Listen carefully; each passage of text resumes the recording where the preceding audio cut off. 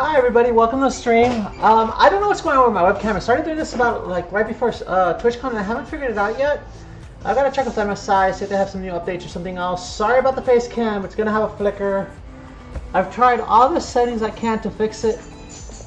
Hey everybody, we're live, we're here, we're at the airplane build.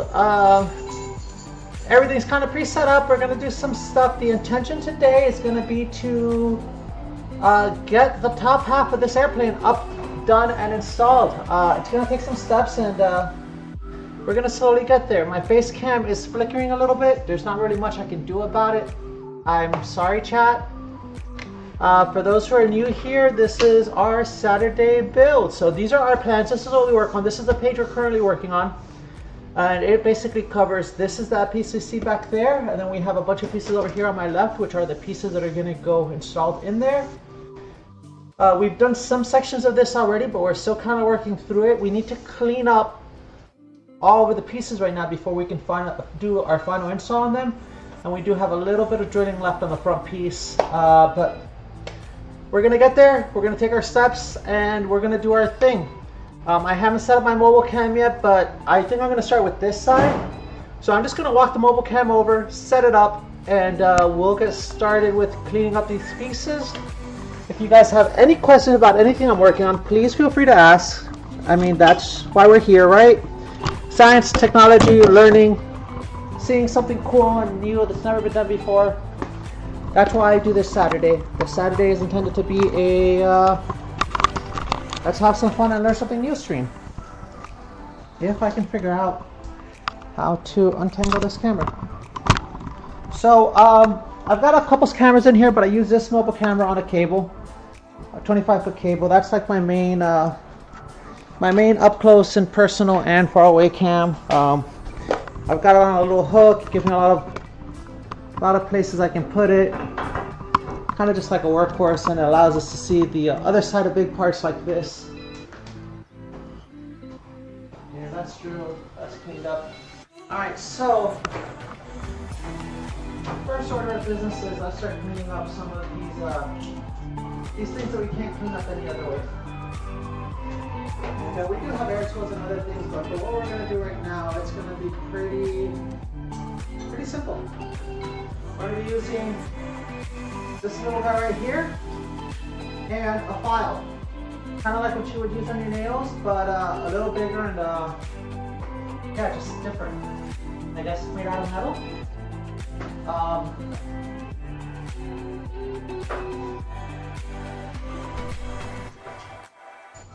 And we're just going to go down that piece and clean up a little bit.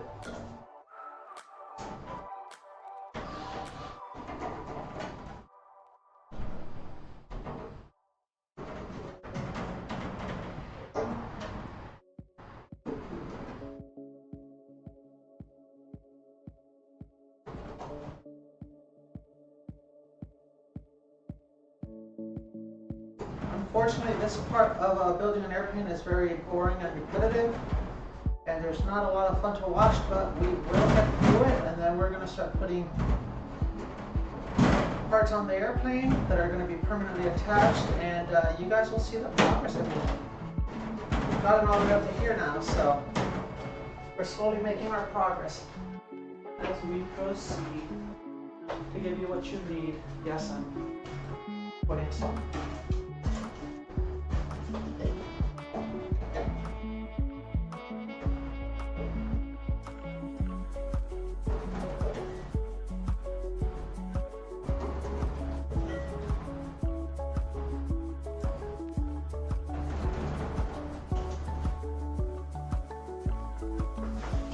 What we're doing right now is basically just doing some cleanup of some parts. Every time you drill a hole, basically it leaves all these sharp metal edges that eventually will turn into cracks on an airplane, and cracks are bad on an airplane because cracks basically just weaken the structure. So what we're doing is we're basically quickly doing a cleanup of all these holes we drilled. And I'm using one tool, but we are going to go back in with the file because there's some of these pieces that we can't reach with this tool. And for those, kind of our file is our only option, which is why we use the file. Although this leaves a slightly cleaner finish than the other options.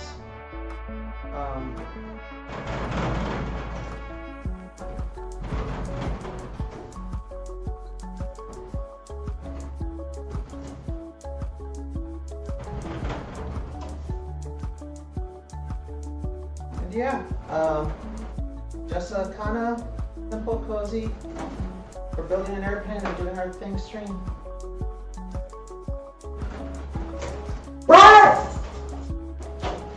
My puppy is out here, so for those of you who are new, there is a pup that will be around. I will look at chat. It just takes me a minute because I kind of go over everything. I do like segments and then take a look at chat. So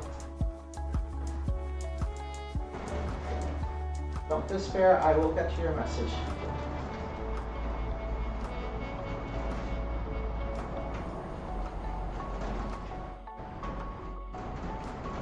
I just like to do things in an organized manner because ADHD, where I won't forget anything and I know where I left off, my last place, so.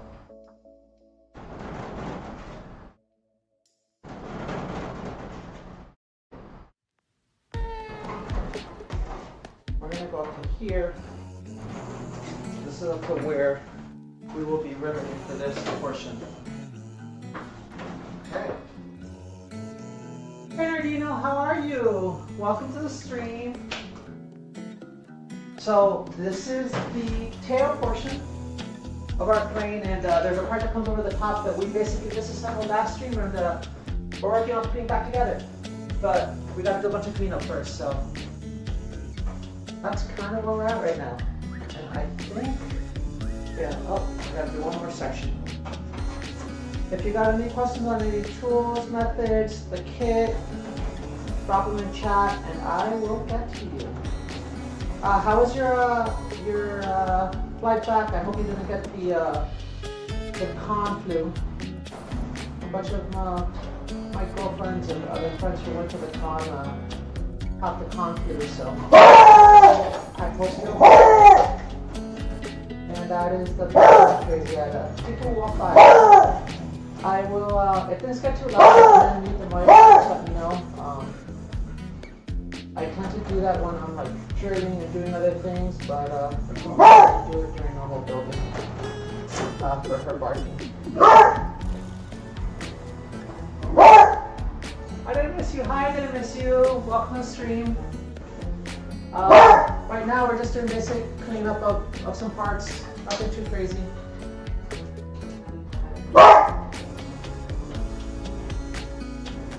All we do is everything we drilled out last week, or 2 weeks ago, we either use a file or we use a deburring tool, which is what I'm using right now to take all the cracks off of the, all the sharp edges off of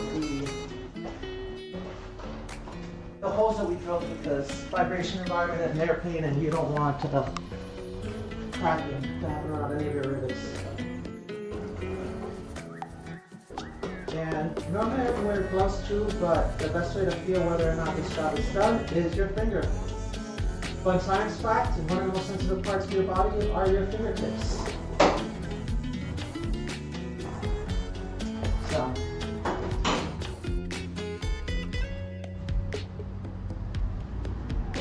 And I'm actually not going to be able to use this file. I will show you another handy little fancy tool that we use in aircraft building. Which is literally a block of wood that you glue a file into a little drop-in, and then you can use that file in really small spaces. I can do that. Some was on my computer, so I'm extending it all over the place. Let's see. Is that a little bit better?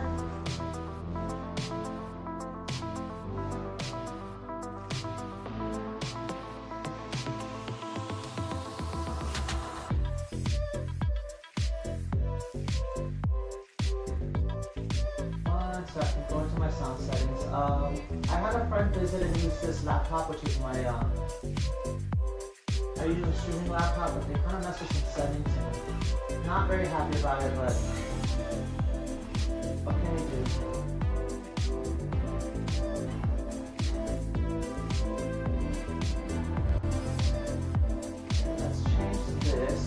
my defaults too, which I'm not liking.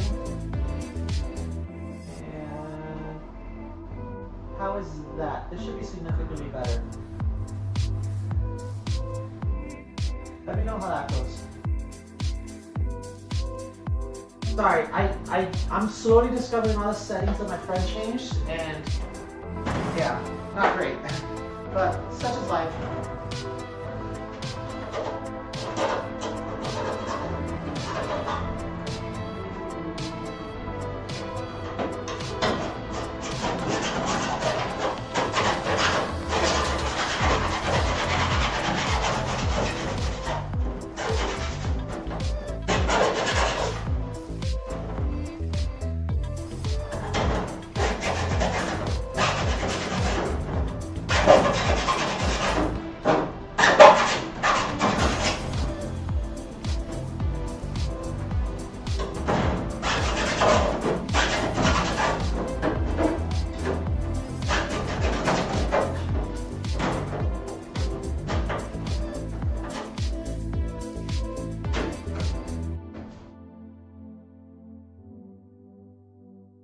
Oh wow, interesting.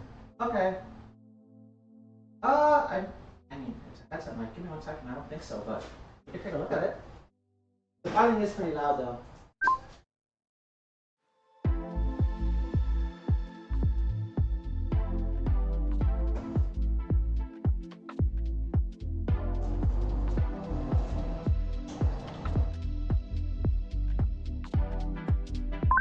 No, it doesn't look like it. If the filing is too annoying too, I can mute while I do the filing because there's just no other way for me to do this section.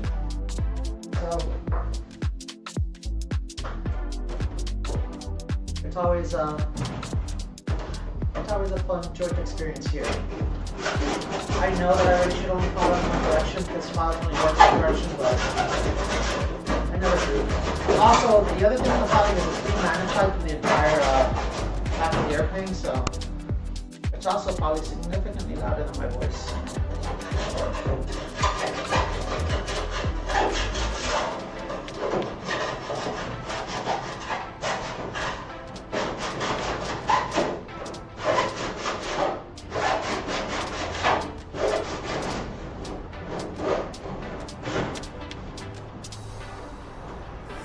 And this is why my nails are always broken, by the way.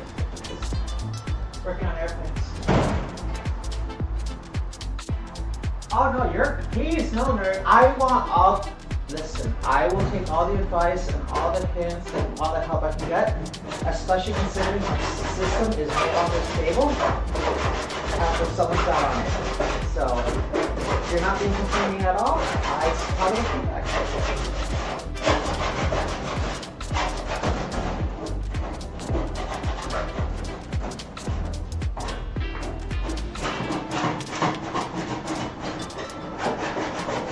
Yeah, like I said, unfortunately, this is the part of the build process that's just not quite as exciting, especially when I'm doing larger pieces because it's just very time consuming, but it has to be done.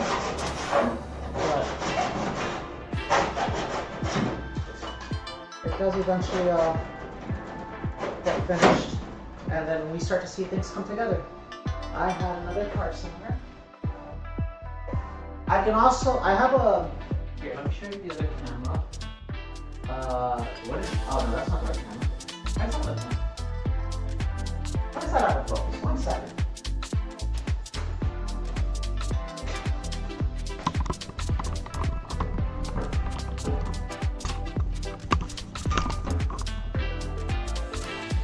I wonder if the cup holds it. Let's see if this is better now. There, that's much better. That's my mobile camera. That's on like a 25-foot cable. Then we have this, which is our pad view. We do small pieces here, so it's a lot more visually representative. And I don't know, my webcam started flickering in the last 2 weeks, and I'm trying to figure out what's going on with it, but we'll figure that out later. So you can see the plans. This is what we work off of. This is what we're working on today. This is that big piece, and we're putting the big top half on it. There's a bunch of ancillary stuff, but we're going to start by cleaning up the bottom base, and then we're going to go from there, starting from the back forward and just attaching pieces. So back to work.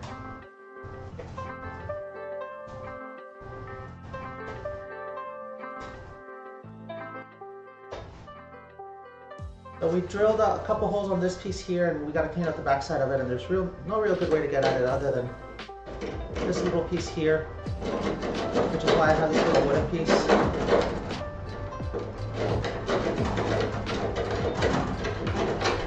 There's a pretty tight little box back here that holds, basically gives a bunch of extra strength and structure to the tail attachment points. So the rear control surfaces go on here because it is a Y tail.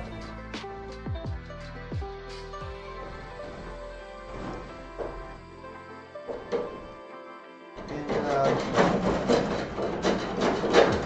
yeah.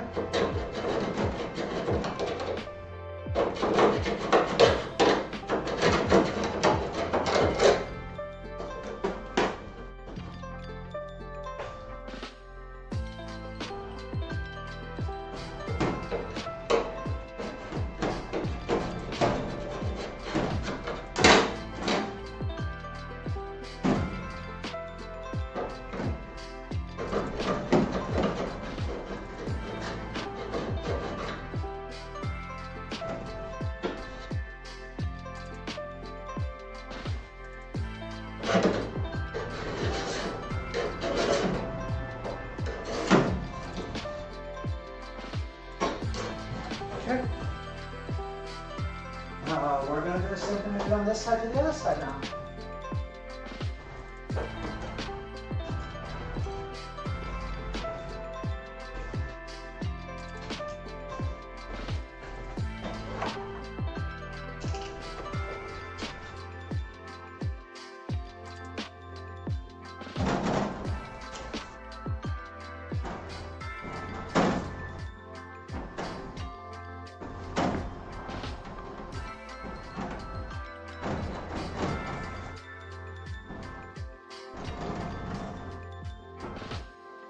And it's always a balancing act when you're deburring with these countersunk bits, because you don't want to make the hole too big. You don't want to take off too much material. The goal is to just take off enough so that, again, it doesn't crack in the future.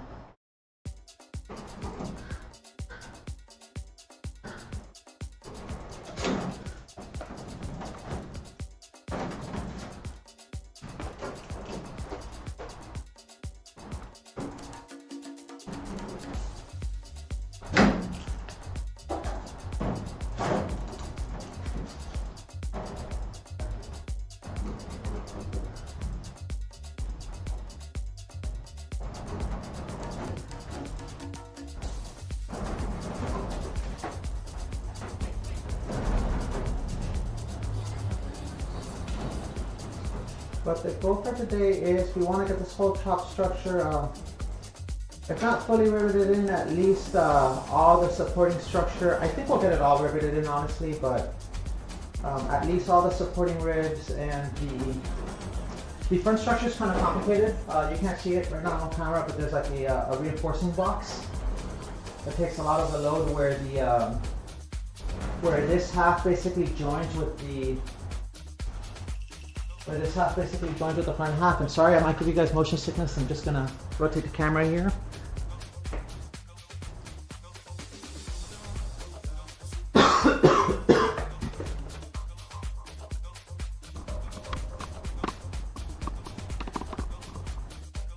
So there's this big box structure right here. There's kind of an assembly and some additional pieces attached to it that have to do with like rudder cables and our flap actuator, which is a linear actuator, and it's got a special mount that has to go on it. We haven't installed that yet. That's on the next page, but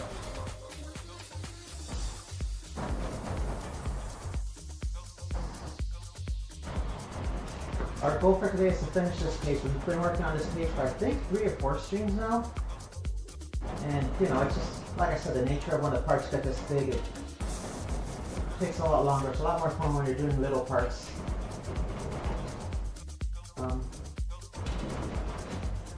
At least I think from a viewer perspective, it's still interesting to chat, but from a viewer perspective, you know, you see more immediate progress in a short amount of time.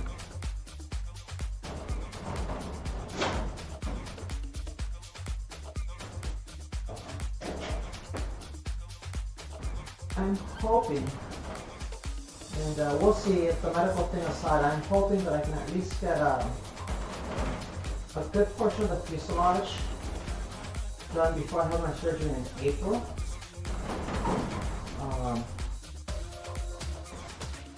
But I'm also dependent on my engine builder sending me my engine and my engine mount to finish the front fuselage.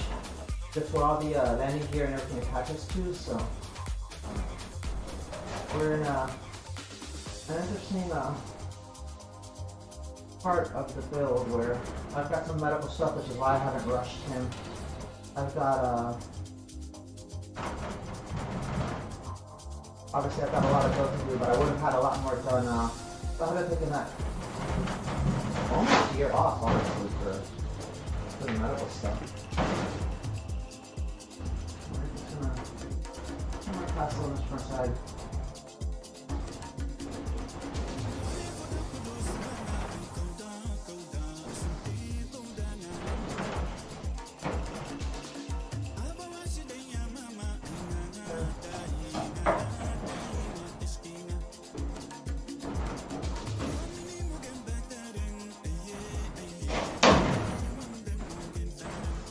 Alright, now back to the file. Oh! Before I do that, let me see if there's any... Hi Sil, how are you? Hey Link, how are you? This is a very creative use of a 2-car garage because I am a single Kirby. And I have a gym in here too, which makes it even harder. Like, it is Tetris. That is what it is. It is Tetris.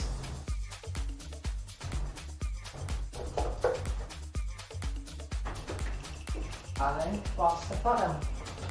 I didn't. I left it somewhere, but...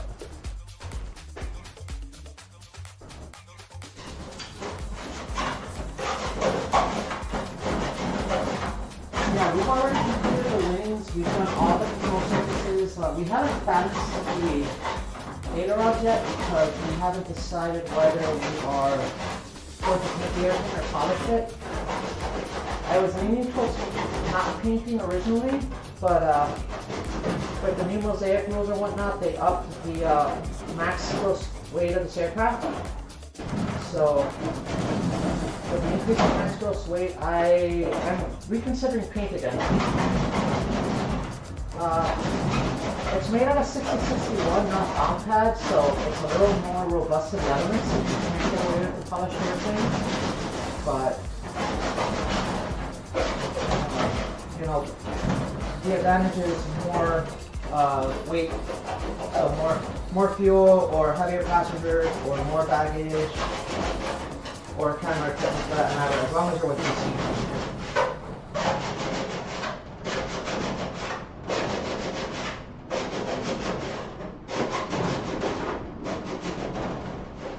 The wings are on a rack behind me. I will show you guys as soon as I'm done talking this.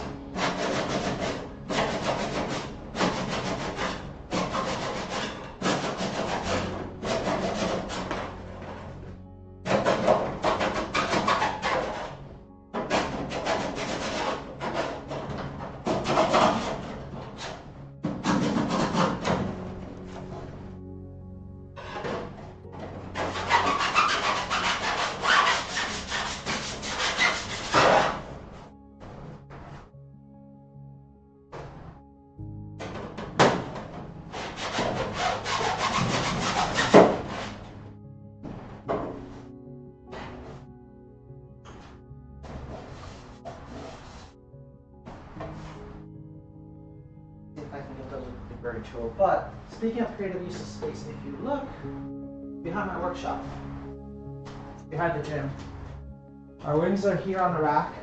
I've been thinking of honestly putting them up and elevating them just to give more space, and then this is the part that's going to go on top of the airplane. This big part right here, and we'll have to clean that up later too. So we'll move some stuff around later.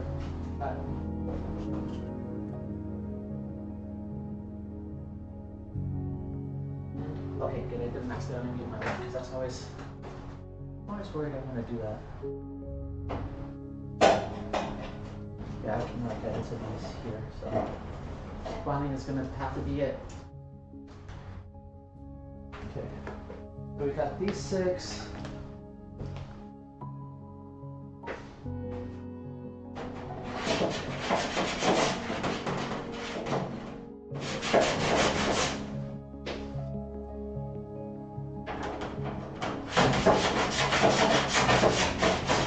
Again, sorry about the loud noises, so I should probably put it in the flash.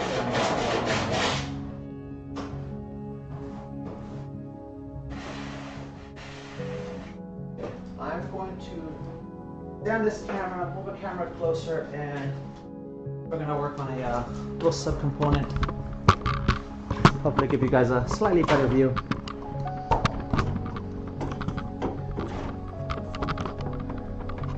Of what we're doing here and what we're working with. We're doing it live, chat. We're doing it live. Yep, that looks decently good.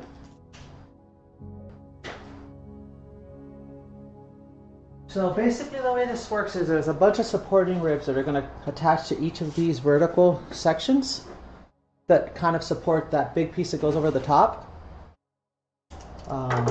So this is one of the attachment points here, and there's basically 6 on each side, 1 flat one on the back, on the last one, and the front one attaches backwards to that box that I mentioned earlier. And a lot of what we're doing is just, like I said, cleaning up these holes, and there should be, I believe, 7 here that we can get, and then 1 that we can't.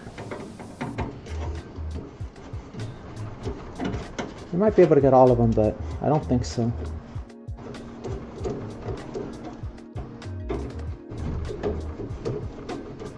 This last one might be a little difficult.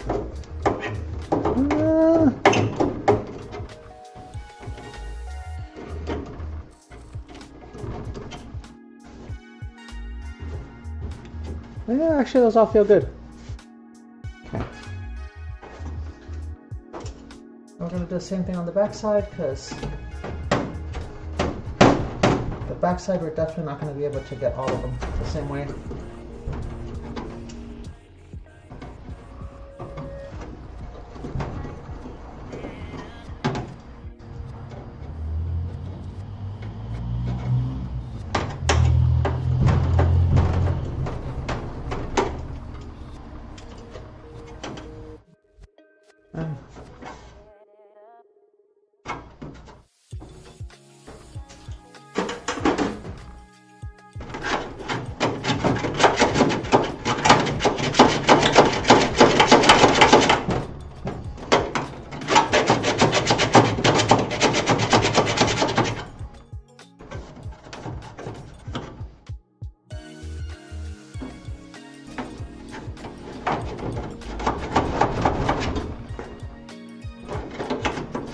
I will show you the back side and how we do that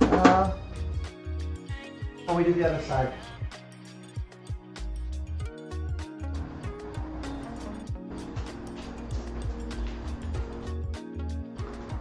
And I will try not to task fixate, because that's kind of what happens when I do deburring. It's one of those things where it's almost like meditation for my ADHD. So I tend to task fixate sometimes, which is not great, but it happens. Okay. Sorry, camera move again. Let's see if we can get this.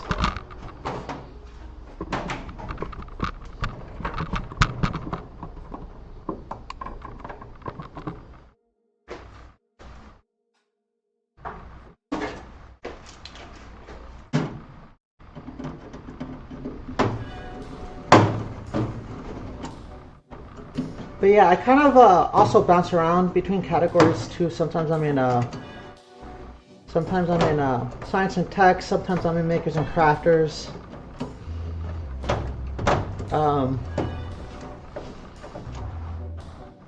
There's some overlap there. I never know which one to pick.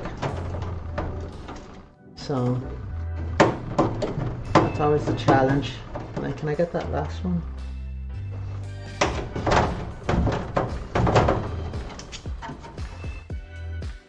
these are good. That one's good. These two need some work though.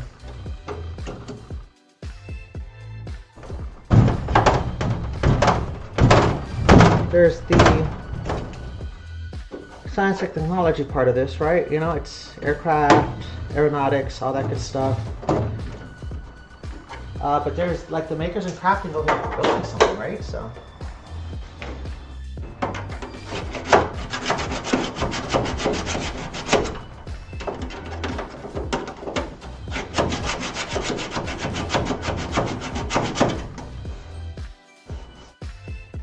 Okay. All right.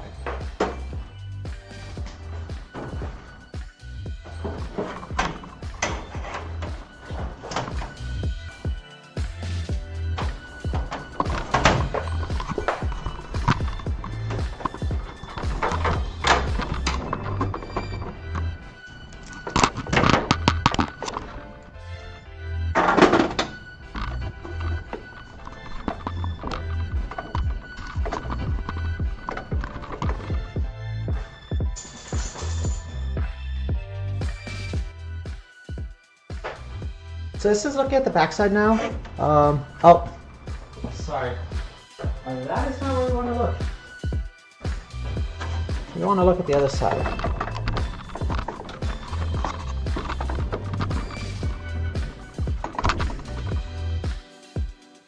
There we go. That's looking at the backside. Now the other side, and because of the angle that this has, there's a lot less room to get into these close holes, which is why we have to, for part of it, use a file or use I can't see what I'm doing. And this is going to be weird because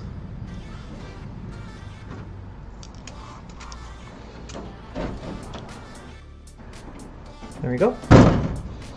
Rotating this direction is kind of intuitive. Okay. Those three are good. I think we can do this top one.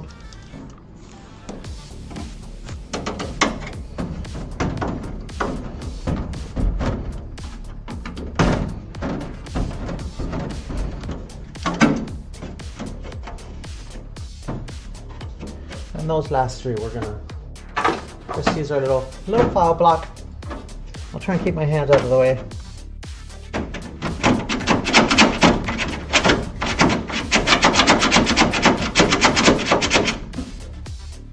So you guys can see what I'm doing.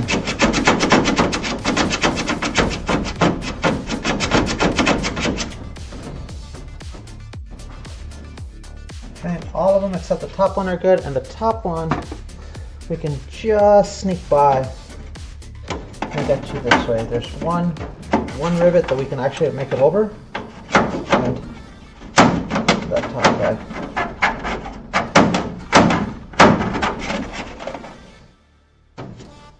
And yeah, now they're all good. No sharp edges, everything feels good. Now we just got to do that 2 more times, and then on a giant piece.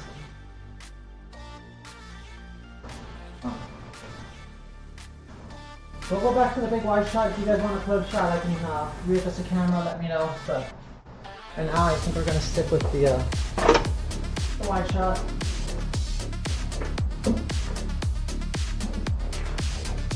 Also, I don't know how I feel about this music. It's a new playlist from Rhythmic Sound that I found, so if you guys are not feeling it, let me know.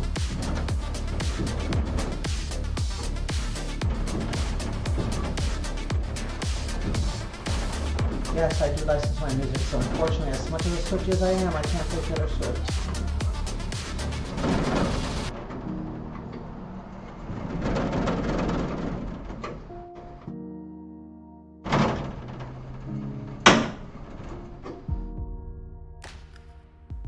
I think this is your happy mood. Again, I don't know how I feel about it, but allegedly it's your happy mood.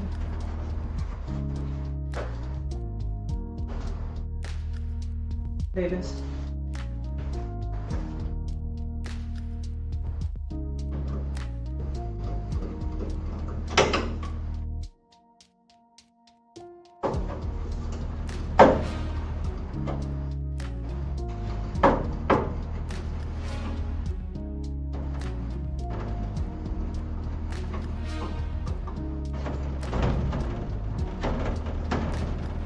flying hot was always way easier. The angle works with us, not against us.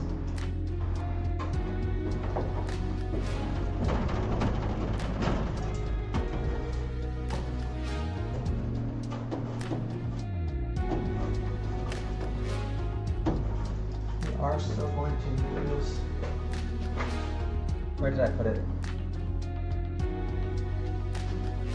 A little cube here.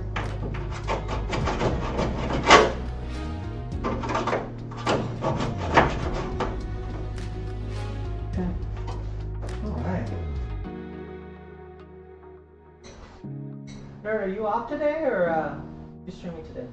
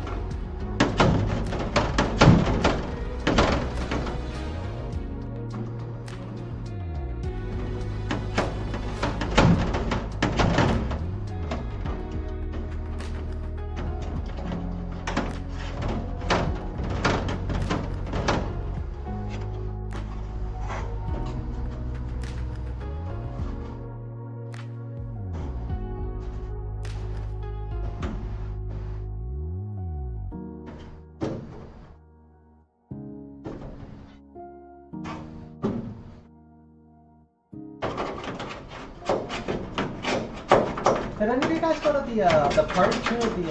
The post TwitchCon party? Wondering if anyone else did the escape rooms. They were actually a lot of fun. I was actually surprised by how much I enjoyed the escape rooms.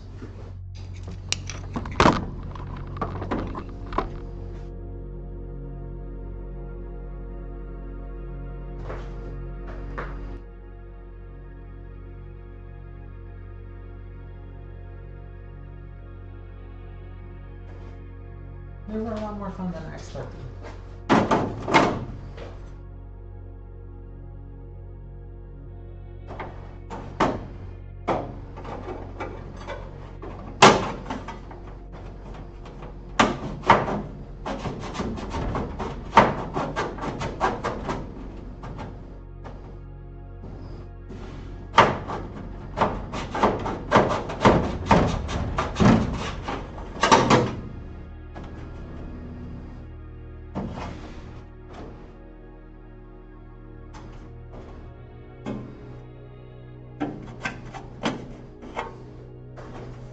This gets a little sharp. We're gonna just put a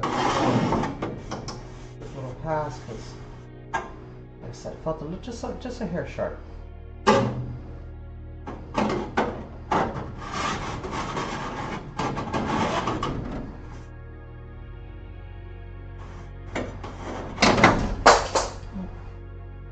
Almost dropped that on my foot.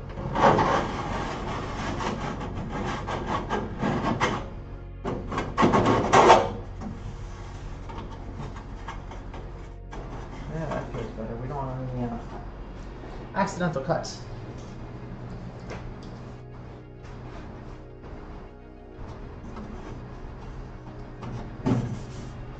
Okay, this set is done. We're going to go to the next set.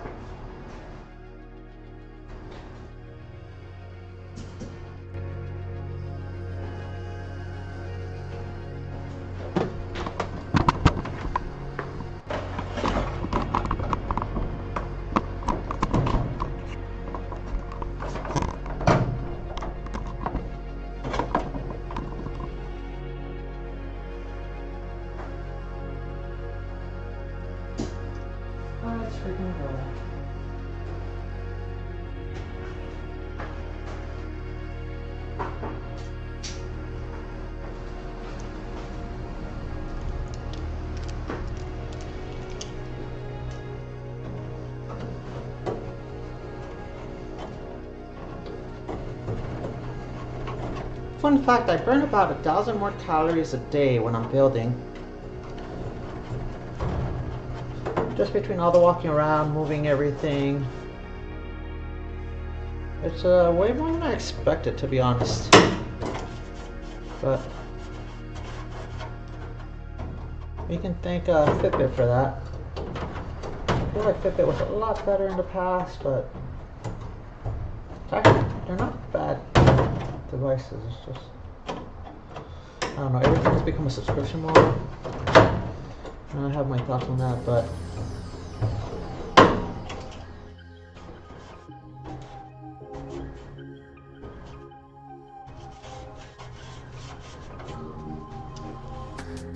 especially when you buy something initially with one expectation and then you get another. Oh, we're gonna actually change the view here.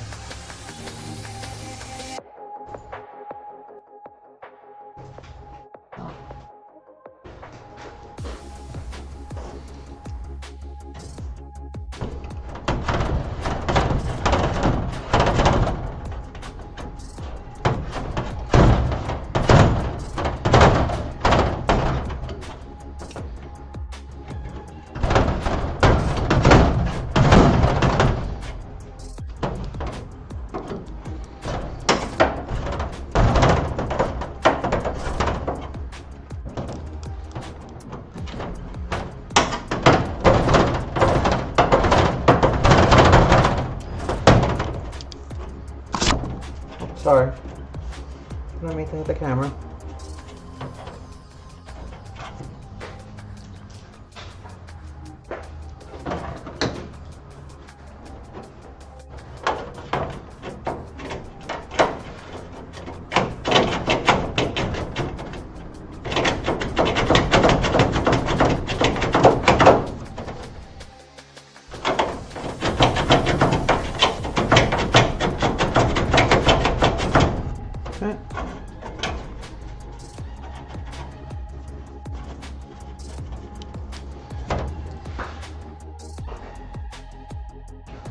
And we're going to hit this with the file now.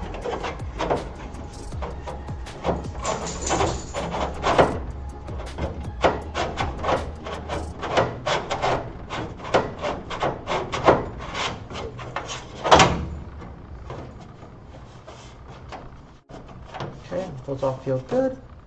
Off to the other side we go.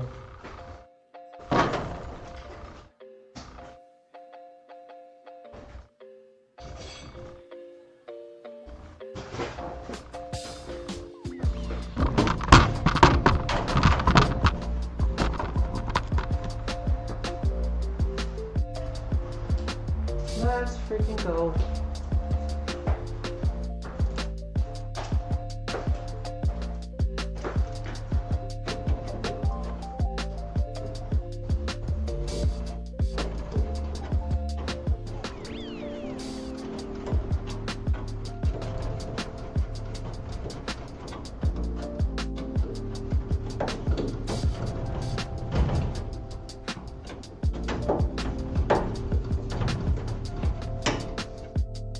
If you guys want to meet the puppy too, let me know and I can pull her up on stream. She's kind of just laying in the ground.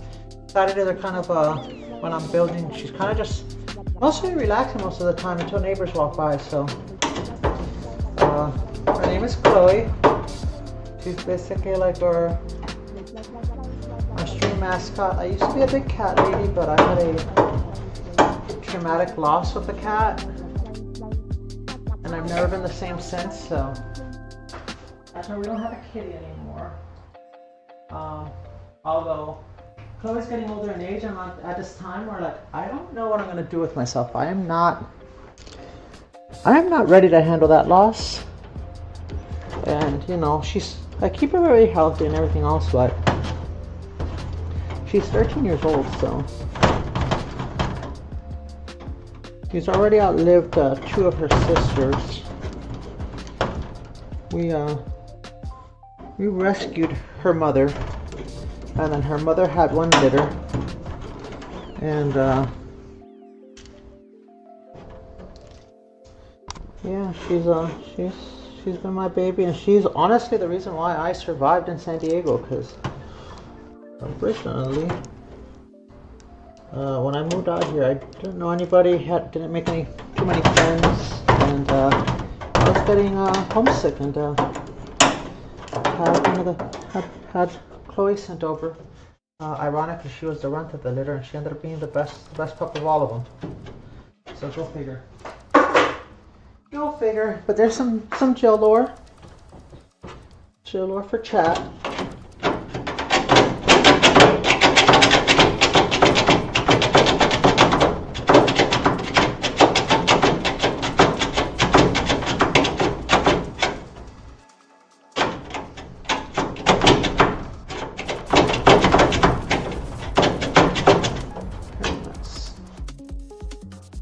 All of these except the last one are good, and the last one will fit the file. The nature of... We already have rivets there. So, I'm gonna go by this. Try to see if I can get a better view and get out of it that way.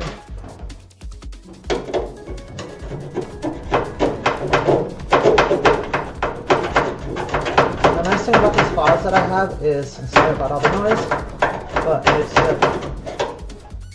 the edge of the file is actually a file as well, so it allows me to get into those deep little crevices with just like the very tip of the file.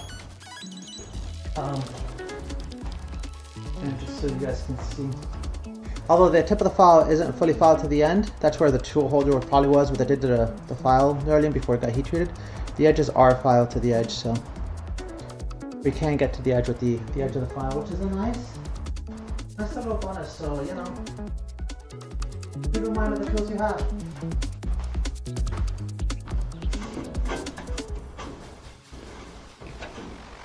Okay.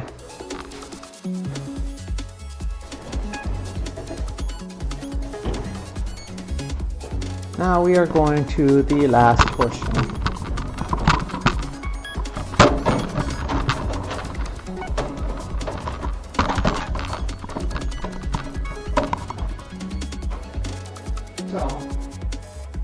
If you look over here, all of these holes here, this is that box structure I was telling you about.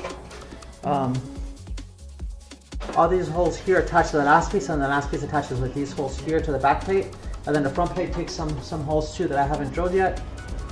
But we will to attach a second plate, because there's basically one frame that comes here and then another frame that overlaps to give like to attach to this box structure and give this a lot of strength. And there's a lot of load on this box structure because essentially the loads of the tail structure act as a lever on this point right here. And so this box structure strengthens this because this is where the fuselage attaches. The rear fuselage attaches to the front fuselage or essentially the cockpit, and that's why a lot of screws, there's this box structure, a lot of reinforcement. It's a strength thing. So, you know, and we are going to fly this thing, so we want to make sure we stay alive. And the way we can access this is there's actually this box structure is not completely closed off yet. There's a subplate that goes underneath that we have removed right now, so that we can access the pieces in the subplate.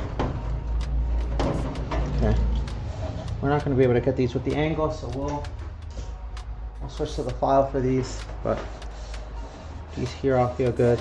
These will.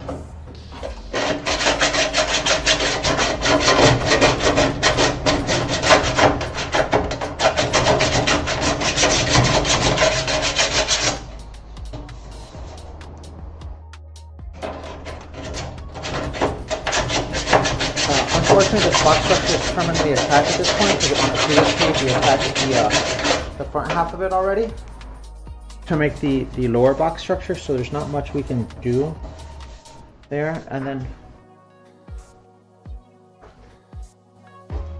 go ahead and change the view to the other side. And we'll do the same thing with a slightly different angle.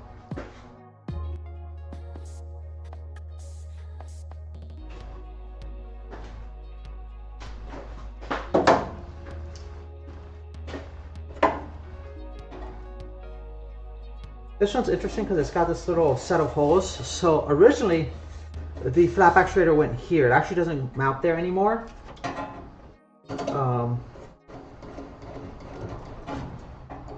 That was a change in the plans due to using a different flap actuator.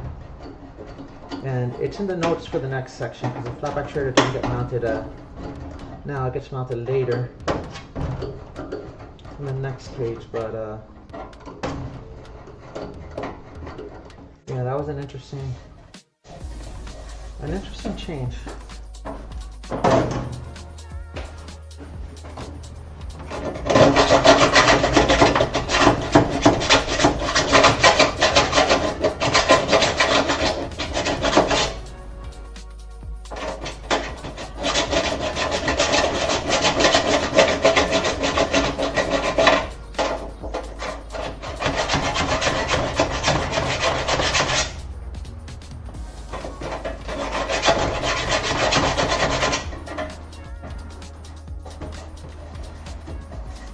Those feel good on the outside.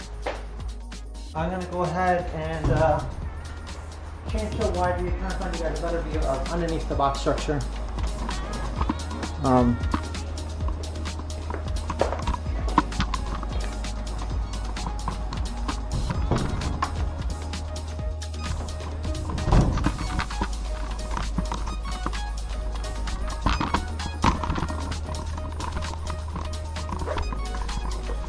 We'll see if this works. We're gonna try something, but let's see how that works. Yeah, that's close enough. So this is what I was talking about. The plate's not there. These runners here are for our rudder cables. Our rudder cables come through here and feed through the back half to the back.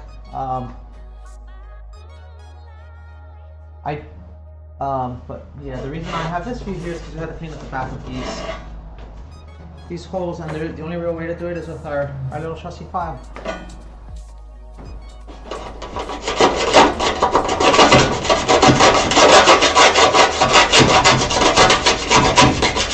You'll notice back here, there's that reinforcement plate that attaches to a much thicker machined aluminum plate. Which attaches this box structure to the side rails to basically translate all the load of the aircraft, which is why this box structure is so important. And that is obviously held on with some screws because, yeah, screws tend to be a little bit stronger than copper is.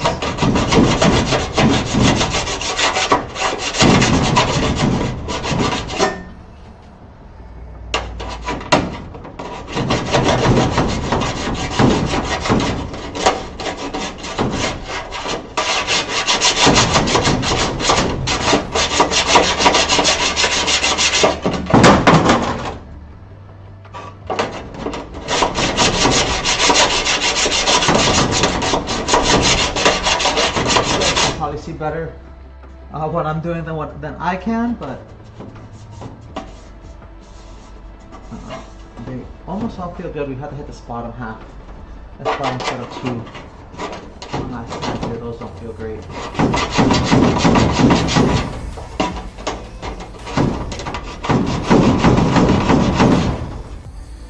Like I said, I usually prefer to work on the airplane with gloves on, but this is one of those tasks that just doesn't lend itself well to gloves because I need to be able to feel how well it's working.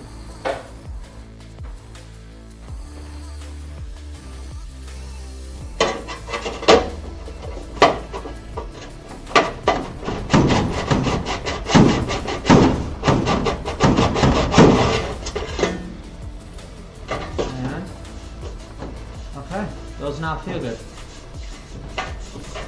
So we're going to swap and do the same thing on the other side.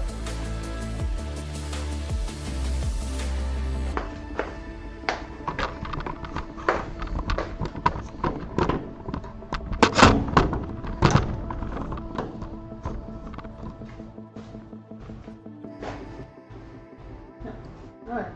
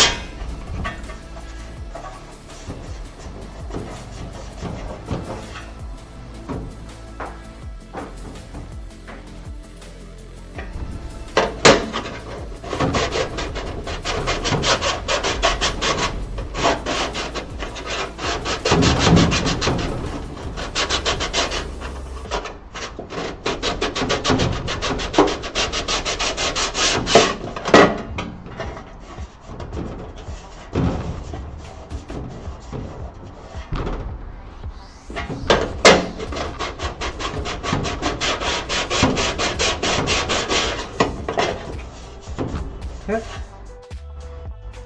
All right, I think we are, for the most part, done with the big portion of the plane. For now. So we're gonna switch to the plans view. I'm gonna move this mobile camera for our next.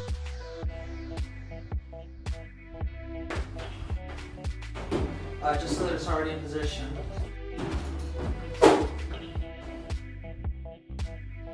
And I'll think about it later. Now we're gonna come to our plans. Alright chat, we're back.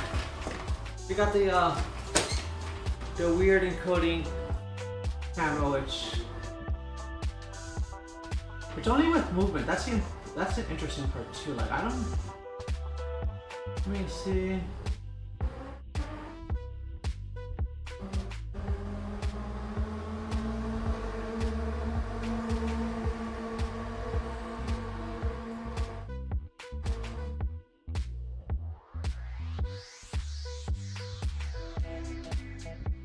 Yeah, it's still flickering. Maybe if we do.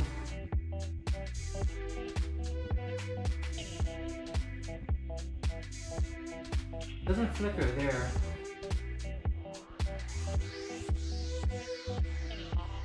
Interesting. That fixed it. Okay. I don't know how that fixed it, but that fixed it. We're gonna go with this. We finally fixed it. I don't know what's broken with it, but a resolution change did fix it. So you guys get to see me not flicker. Yay! Back to these plans. So I've got a lot of parts to my left. We're going to start from the back forward, so if we look at this, because there is an assembly order that they gave us originally, right? We went and we drilled this page here, has all the assembly orders. We're at the part now where we need to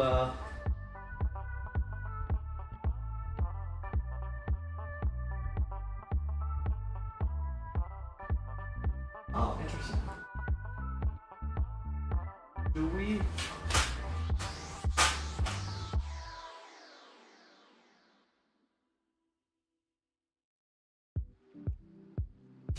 So I want to start from the back forward on the subformers, and then we're going to go from there. Then we'll do the skin.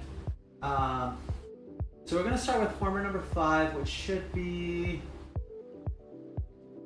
F2005. It's going to be down here somewhere. I think it's this little guy right here. This little guy right here. We're going to clean him up. He has a lot of sharp edges, so we're probably going to take him to a different tool to finish him up, but I am looking for a small piece that I don't see, that I suspect is still attached to a bigger piece. There's a little clip that goes here, and I don't see the clip, so we'll be right back, chat. Is it? Ah, yes, it is attached back here. Okay.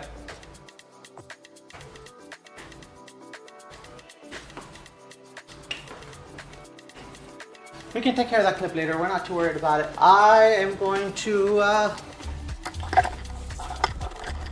move some cameras around, and we're going to talk about shop safety.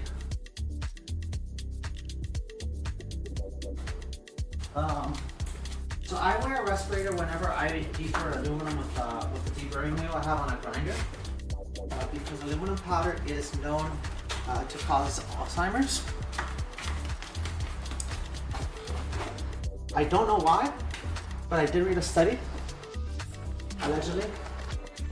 I didn't go into a lot of depth on it, on whether it was a correlation or was something else, but it definitely was a thing. So, as a result, I always wear a respirator whenever we do that.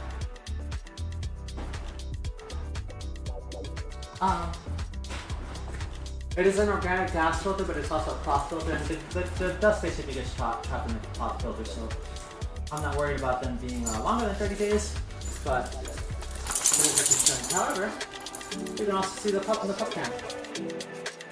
So, not really the pup cam, it's the grinder cam now, but... so yeah, this is the back part. This is the first part we're going to install. You will see on this part that highlighted line. And that's what's known in the industry as blue lining. Basically what we do is we measure about the center point, and then we try and line up that center point with the overlap piece, and we drill the holes. And there's always some shifting and stuff, because you can't ever get it perfect.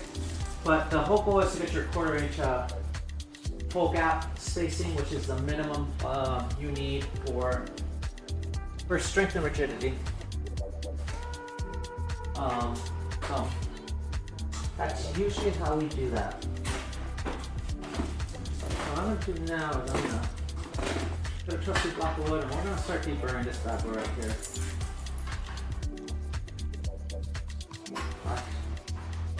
These are just lining holes, but I like to deburr them too, because you never know where the crack can potentially start. So nothing's going to get attached to this. There's no structural thing for them. They're really just put there either to help bend the part originally, or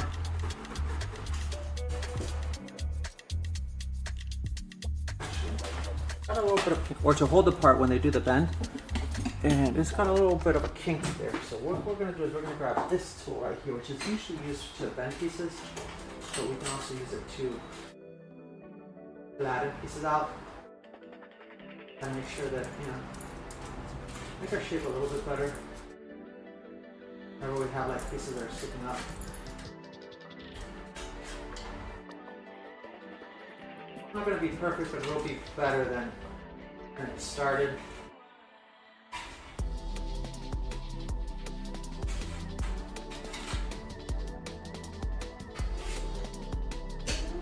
I could, do a hammer and a flat piece of board. That's not always perfect, so. The other thing we can do to try and flatten this out is we can use a pair of our vice grips we use for holding things, because they have a flat head, and then we can use that flat head to push and flatten things. Whenever we have like things like this where whenever the part was created, the manipulation of it kind of had a negative effect. You can use a flat pad to kind of correct for that a bit. Not perfect, but it's again better than nothing. Just one of those like attention to detail things I like doing.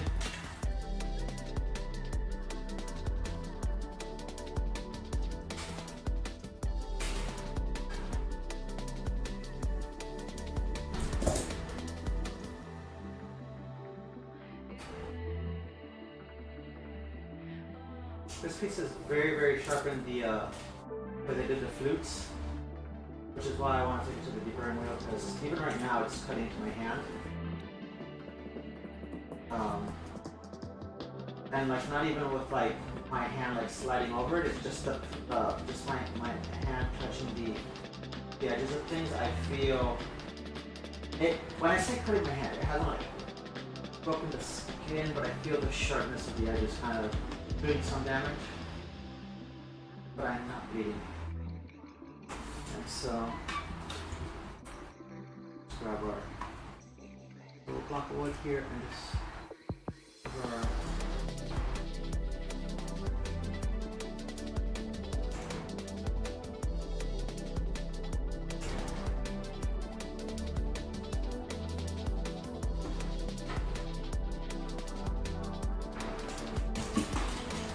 for those who decide to build an airplane, if you do a pop rivet airplane versus if you do a pop rivet airplane like this one versus, so most of the light sports are pop rivets because they're a little bit easier than solid rivets, versus a solid rivet airplane. One thing you need to know is any rivet that is going to be like a flush rivet that you have to either dimple, and dimpling is not as bad, but if you have to either dimple or you have to countersink, especially countersinking. Countersinking is super important. Pop rivets have a different angle than solid rivets for their typical countersink. So you should be aware of that and make sure you buy the right countersink for that. We're not countersinking anything today, but just one of those things to be aware of. One is 100 degrees and the other one is 120 degrees. And are they different? I don't know, but they are, so.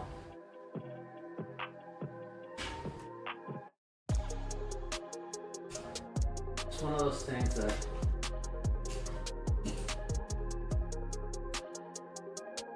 you should be aware of because it's not always discussed, it's not always clearly outlined in the plans, because a lot of plans are literally just like, hey, drill a hole here at this measurement and then countersink it, you know. But if you didn't look to the spec sheet for the rivet, you wouldn't know that that flush rivet had a different angle. And if you bought standard airplane parts or airplane tools, they typically default to solid rivet construction. So it's just one of those things that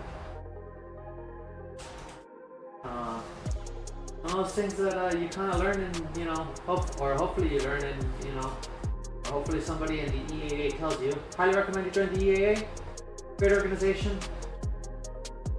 They do some chapters are better than others. There's a chapter-based organization, but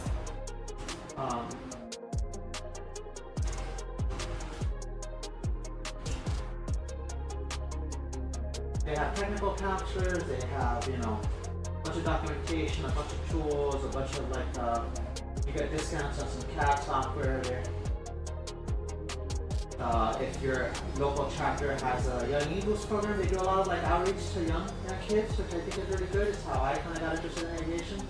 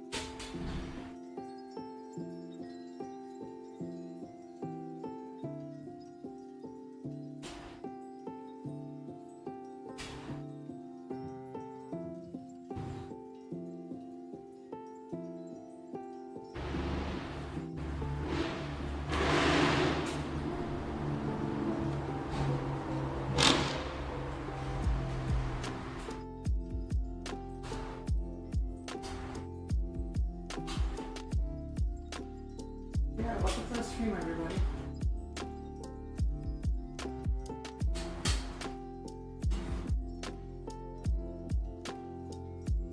Okay, so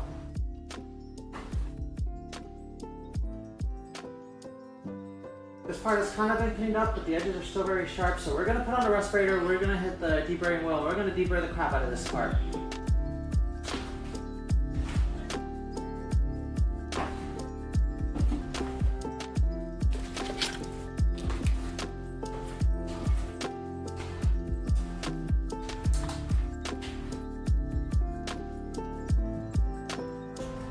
Now, speaking about shop safety and things that I don't do, that I should, you really should,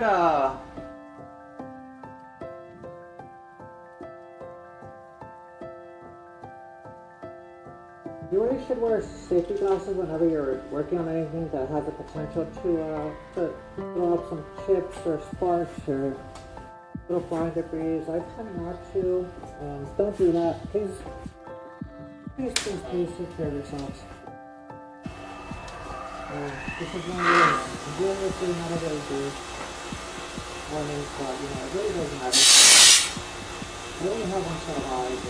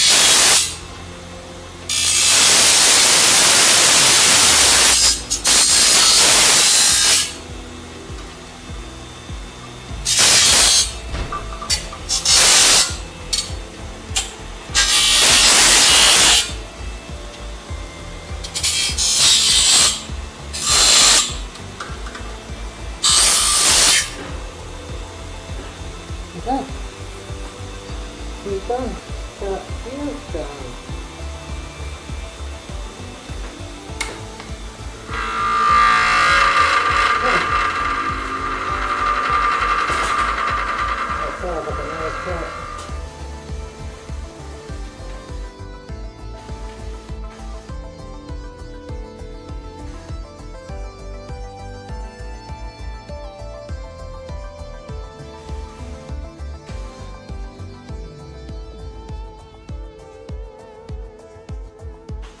Alright, chat, so now we've cleaned up this part. I think the lighter's going to start. So this part is this part right back here.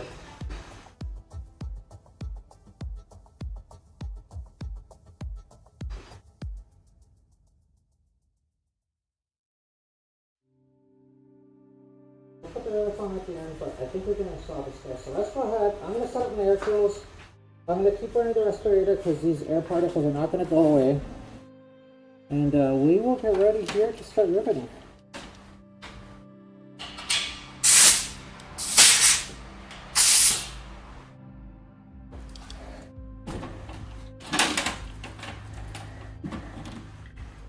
And again, my apologies when the compressor comes on. There's like not a lot I can do about that, but so it is what it is.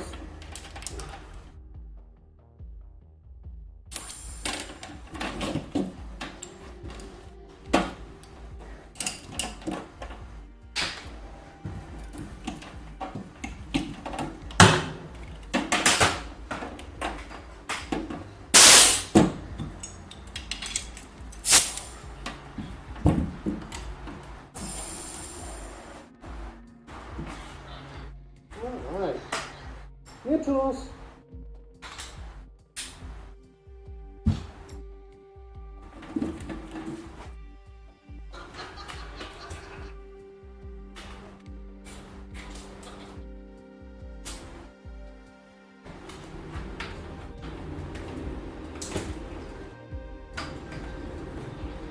So let's start by placing this bad boy where he belongs, and for that we're going to need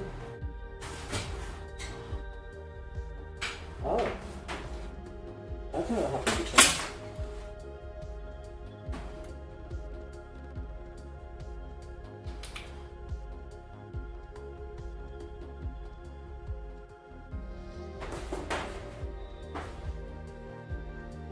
Oh. Okay. Good.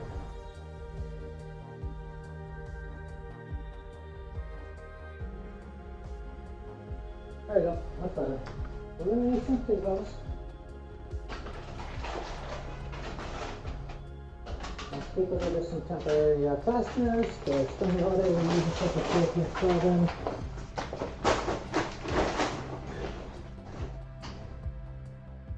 That's what we were getting set up with the air compressor. There are some higher versions of this, but the higher versions of this I feel are like, I don't know, look at that.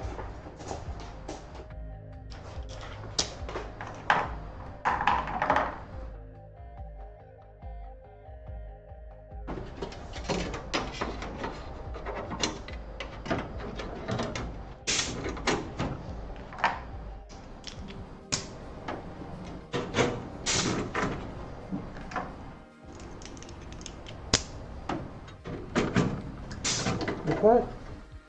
So now this guy is cleaned up. He's no sharp edges. We don't have to worry about him cutting them. We can kind of just pass our hand across him. No problem. We got him pre-installed, and then now what we do is, this is the fun part where we start assembling things.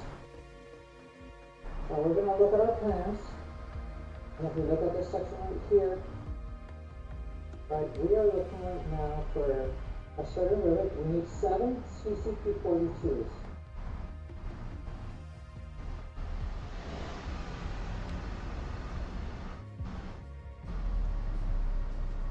And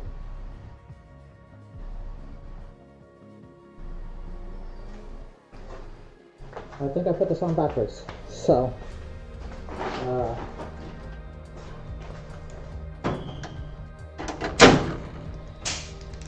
it's 95% sure I put this on backwards.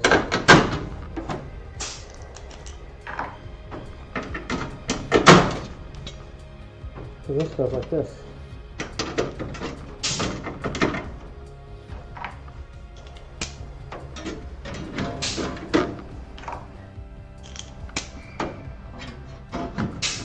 There we go.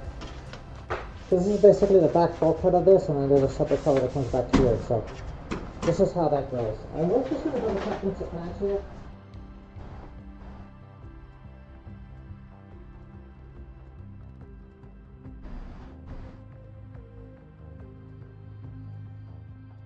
And that does look accurate.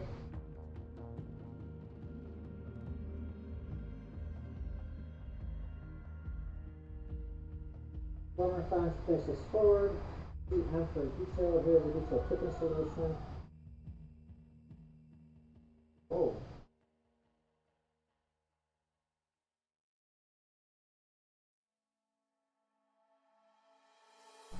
That's interesting.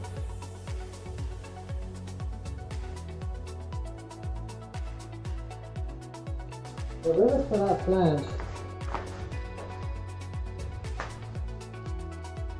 we're supposed to go front to back, and if the rivets for that flange are front to back, that means we need to place it here first.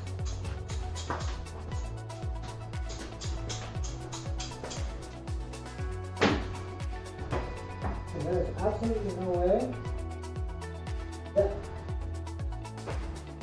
there's no way for us to place those rivets.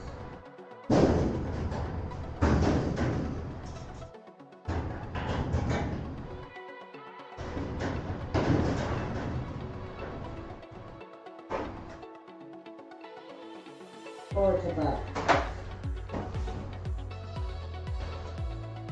This flange goes this way. But there's no way we can get rivets in here going backwards. Right, because rivets have to come that way. We don't do that. So we're going to go ahead and turn this side up.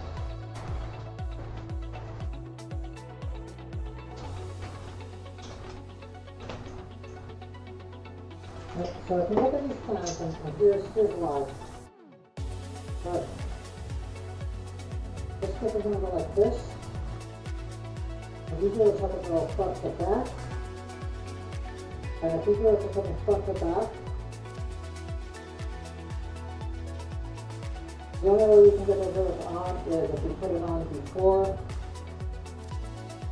we attach the upper half. So.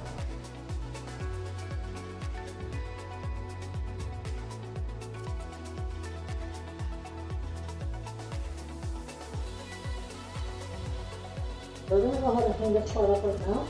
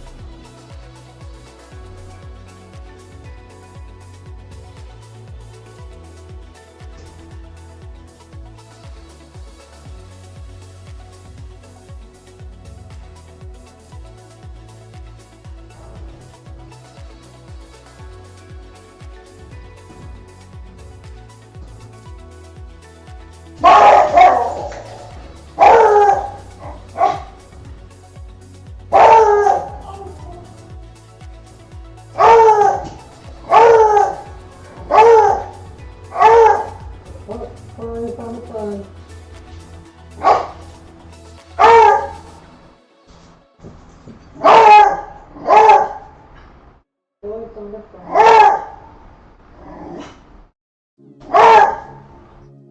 There, buddy. Now let's go ahead and clean this bad boy up.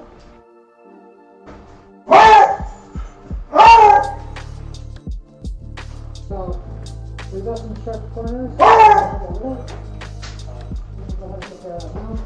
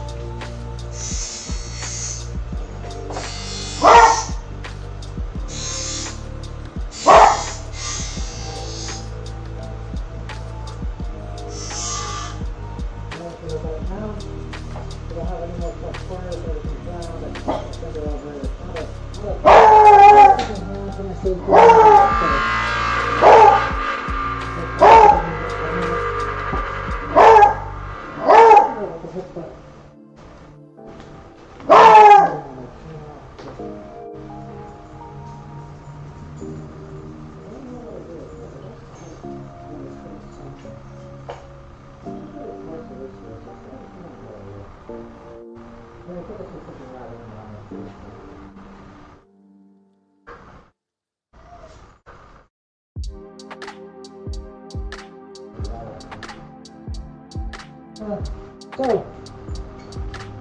now that we've cleaned that part up, let's go back to our plan. So this is how we're working right now. We're working on detail G and detail N, which are these two sheets right here. We've got a type 3 place, we need 2 CP42 for that. We've got a clip here, the clip is going to go this way. Right, this is what a clip is going to look like, it matches that part right there. We've got to put our rivet up in here first. And as you can see, it's going to go into the corner, just next to the back plane, and it's going to extend forward, right? And here it is, if you go at this view over here, the way these plans work, it's like a fishbowl.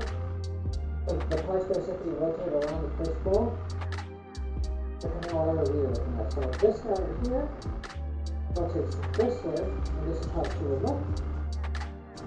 It matches. And so what we need for this one is CCP41. So we're going to put CCP41 on this one. So the first thing we're going to do is we're going to mount it.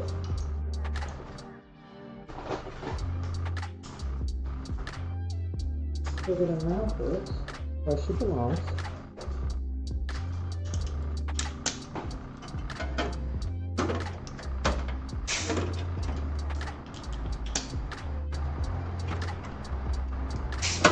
Okay. And then we're going to get our rivets. Oh, a box of rivets. Okay, we have a mantle here. So this 5241 that we'll try to do. So we're going to get our 4 5241s.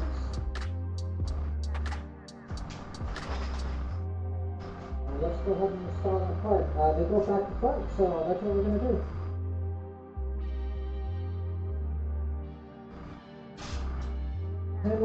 I don't know if we can fit this rivet gun in here. We might need to use our wedge. Yeah, we're going to want to use our wedge. So I'll be right back. I'm going to get a rivet wedge.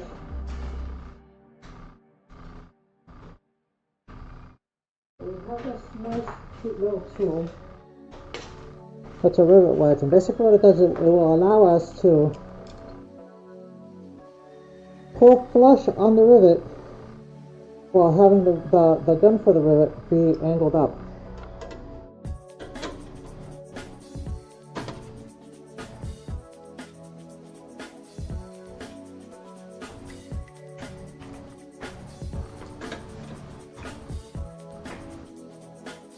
So let's go ahead and taste our first favorite of the night, chat.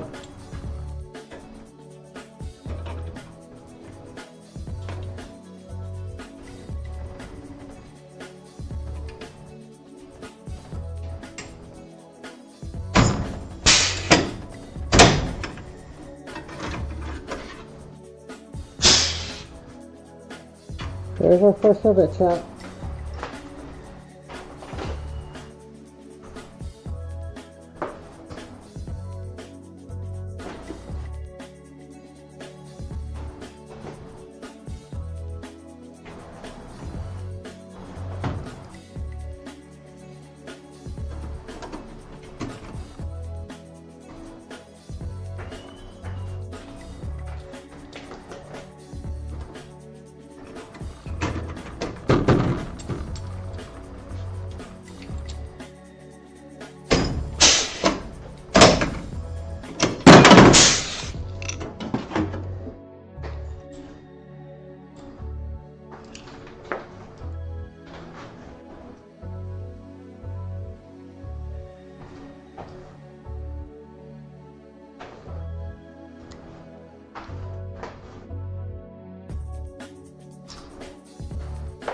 I haven't been taking FAA pictures, and I'm required to take pictures with the FAA, so we're going to go ahead and do that now. Most of what we've been doing is cleaner so far, so it's not that bad. But yeah, we need to remember to do that, chat, so if you don't see me taking pictures, please remind me. You don't want the FAA to be angry at us.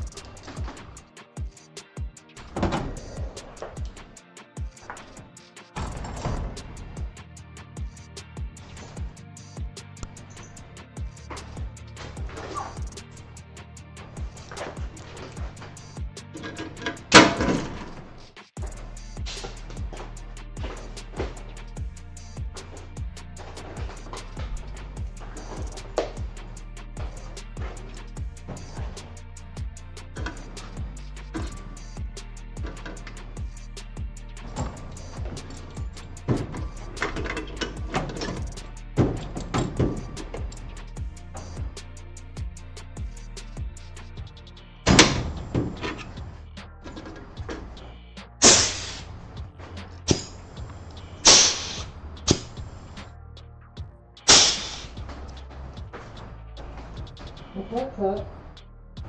That is our first piece installed.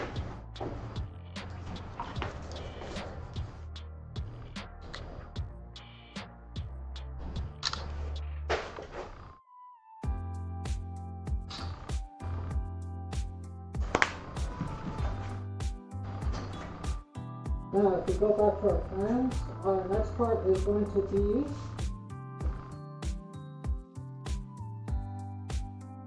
CCP42 that we bought in Northern 7 on, so let's go ahead and find those.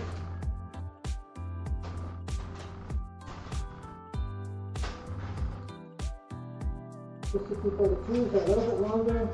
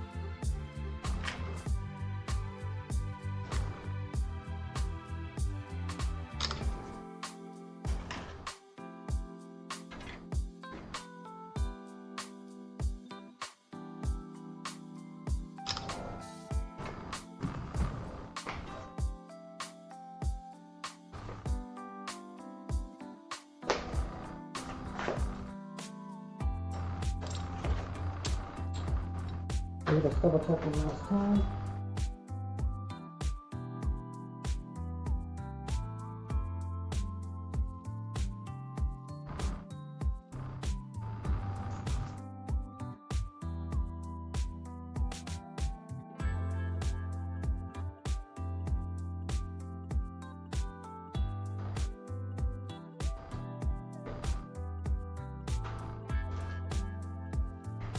Yep.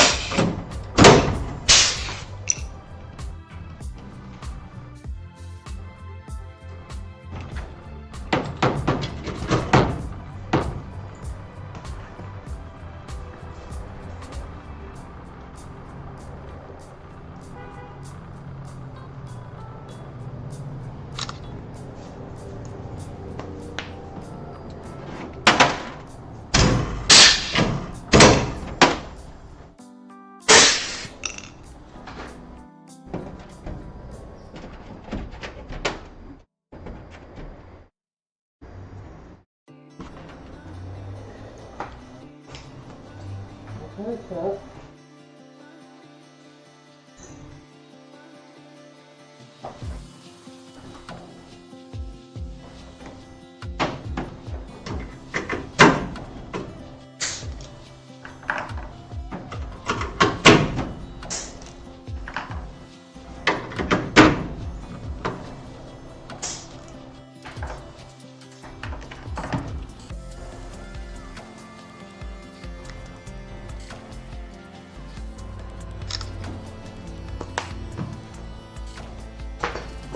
Let's keep going.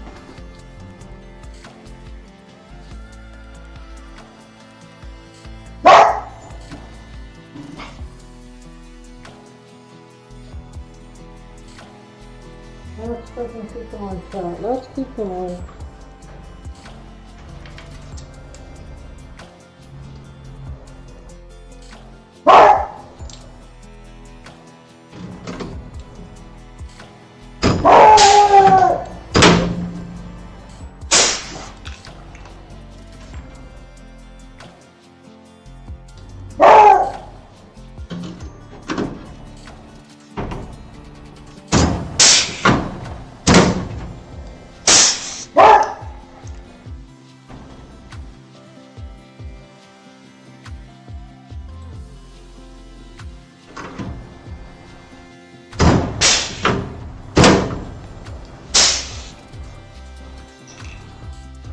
Okay. After the first one in, we have installed the first of 5 corners. So, this is our corner number 5. We've got all our rivets in, we've got our clip in. We're going to take a quick picture for the FAA. I'm sorry I sound like a Darth Vader, but because I'm deburring these to get the sharpness off with a grinder. On a deburring wheel, I don't want to inhale those fumes, so they kind of stay up in the air for a little while, so I'm gonna stay on with this rest of this. We're probably gonna actually assume, honestly. So that's our plan. So, what do we have now? Now we have corner number 5 done.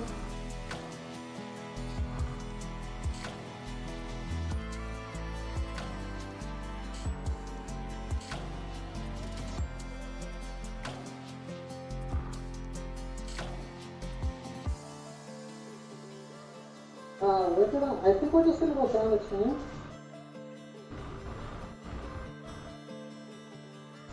I think I'm just going to go down the chain with the corner. That makes more sense to me, Kat.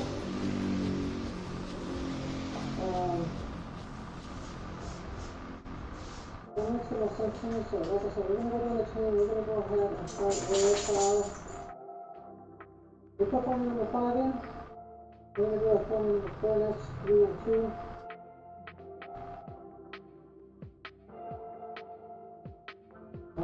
Actually, we're doing an order of the time. So the plans say, okay, collagen curve, number 4 and number 5. We put it in, that's fine. We did the aft tip for formula number 5. We're going to go ahead and do formula number 2. Formula number 2 is going to be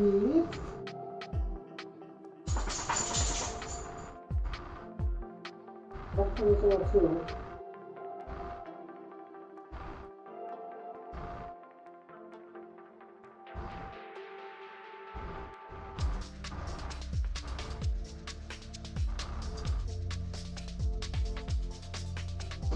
So we gotta come F2002. I think this here. Yep. And then go on here. So this here. Okay. So we basically go this way. That's how they're gonna mount, and then there's a clip at the top that's put in there, but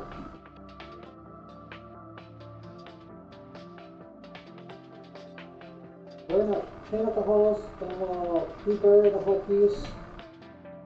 And then once we deburr the whole piece, we'll go ahead and install it.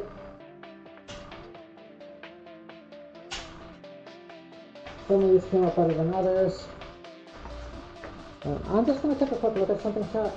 We've already deburred the big airplane piece. So this big guy is fully deburred at this point. And we're going to start, we can just like go down the line in the top. I just want to double check some stuff on the, there's a big over panel that's behind me. I just want to take a look at it, double check and just back up this stuff now. Okay, I think that's going to for these guys.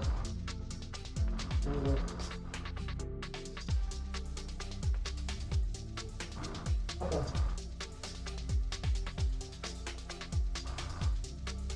Oh, that was bad. Oh.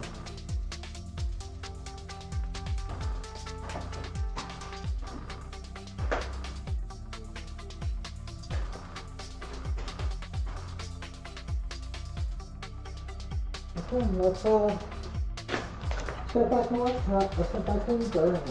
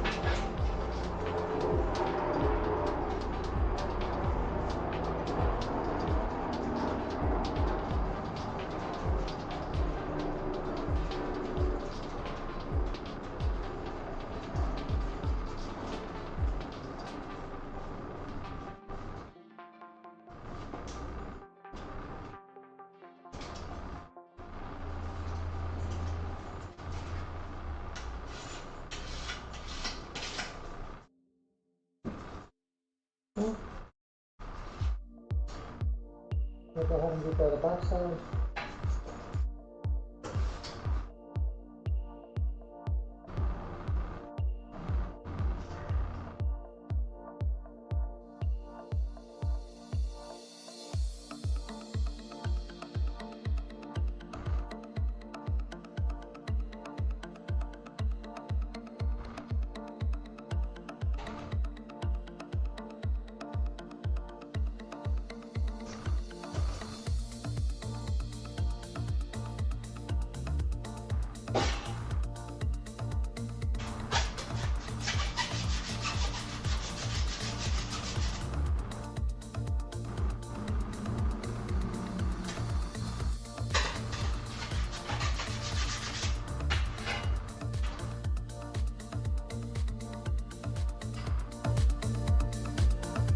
Let's apply that to it too. A little bit up to it too. We can do that too, we can do the other view as well, but I think I'm actually already better than doing a better view here.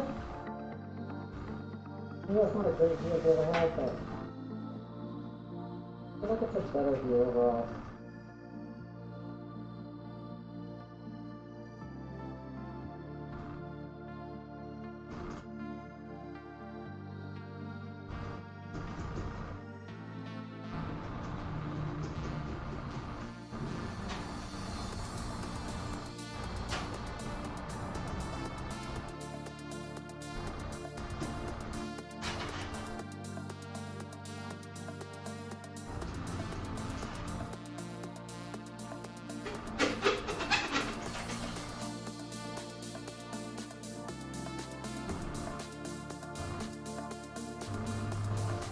But under the top half now, these I'm gonna probably do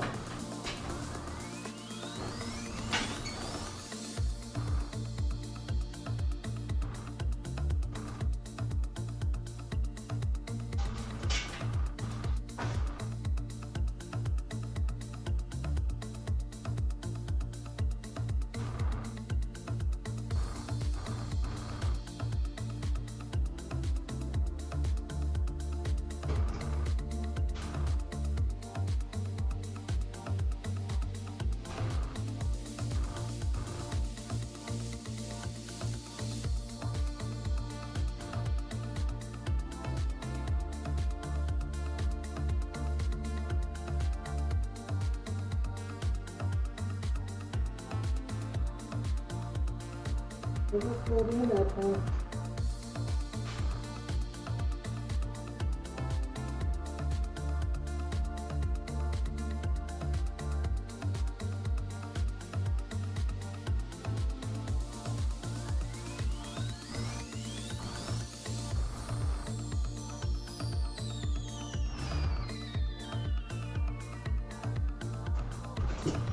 And yeah, try to tell me questions, like feel free to hop in if you become like focus screen, you know, you can just watch through the work. Well, it's all good.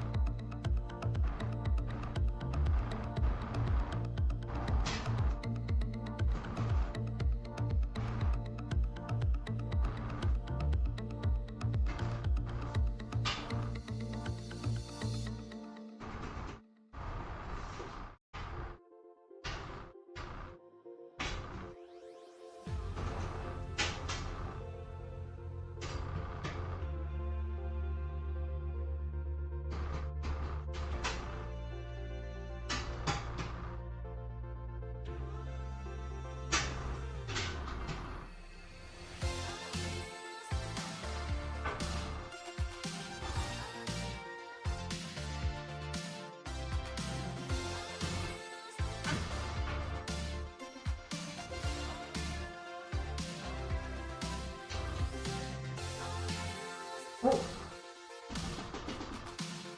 one's ready to go to the debug. Got one more to do.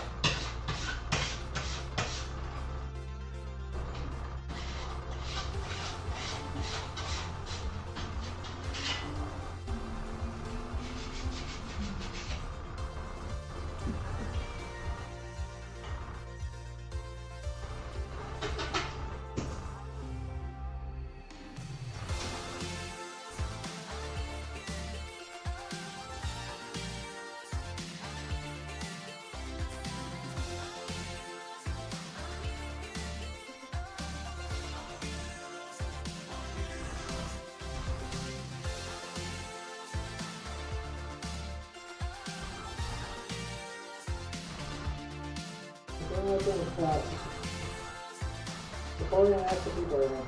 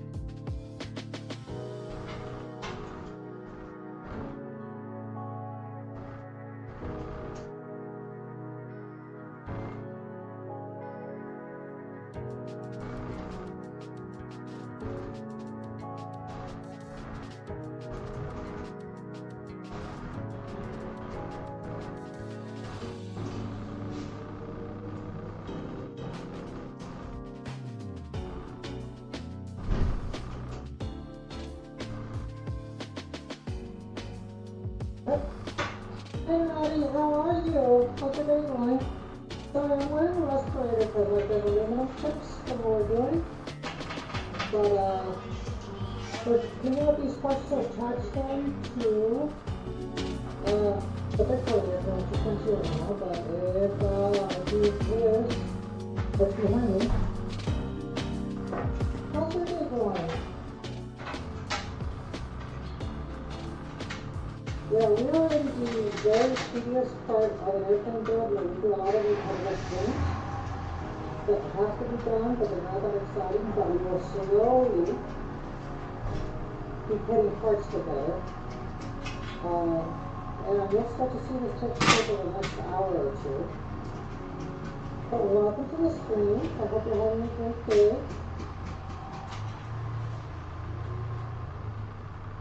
I hope your weekend has been good so far.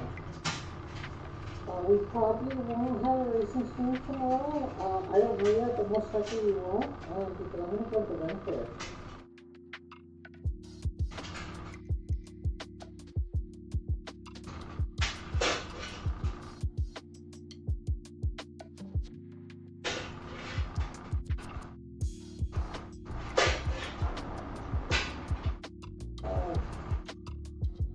Yeah, so what we're doing right now is we drilled a bunch of holes in these parts before, over the last couple weeks. These holes that you see here, and then when we drill holes with the sharp edges, so we gotta clean up the sharp edges so that when the airplane shakes, the sharp edges don't turn into cracks.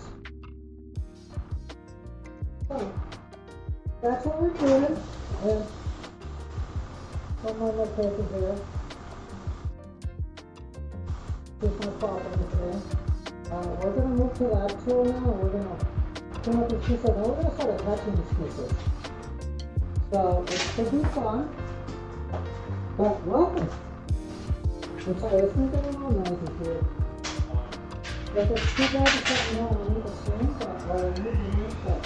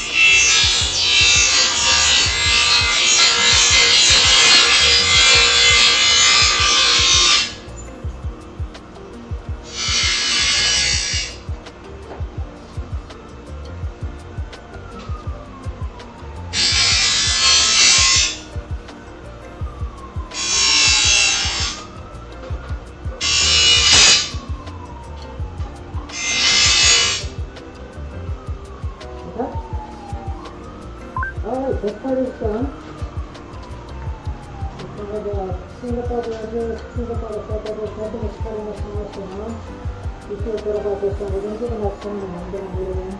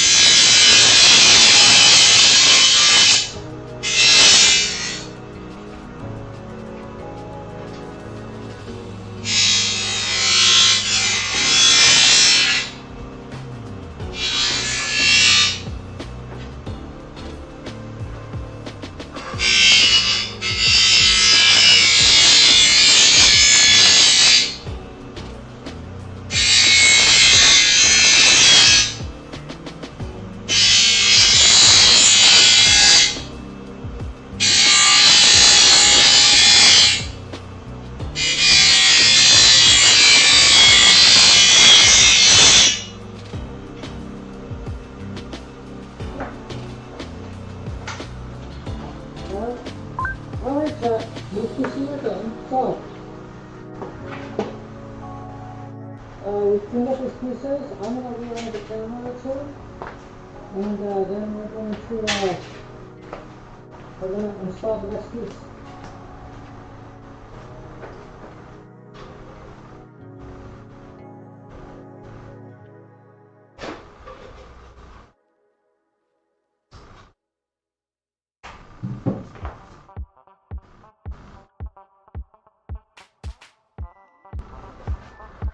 Alright. There we go, we're going to focus on it. So this is the next piece we're going to install here. I'm going to just shift this a little bit more. That way. Good. Okay. So, before we transition to that, let's go ahead and take a look. This piece is clean, this piece is ready to go. Let's look at our plans. Here's our plans. We are now doing former number 2. And the former goes with the flanges forward, it looks like. Yep.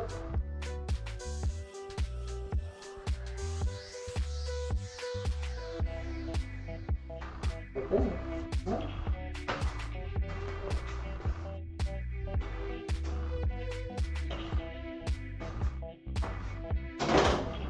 Can't go that way, so I have to go this way. There's the one stuck on there. Yep. Okay.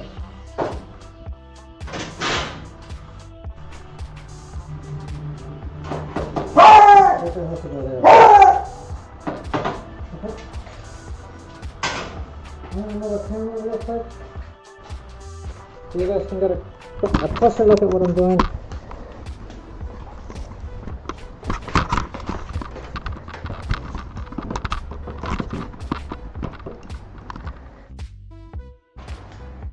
So we're gonna install those real quick. Perfect.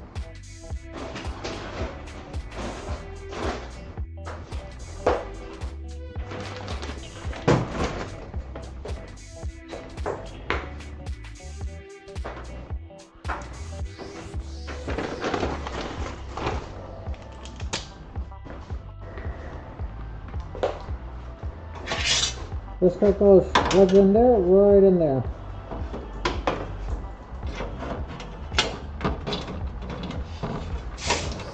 Okay, I'm gonna put one there.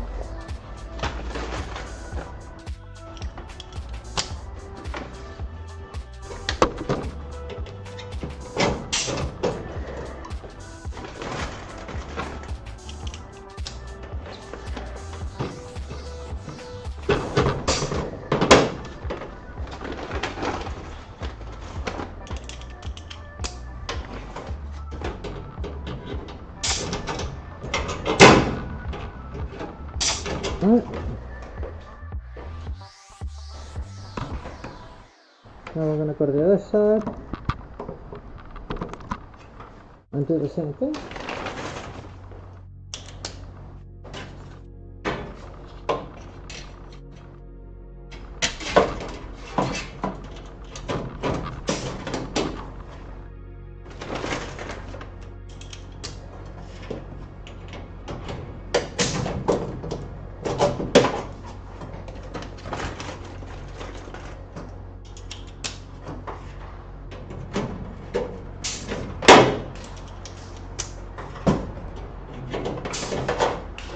Okay.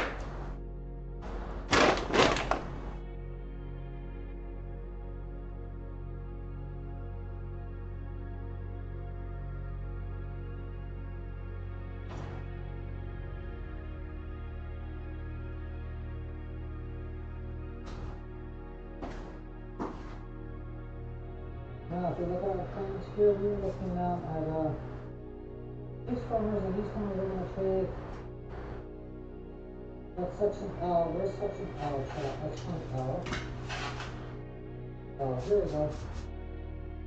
CCP42, so 7 CCP42s, the top 2 CCP41s, that's okay. That's clear over here. Oh, it's 42 actually, interesting.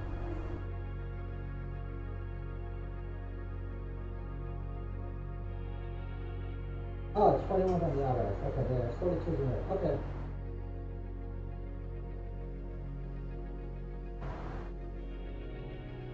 This one was 41s. This one was 41s, but the other one was 42, right? Because we're looking at K and L. L is the C2 right here. L is saying 42s. And K is saying 42s for these. We don't need those yet, but that's what it's saying, right? So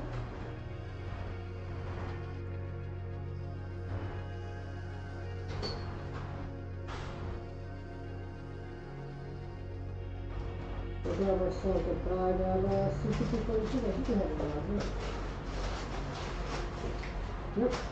There's a nice CCP42s. And let's get to rolling, shall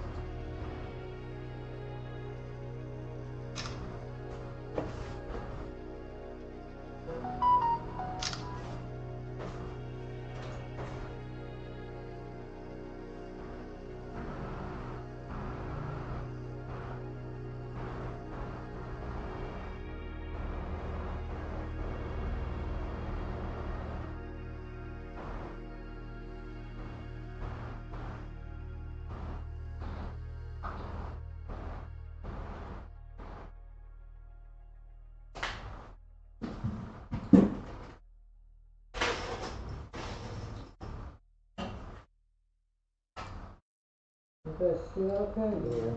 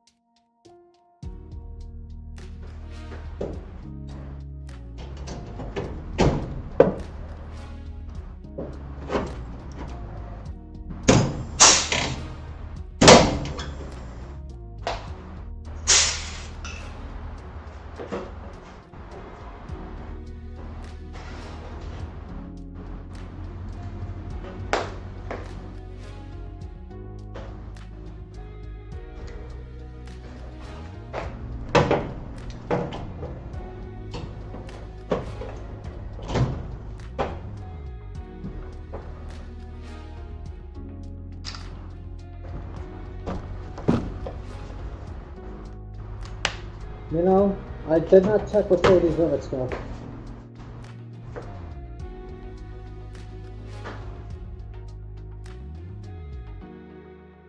Oh, they do know the front, so I think I'll do. We probably should have checked that beforehand. Yeah, but.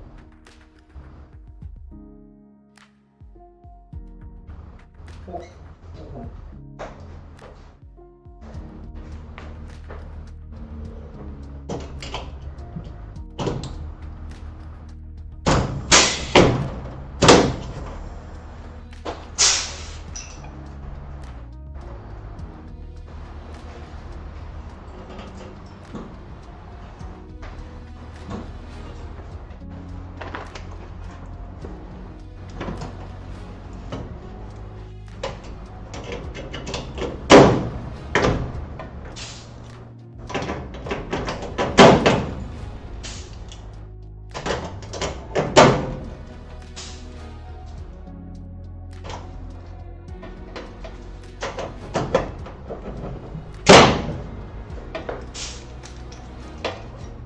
I probably should have checked that beforehand, but we got lucky. We did it the right way.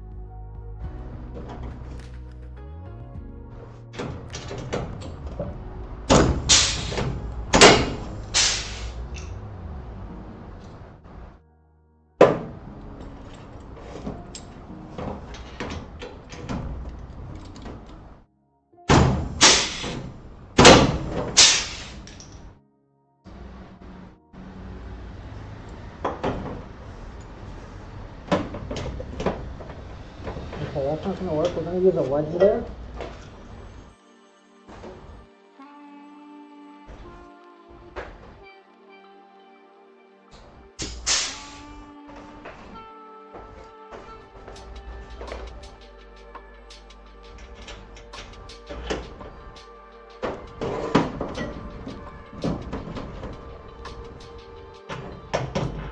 And because we're going to use a wedge here, I want to get a picture of this for the FAA.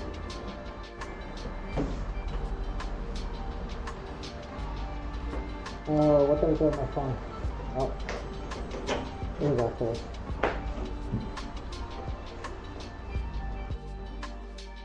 Just because this is an interesting little anecdote. I know what you're thinking, why the heck am I taking pictures while I'm building? Well, part of federal regulations, you have to like prove that you built at least 8% of your time. And you take up, you log all the work you did, a portion of it you did, but you also, I think taking pictures helps.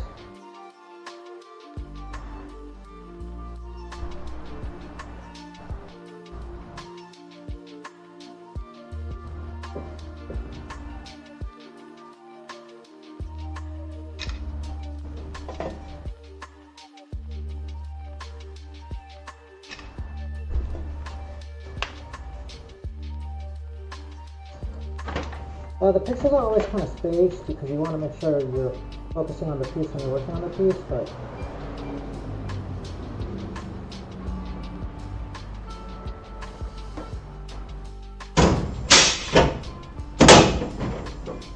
voila.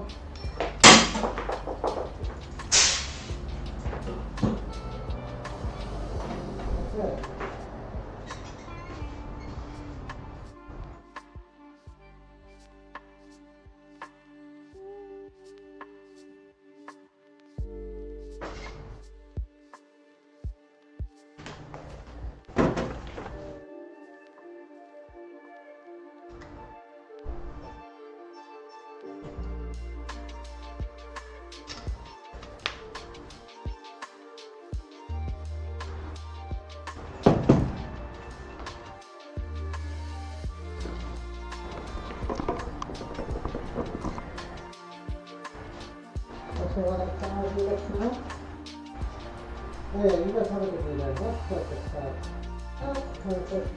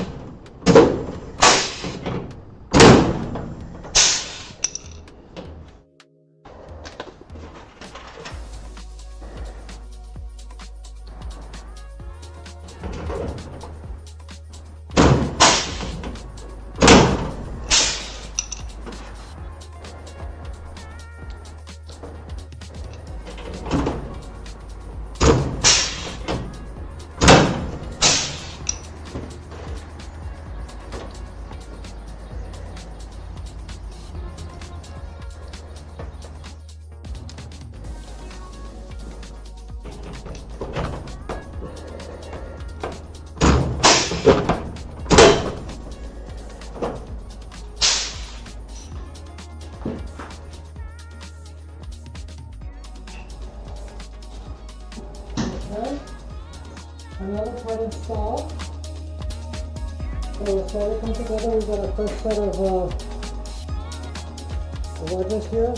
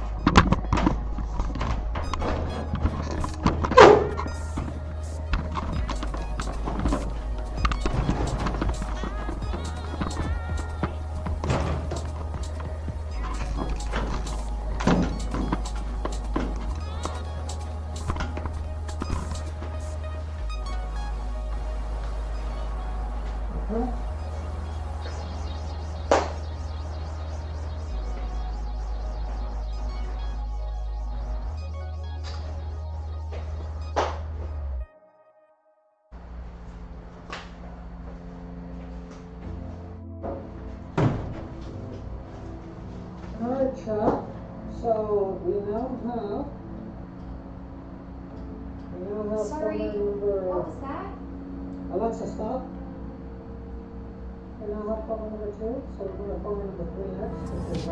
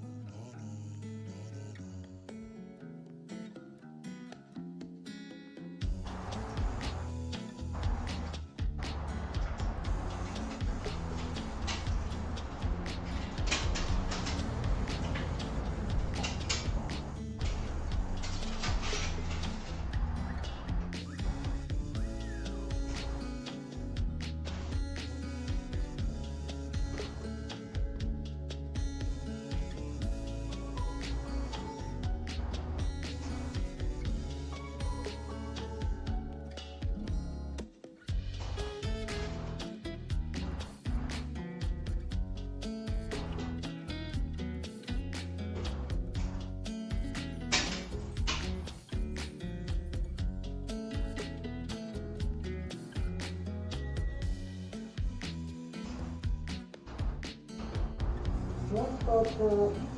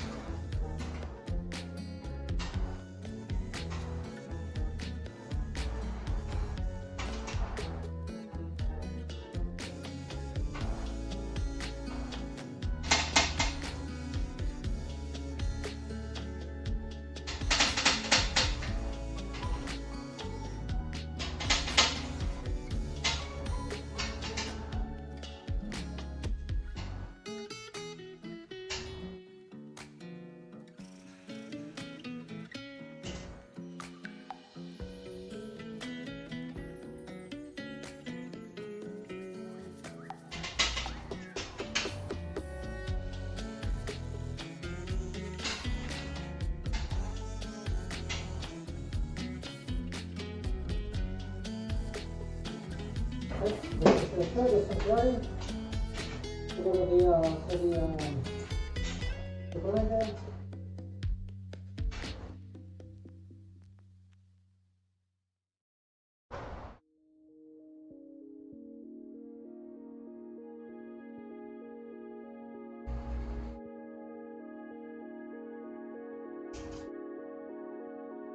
So yeah, Natty, how's your day going? Anything kind of exciting?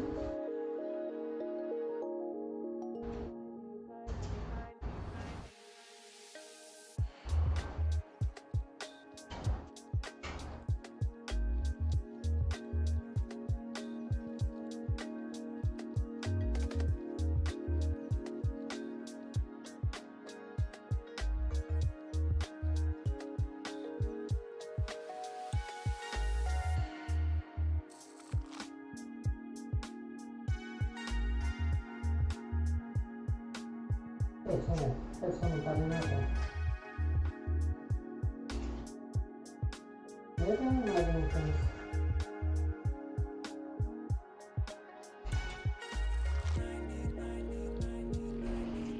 Okay, heard it again.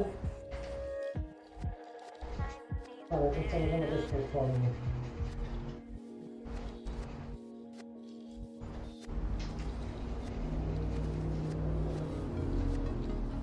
Also check, if anyone wants to Formula 1 race, or rather qualifying,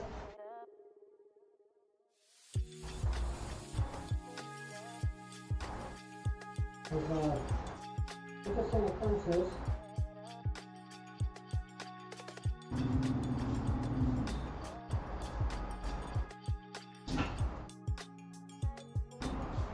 Very interesting occurrences in the qualifying.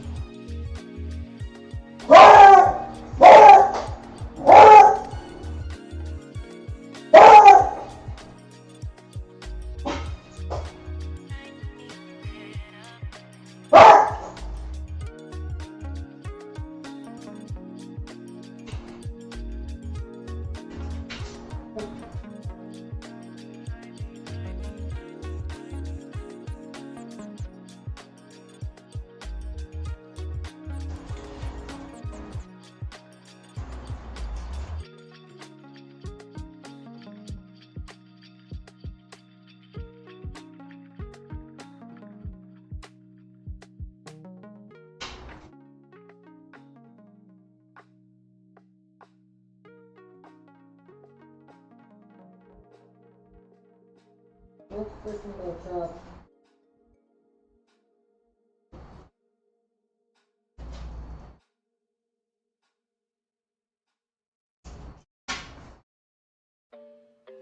Let's do it then.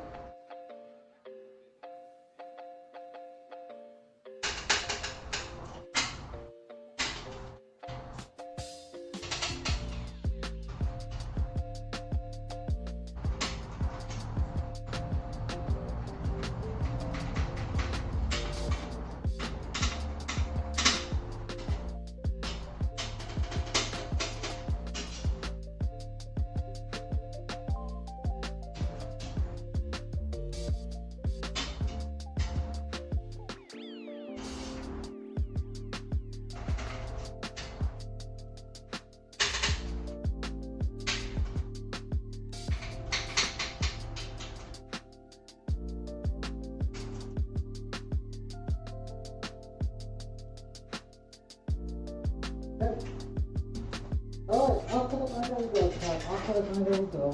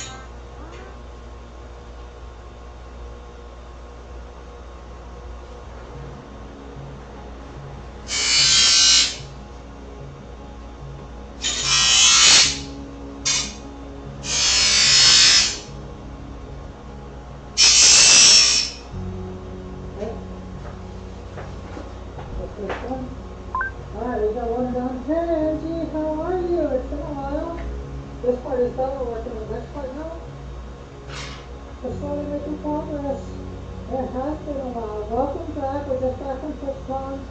Honestly, I wasn't on very much because, I was recovering from surgery for a while and stuff, and now I'm sort of back, but I know almost every week I'm taking a trip in December, so we'll see what happens, but we're going to get back to running this piece hour, so I'm going to move the screen or move my mic so you guys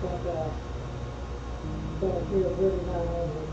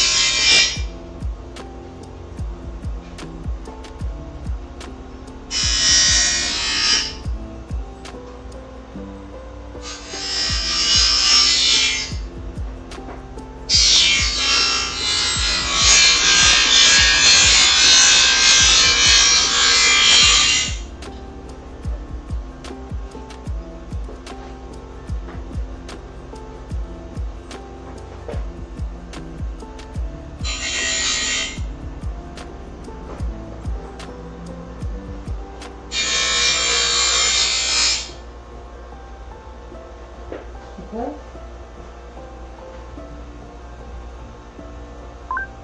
Okay, the things parts are ready to be installed now.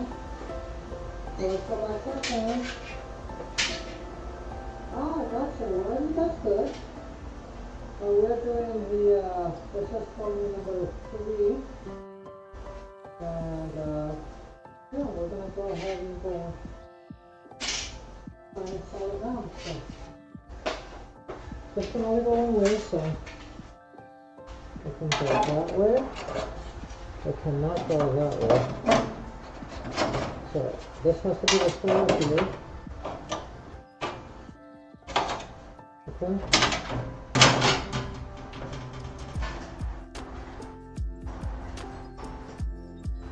And this scale right here has to be the scale right there. Okay, perfect.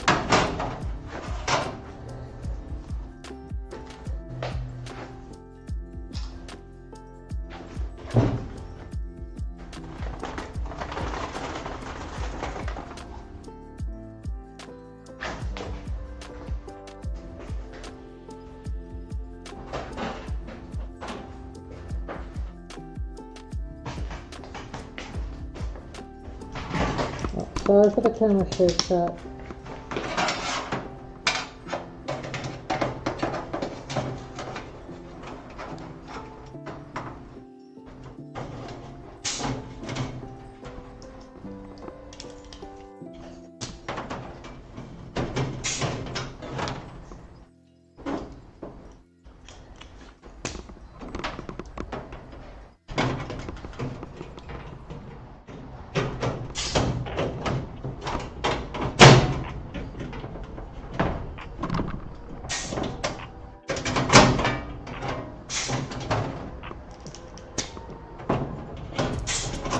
Okay. That's our first one.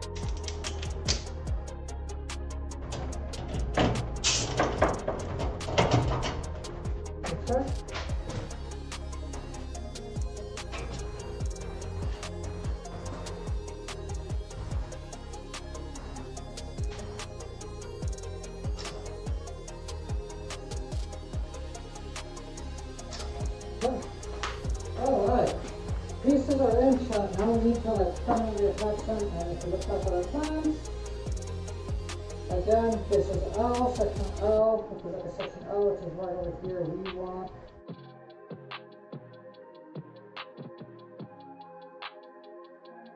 this is P42, so let's keep doing our thing.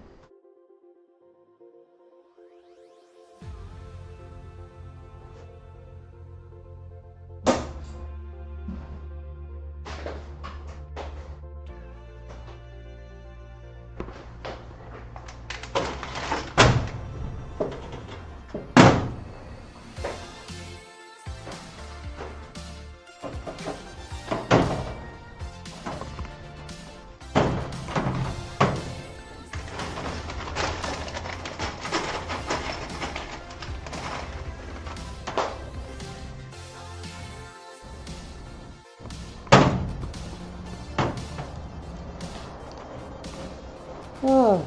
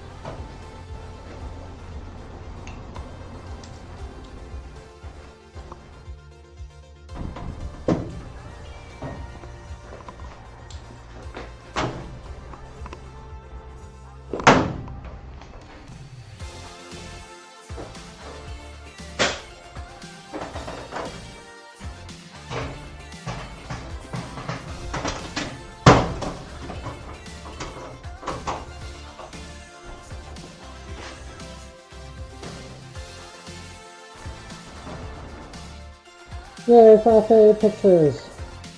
Have you been doing any more knitting, Angie, or no?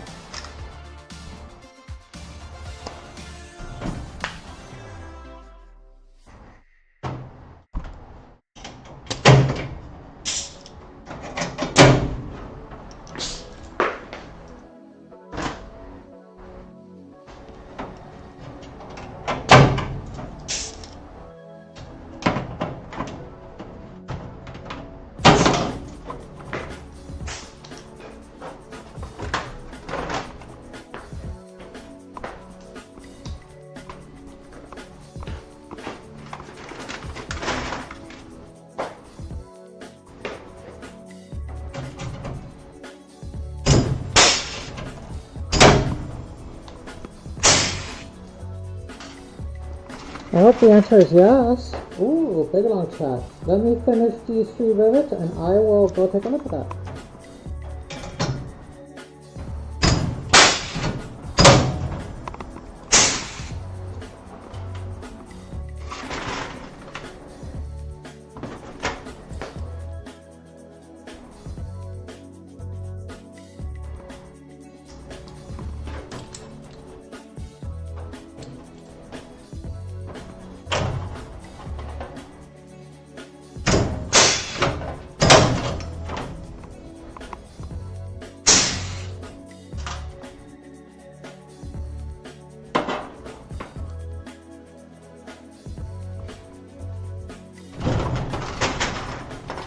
We got one more rivet to do and then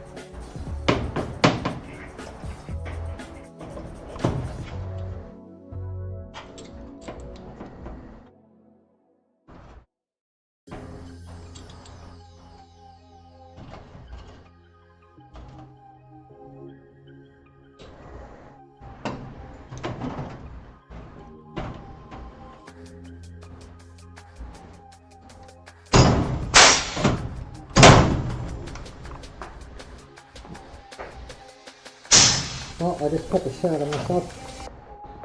Hope you guys aren't squeamish, but yep, just stabbed myself with a rivet.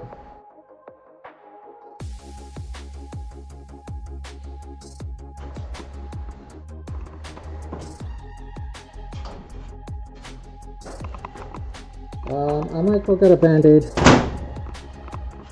Chat, when I play a quick, I'm gonna read your message, play a quick ad, and then go get a band-aid because that is not good.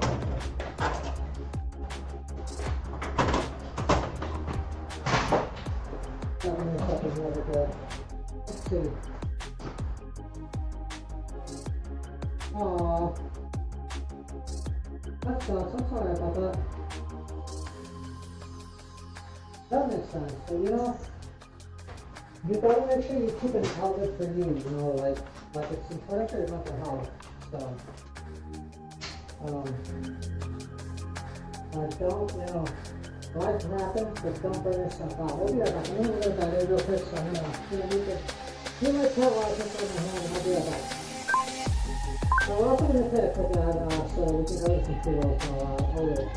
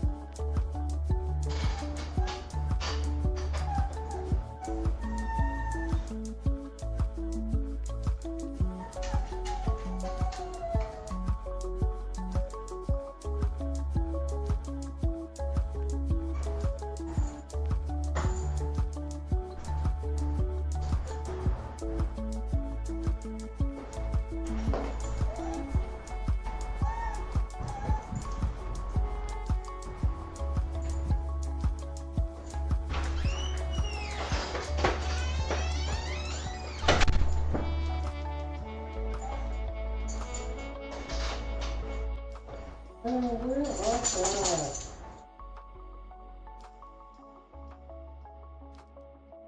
so we got a band-aid now. We took care of ourselves. We put some Neosporin on there. So I think we're ready to continue on this side over here.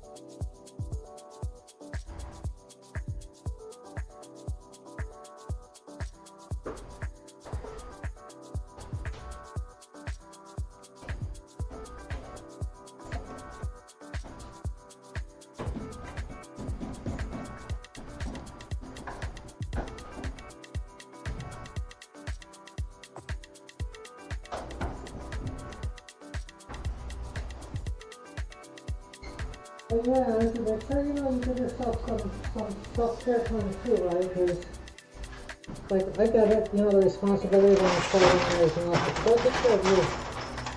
So you gotta take care of you, and if you don't take care of you,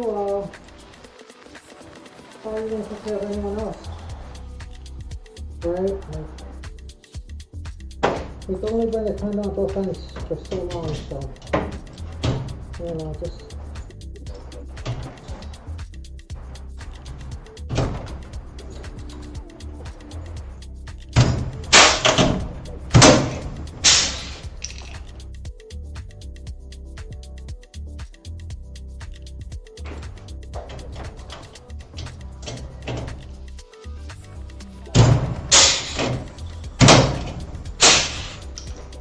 coming from someone who always overextends herself, me, you know, just do as I say, not as I do. But, you know, it's super important.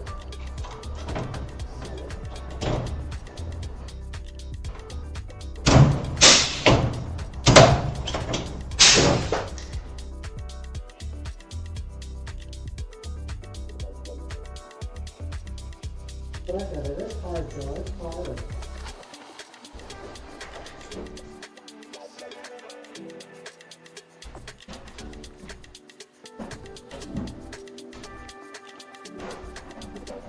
And then of course, the couple is just completely offended with stuff, so I can't think that I killed it anywhere now.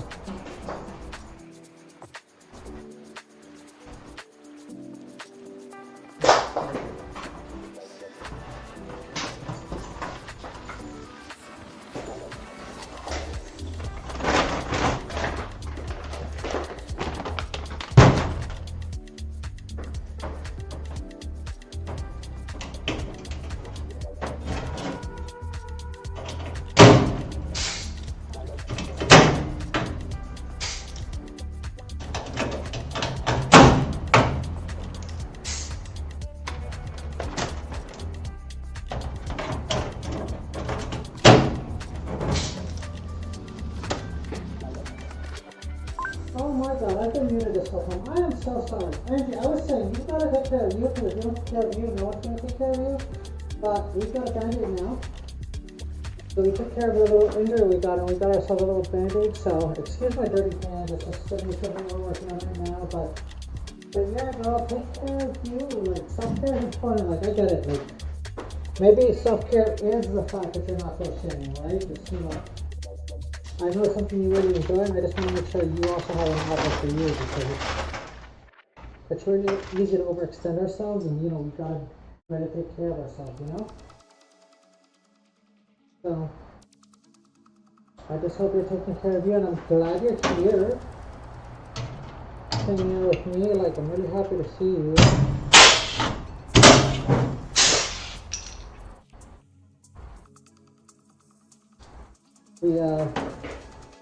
We had a really good con, and slowly making improvements to a whole host of things. So we're in I think we're in a really good position going forward, and I've got, like I said, some really nice ideas. I got a lot of ideas from Portugal, and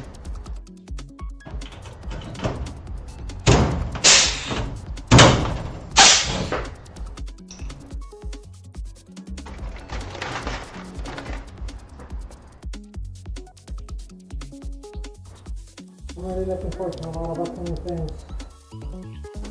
So, that's it.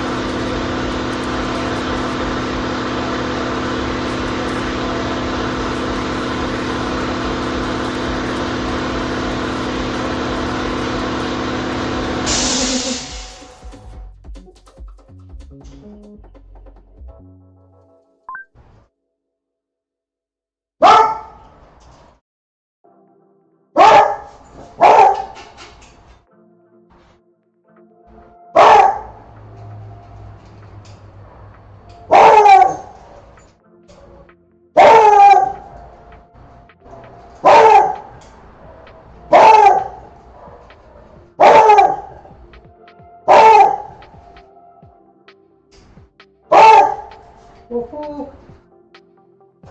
Probably parking up on the other side.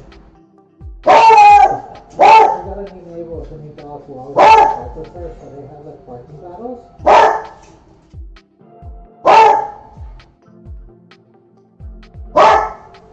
So sorry about all the barking chat. I'm sure you guys can hear it because it's pretty loud, but it is what it is.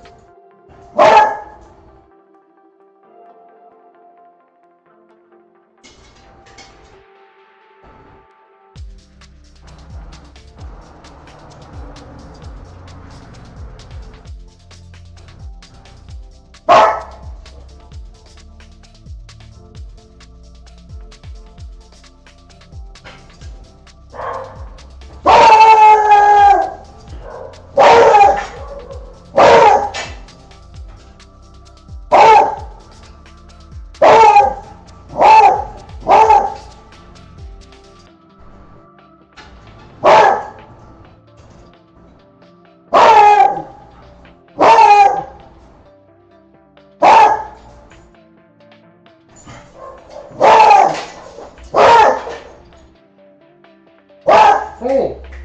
Hey! Hey! Rebecca! Yeah!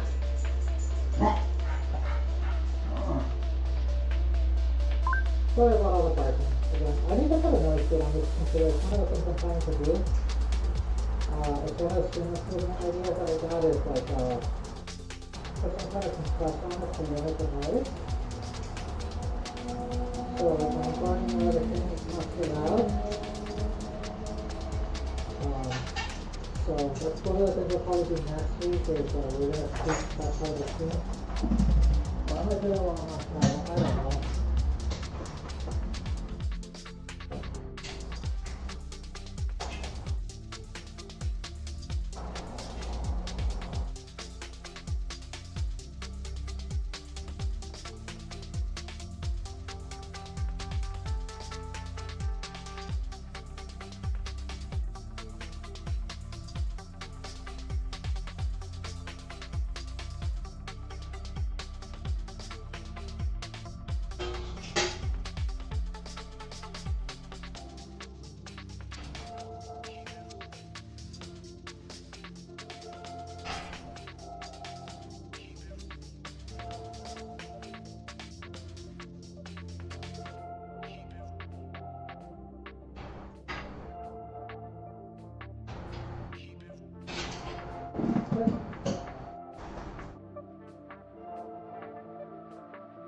Just do it there.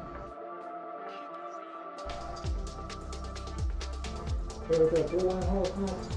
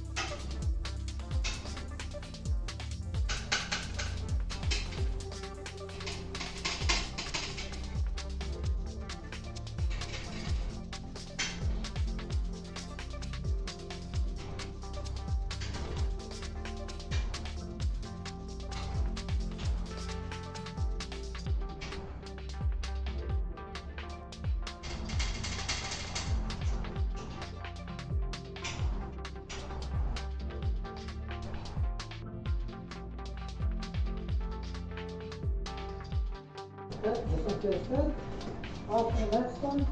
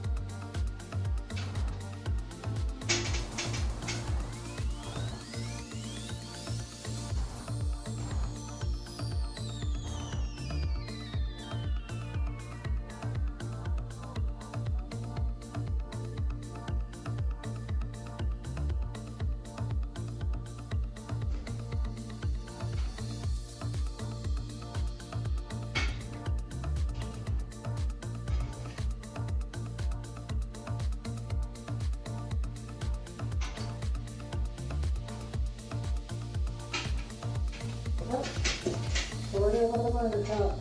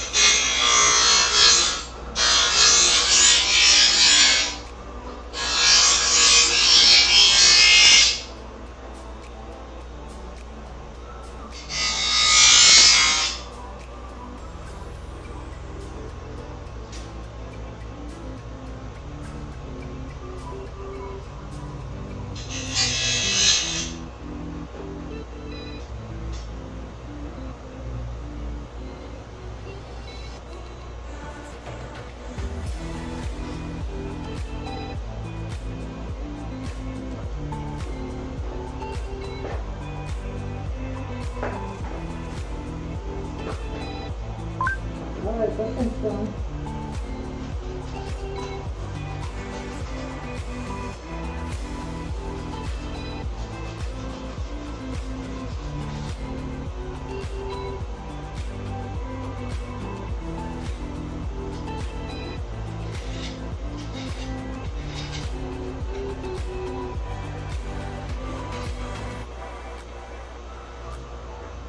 This one's done now, so I'm gonna work on the next one. Just look like this.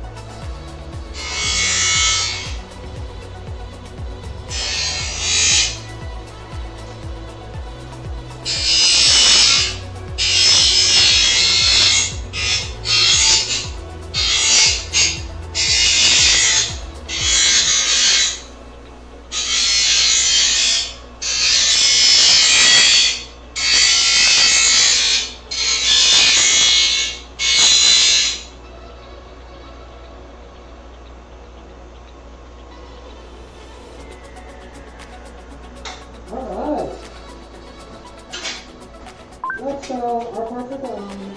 We're happy with these guys. These guys are clean. We're happy with them. They're ready to go.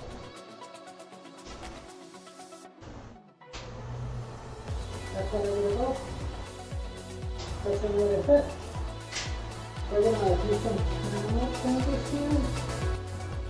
So I'm gonna turn the camera to the top. I'll move the camera.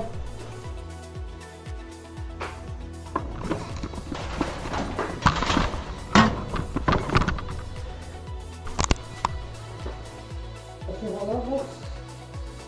That looks, that's perfect, right? Alright, let's go back to the track.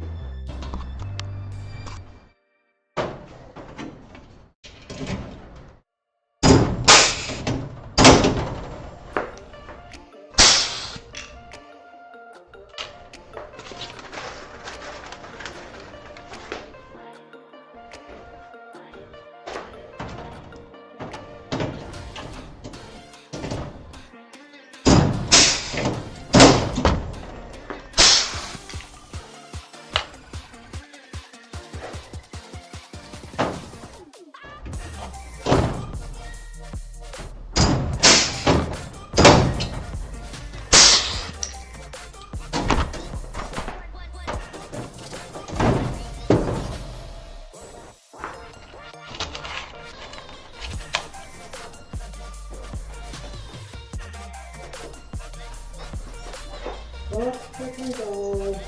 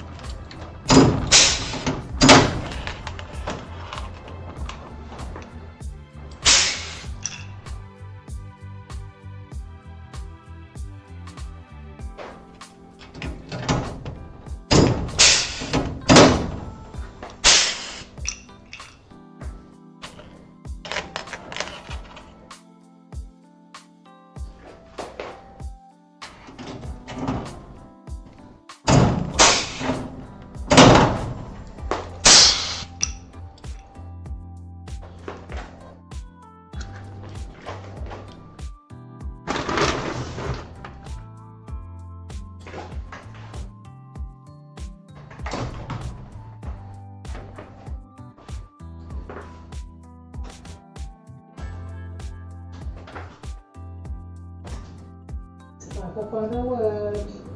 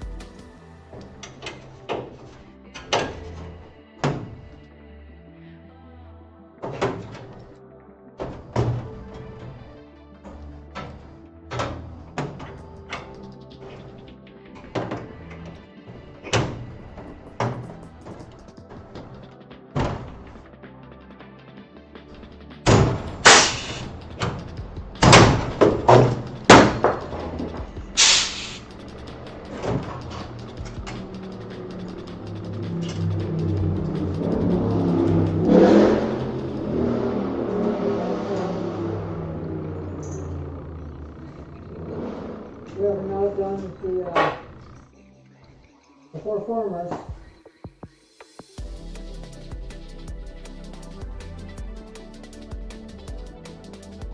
Now we gotta do the big ones. That's the leader. With the uppers.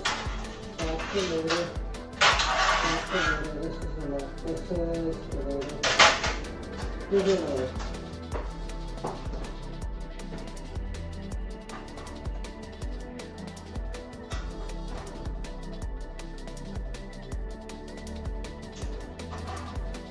Hey Roxy, how are you?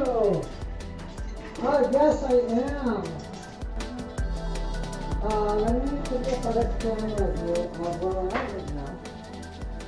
Just gotta rotate the camera. There you go.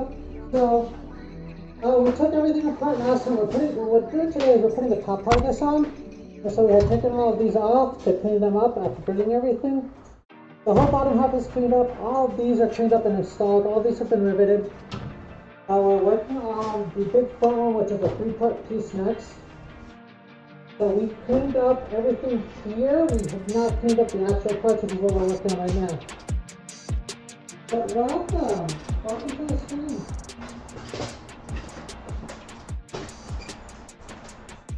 Oh, nice. Nice. Yeah, we have our rings done. We have all our control surfaces, and we have. Well, we should hopefully get this turtle up for today. But we'll see. It's only 8 o'clock, but I try not to go past 11 for the neighbors. But right now we need to deburr the lower former number 1, and then the 2 uppers, and then put them all in and rivet them in. So that should be interesting. The reason I'm wearing the respirator is because I'm using a grinding wheel to deburr. And I don't want to be breathing in that aluminum dust. There's a lot of well, not a lot, but there's a few medical studies I've read that have linked inhaling aluminum dust to Alzheimer's. So that's why I'm wearing the respirator. And if you can't hear me, let me know. I will occasionally mute the screen just to if the air compressor goes on, or if I'm like grinding or something, just because I know it can be a pain to listen to. But yeah, stripping is always stripping is like an interesting process. It's a lot easier, but also a lot more dangerous outside of California. And the reason it's easier is because typically the chemicals you can get outside of California are more potent.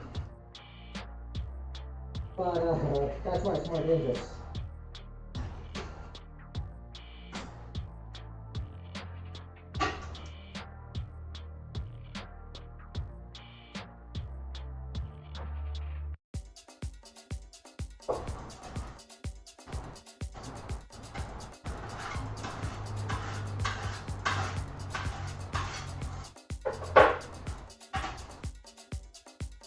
Nice. What's the power plant you're with? Is it a Lyconian? Is it a Continental?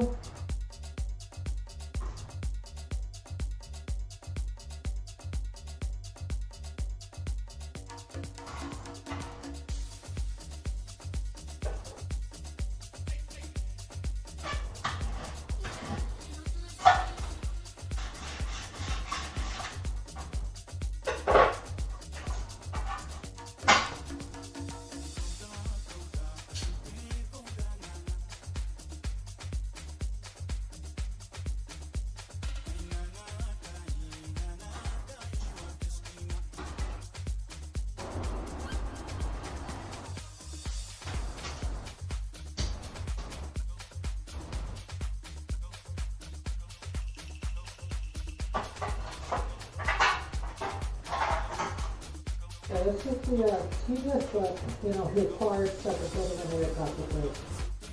Deburring, I'm sure you're familiar. I gotta be careful when I do a lot of deburring, especially on very large parts, because I will sometimes zone out. And honestly, it's almost like meditation in the repetitive nature of the task.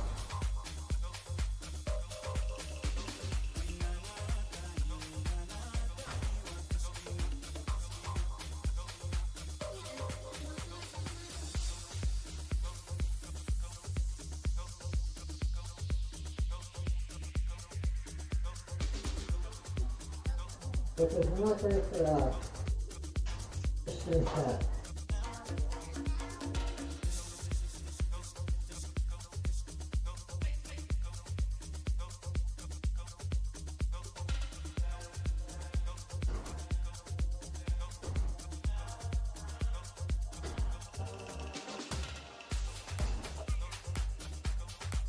Oh. Okay. Oh, there's something new today. I'm going to do this on my lap. I think it's a little bit differently. So you won't see the part where it's up. I taught myself to rivet on the finger that I usually use to check for the bird being good, so now it's like I got a band-aid in the way. It's making this work a little interesting.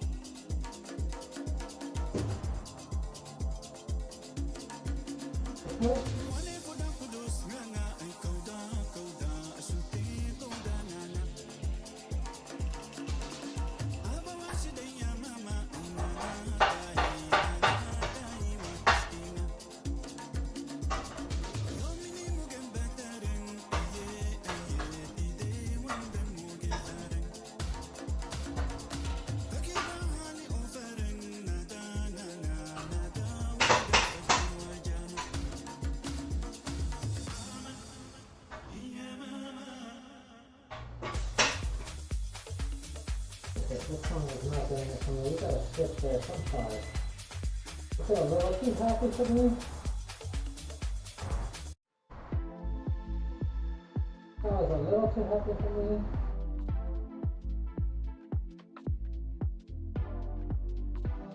But other than that, I hope that went well, and I'm gonna hurt your hands or anything.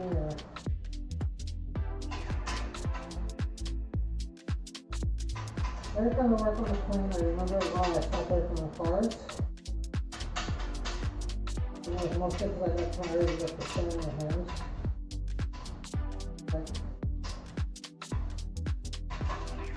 It's impossible to keep a manicure with, I know it's no problem, but it's impossible to keep a manicure with, I work on an airplane.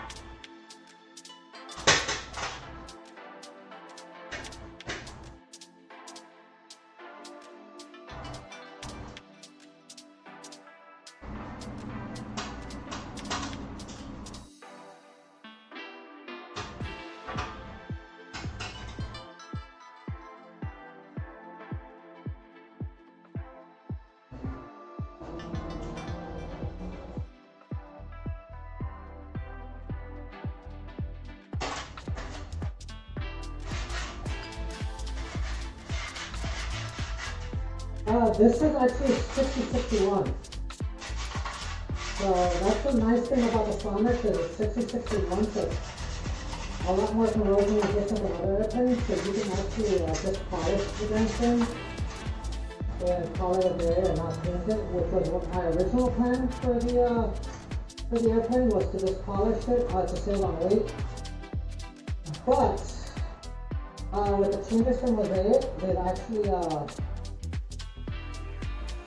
they've increased the max gross takeoff weight. And because of that,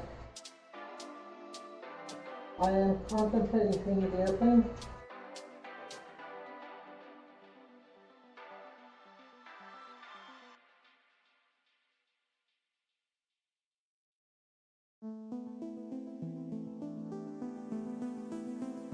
Also, if you have any tips for the best way to balance an aileron, I will take them. Yes, much easier to work with. You don't have to iodine because it's much more corrosion resistant. Some people do. I'm not trying to keep my airplane like extra lotion. I'm gonna have it in a more inland airport, so I may still paint it now. The original plan was to just polish it for the weight, but like I said, since they've increased the maximum space, we'll see how much she weighs when she's done, and then I'm going to make a decision from there. But yeah, definitely much easier to work with, because you don't have to edge prime.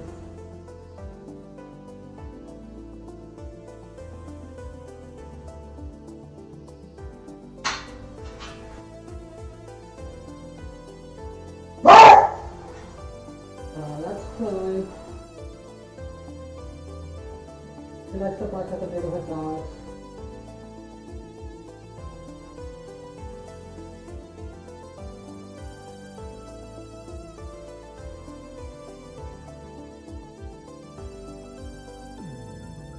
Yeah, OutCAD is a different beast. You always have to edge prime out. I mean, some people don't in kit airplane building, but you should always edge prime any kind of OutCAD because of the because of the variability of materials, two because it's a lot more susceptible to corrosion. It'll depend on when we weigh it. That's really the basis of it. We'll see when we weigh it, maybe on it and everything else. I am putting a full IFR plan on it, but max gross is to be 1320, and I think they, or 1150, and I think they up to like 1250 or something like that. I don't even know exactly what they have there, but it's pretty light wind loading. It's, most people, I think the boats come in around like 700 or 800 pounds. So,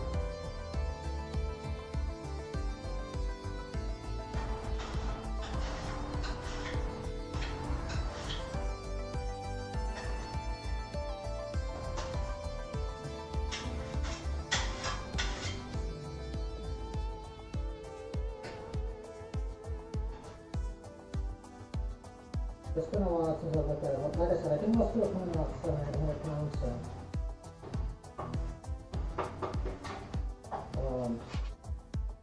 So yeah, I'm actually very happy. And I might be giving you the 80 horsepower engine,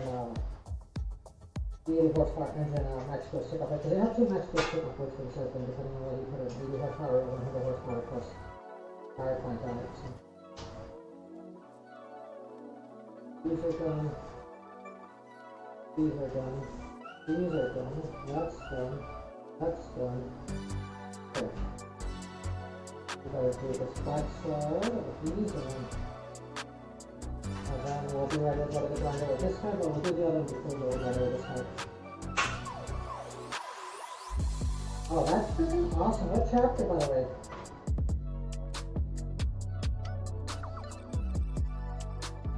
My local chapter is 286, and there's like one guy doing it. There's a couple of people doing some doors, but I don't know. It doesn't feel as active as other chapters. I don't think they really have a young leaders program.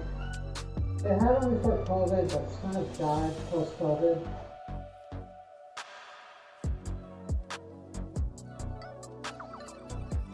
It's a lot of older folks. I think our other chapter down farther south is a lot more active. and next time you go tap in. We meet monthly. I'm meeting actually I think next week. It's first Saturday of every month. So there are meetings. I just don't feel like there's like events or other things that are organized like other chapters do, which is a little sad to me. I guess I should be the change that I want to see in the world. The cold maybe one because some people say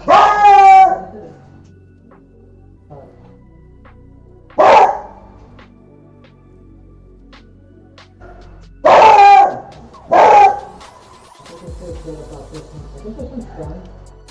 I still need to pass it through the grinder, but or do the deburring wheel just to take the corners off and take all the sharp edges off. But all the holes are deburred. And that one, we've got one down, 6 more to go. 2 of them on the corners.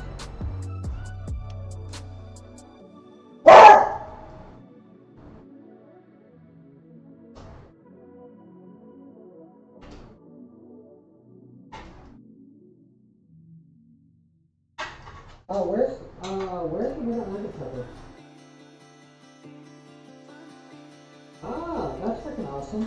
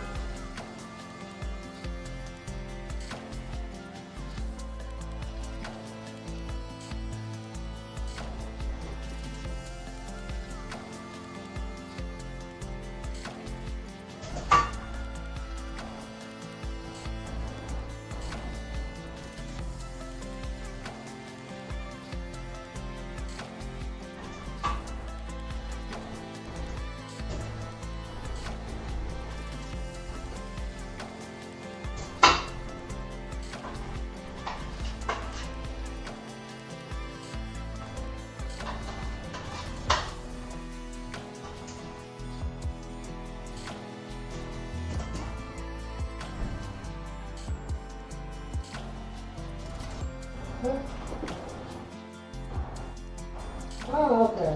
That makes sense.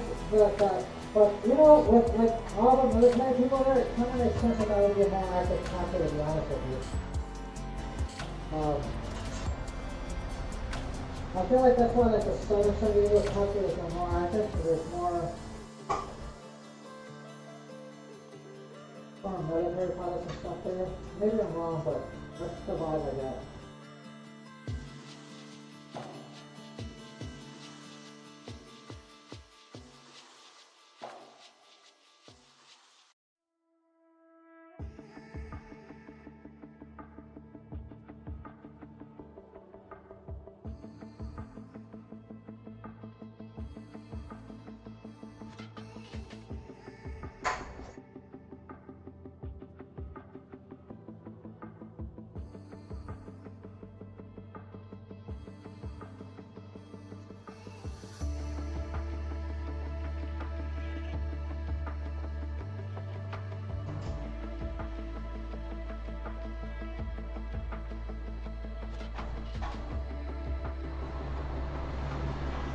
Honestly, I find it interesting to me.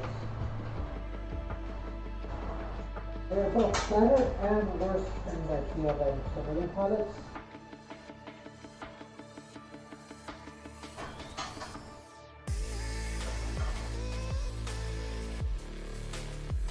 Oh my god, that is incredible. That sounds like a great show. And I am a little jealous that you got to go see that, but I'm glad you got to see that.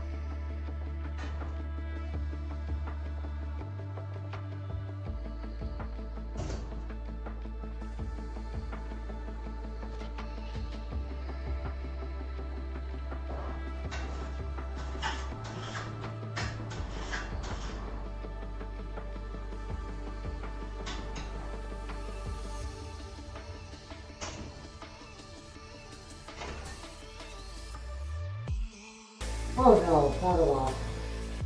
Not at all. I'm just a very amateur builder. I do have a degree in engineering and computer engineering. And I do work in aerospace, but I am not an airplane. I do read the FAA 6 years though.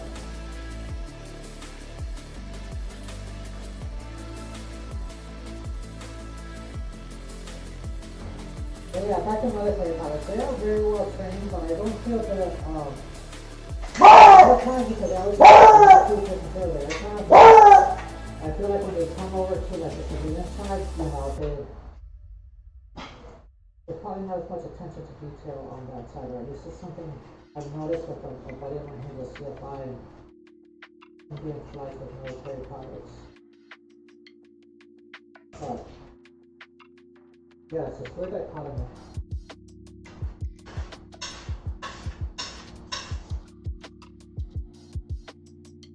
Also, completely different equipment stacks, completely different aircraft and performance, right? You know, it's just, there's a lot of automation in military jets that just doesn't exist in the world unless they're experimental.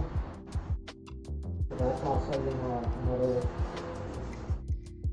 of a problem, right? Because a lot of their training is centered on combat deployment of their aircraft as a weapon system, right? Not necessarily the climb.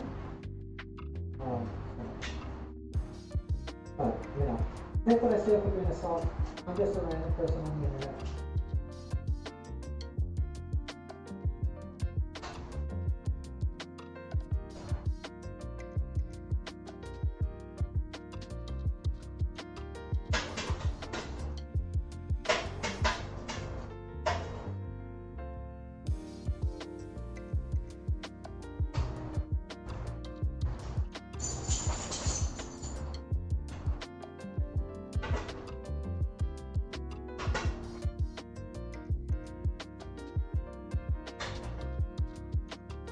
Just look early on the internet for various radiation.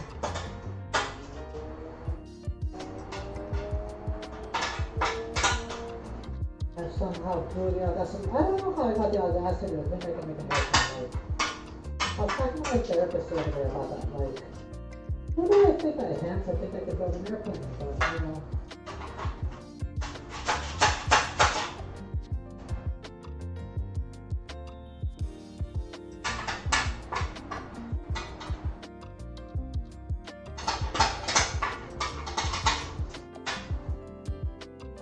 I had a lot of process when I was getting my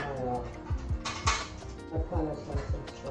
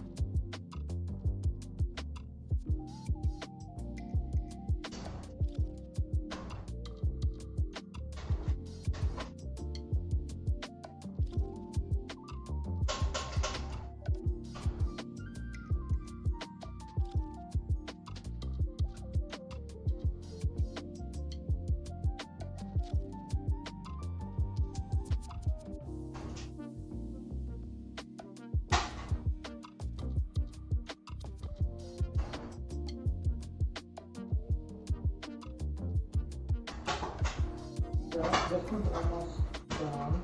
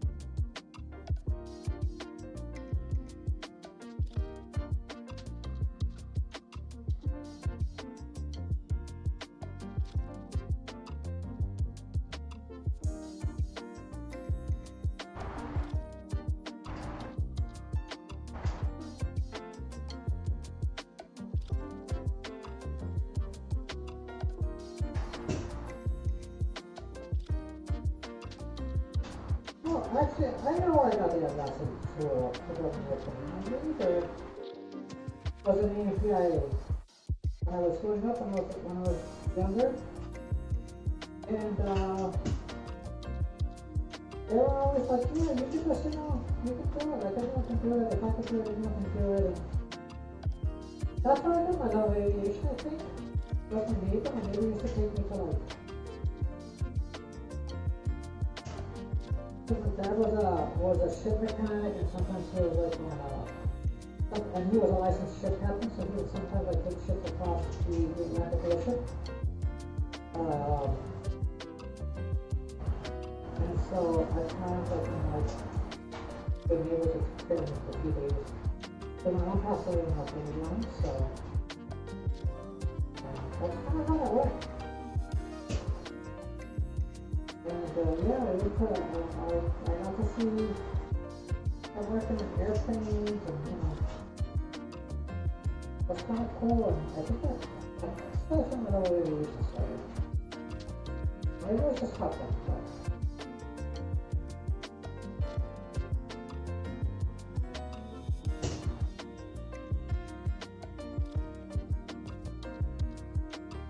Oh no, not at all.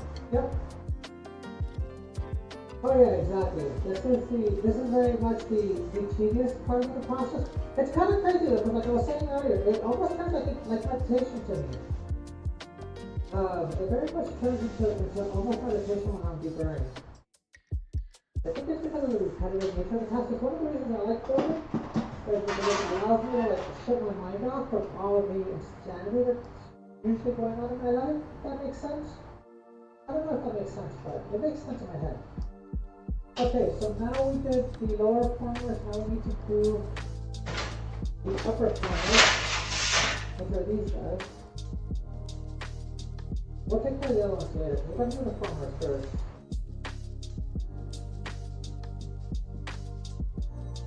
Because we're doing, right now we're working on this whole section right here, so this part of the pattern here, so it's like H, N, P, C,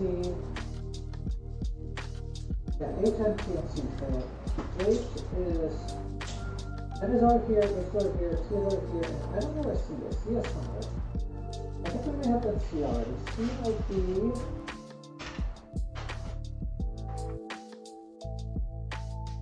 an S. Yeah, from R, we have R and S here. There's S. C is the third one. I don't know where R went. Oh, R is over here. We've already done R, but we haven't done the front half yet. That's something we're gonna have to do today. I do want to get all this deburred. I want to get it all mounted, and then we're gonna go ahead and drill that front plate, because that front plate we haven't drilled yet. So yeah, we're gonna deburr this guy, the other guy. We don't really have to deburr this patch just yet. I don't think I put any patch on just yet, but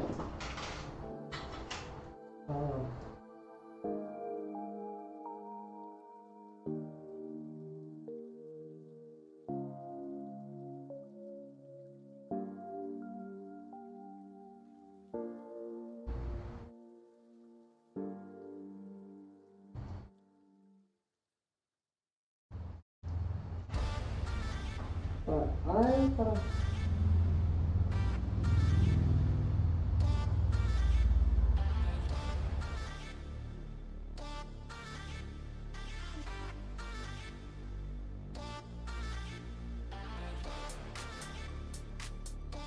There is one piece that says don't install something that's looking like to install.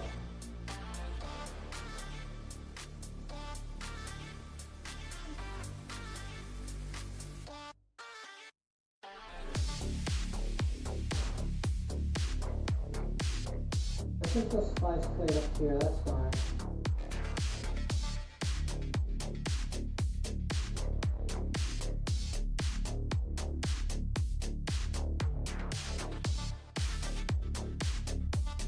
It's a clip, a splice plate, and a corner. So the splice plate goes behind the clip, right? Yeah, it does. Okay. This splice plate will take us up here that way. I think we're not here. That way, this way. That way,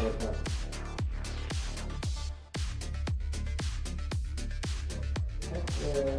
This way. This way.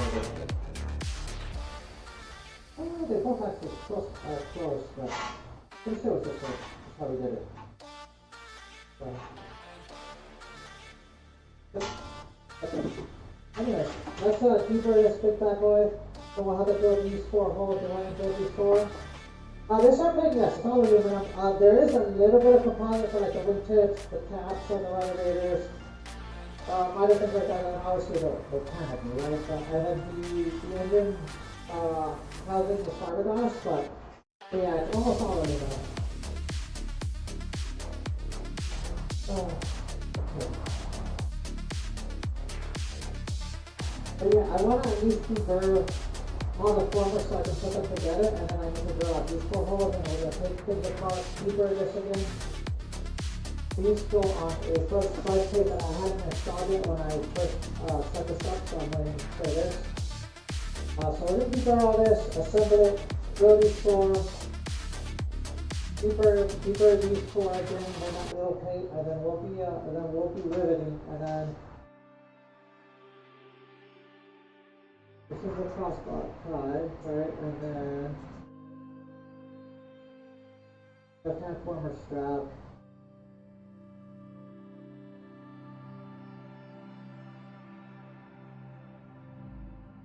Somewhere. Here we go, this part right here. This is the part I'm talking about.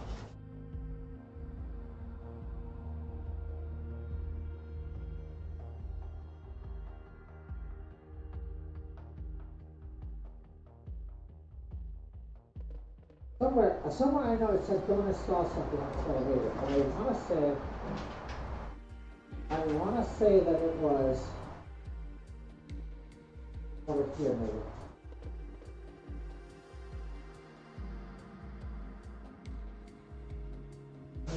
This out over here.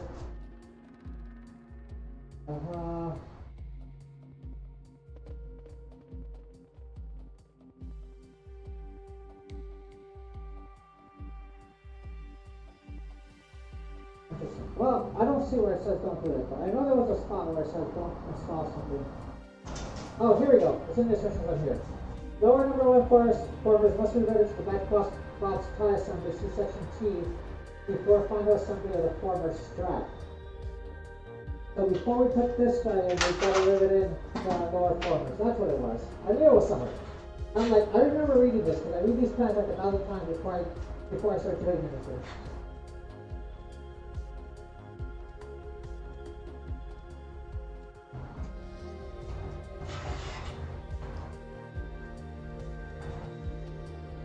Just for some just a little more a stable platform, I think.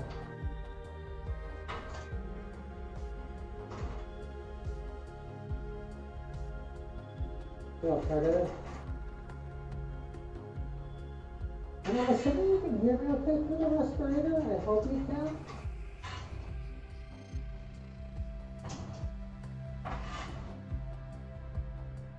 I turned on my computer to one of my friends who visited me during Twitch time. I thought I was streaming it, and he changed some settings, and I think I've done them all, but I'm not 100% sure, so I was a little bit off. Please feel free to let me know, like, constructive criticism is always good.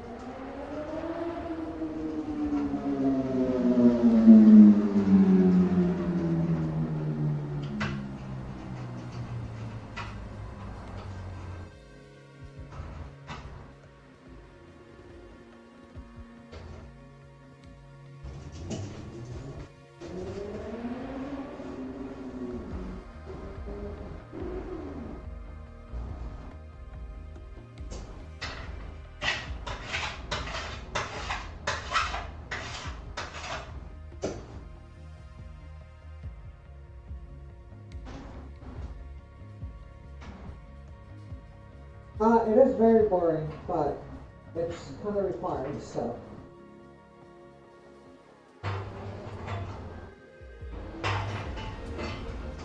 It's probably, like I said, one of the worst parts of the stream is this portion of it, but then you get the riveting, which is the more fun part, so it's kind of like, I want to see the riveting, but I gotta do it, the holes.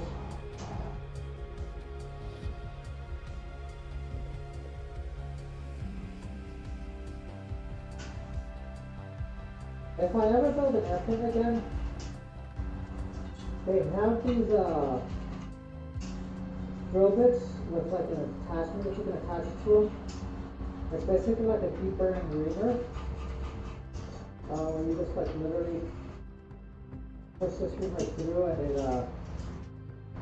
deburs the hole for you manually. I don't know how effective it is, but I feel like I can avoid this in the future. I don't want to deburr in the future.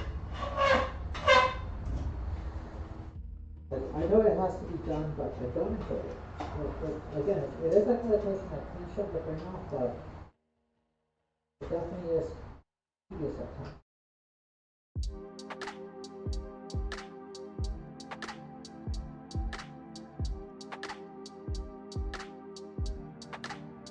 If I ever find a wife, I will probably be building a 4-seat plane.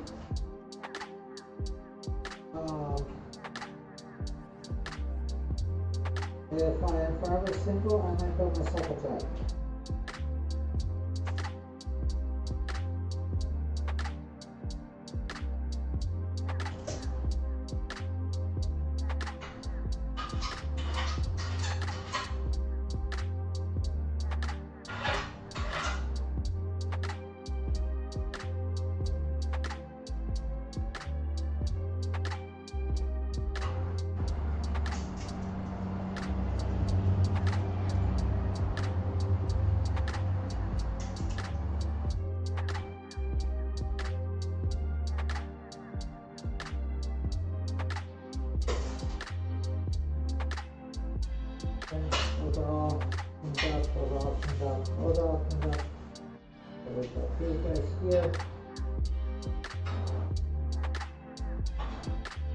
Oh, yeah, linen fabric is...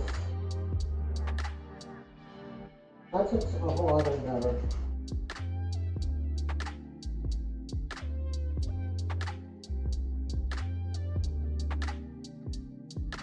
Have you ever heard of Bazooka Charlie?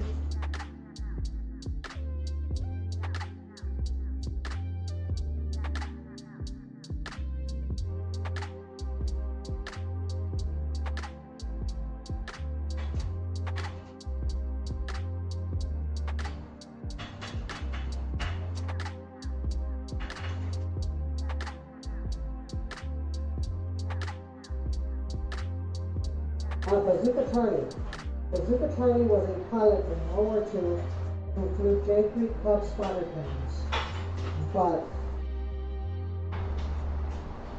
he basically made the first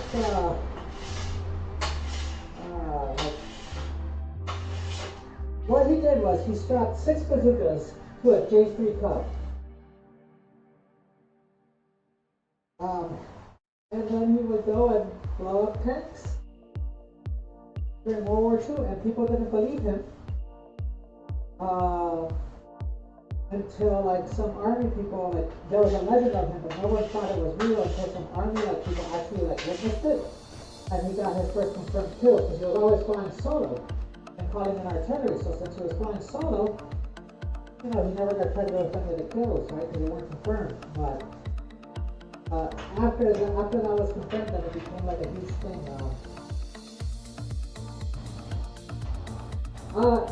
Didn't his daughter like do like a paint job on it or something, like on the restoration? Because it was originally in Europe, and I think they bought the plane. Somebody bought the plane, shipped it over here, restored it to the original like paint job and everything. And I want to say that his daughter, because she's a graphic artist, drew like the side art, the side art on it. But I might be wrong on that. Don't talk about that.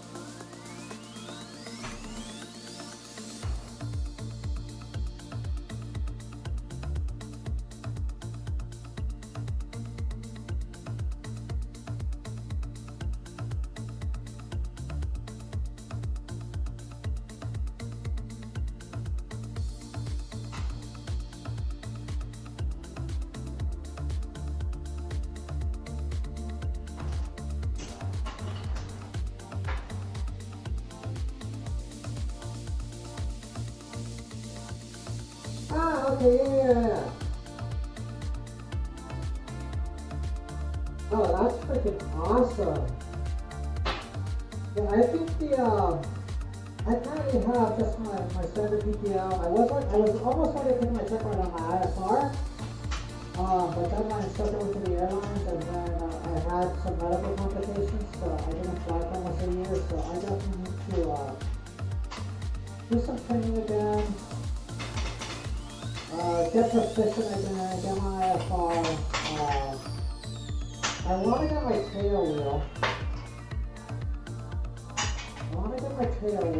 And then, even though the second thing is not a tail wheel, I definitely want to get my tail wheel first, and then I want to fly some acrobatics. I did an acrobatics like intro. I did an acrobatics intro a few months ago, and that was a lot of fun. I didn't get sick, it was great, it was overall a good one.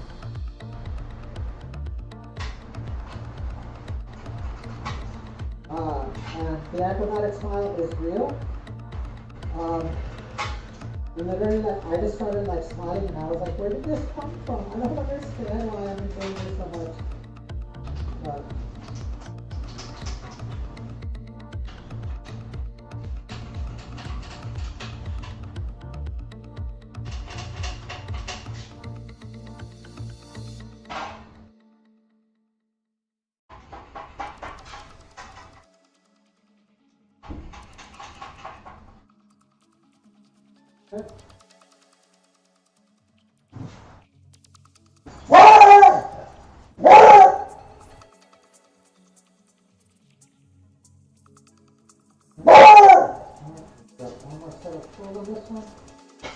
oh, that's freaking awesome.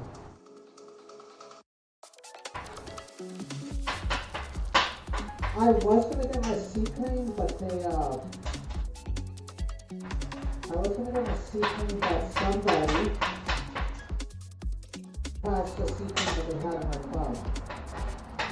And it was total solidarity. They were basically, they did good performance, like, calculation, they did something really, really bad, and just destroyed the plane.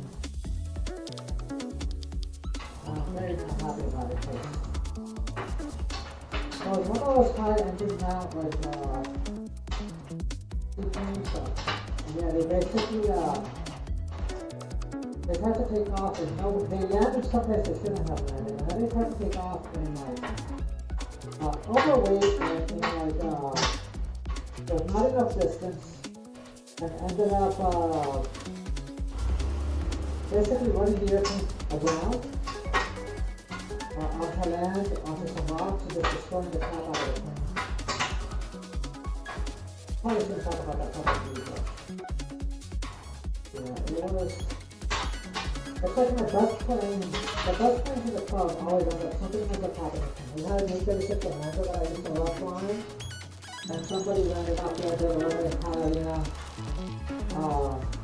just overweight, well not overweight, but overweight for, they were overweight for landing in Catalina, in the condition that they were landing in.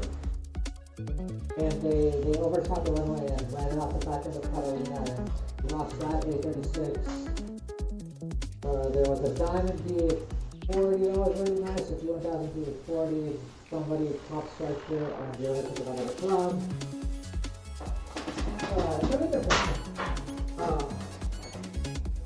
Yeah, the club has been in a weird place since I joined it. It's one of the, I think it's the largest club on the west side of the US. It was something like 100 airplanes. It's fucking ridiculous. But like, it's almost all freaking Packers now with a sprinkling of other things. We used to have a lot more variety. And it kind of sucks that we lost some of that variety. But like, honestly, like, I don't know when people stop taking care of things so much, but at some point, like everything used to be so well maintained, and at some point, like people just, like, I don't know. I don't know if it was out of towners, I don't know. I was 4 or 5 years ago, maybe, actually it was like, right around, honestly, it was right around COVID when it started getting bad. Now that I think about it. Post-COVID is when it started getting bad. Like, people used to like take pride in like, you know, taking care of people's residents, because they're all residents, right? So, you know, the respect for the care is higher, but like, the membership of the club used to be a lot more, I don't know, considered, I guess, is the word I'm looking for. And it's just like, it's really sad to me that that's happened, but yeah. We still have a few tail wheels. Hey! Hi Pan, how are you? Thank you for the follow. Pan_Bears is now following. How are you, baby? Oh, I should have seen your thunder, but you might just feel good. Yeah.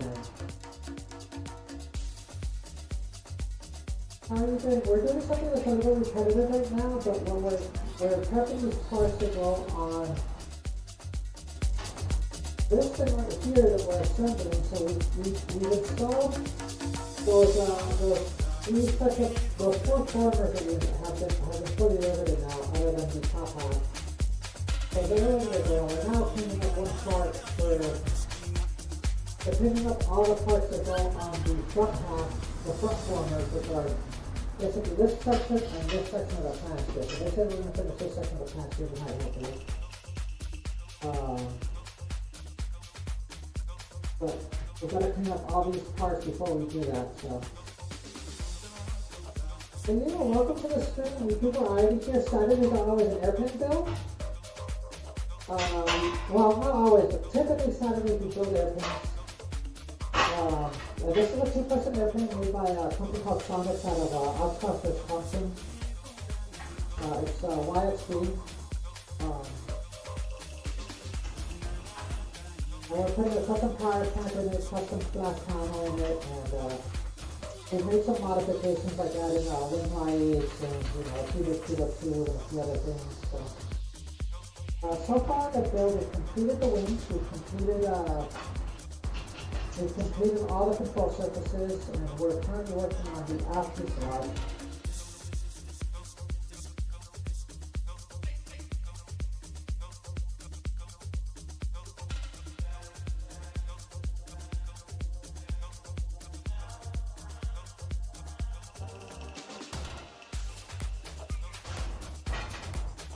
But what I'm doing now is we build a bunch of holes in all these parts. We took the parts apart, and now we're doing this thing called deburring. Deburring, basically what it does is it takes all the, what are known as spurs, which are basically like, they're like pieces of metal that have in the drill, and sharp edges. Also the holes that we drill. So because I live on a high radiation environment, if you don't do that, cracks start to form around your rivets, and that would be bad. So we have to deburr the parts before we assemble them. Oh, that's freaking awesome, Moxie. Moxie also does some airplane restorations with a pilot. And it's pretty cool.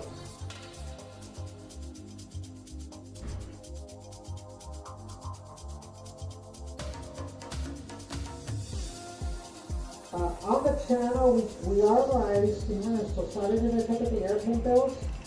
Wednesdays we usually do sim racing. Sundays sometimes we do sim racing, most of the time we do. But we also, I want to start a series where we do 6 games called 6 Sundays, and we're either going to do Donkey Kong Bonanza or Pokemon Theater 8. I haven't decided which one yet. Probably it's going to be Donkey Kong, but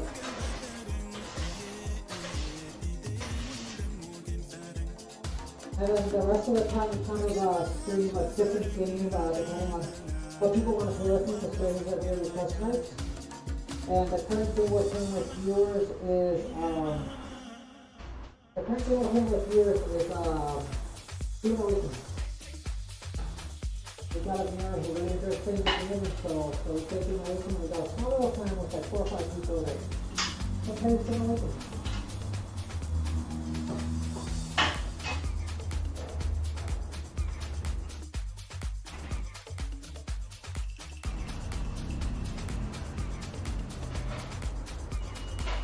If you have any questions about any of the tools, any of the processes, the airplane itself, please feel free to ask. I'd be more than happy to talk about it.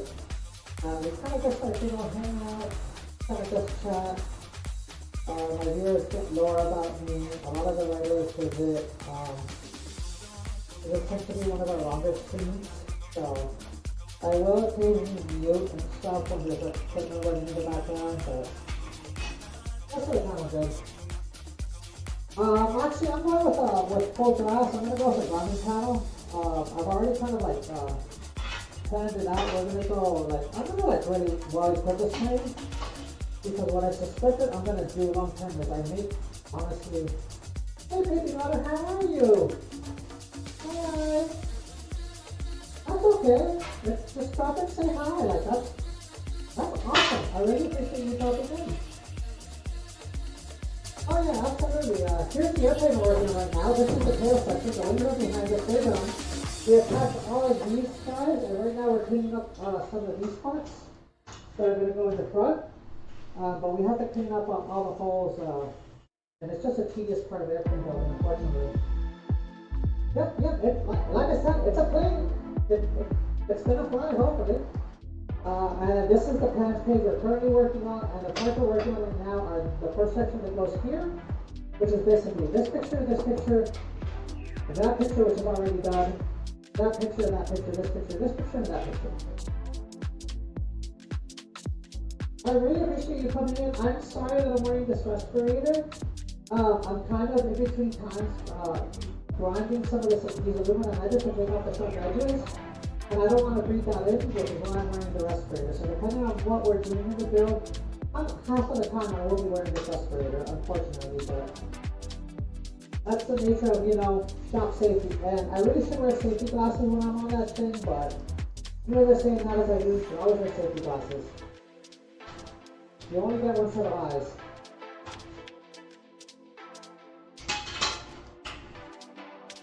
But yeah, this is our usual Saturday, and then sim racing Wednesdays, and then our current game of the month is, or quarter or whatever, is Riveting, which is really fun. Every day for the request night. And then Sundays, I want to start off, like I was saying earlier, either a Switch or a Donkey Kong Bonanza, or if not Donkey Kong Bonanza, Pokemon Zero, but it'll probably be Donkey Kong Bonanza. Playthrough. But we do NASCAR sim racing on Sundays. This Sunday we might not do that because I'm going to the run area.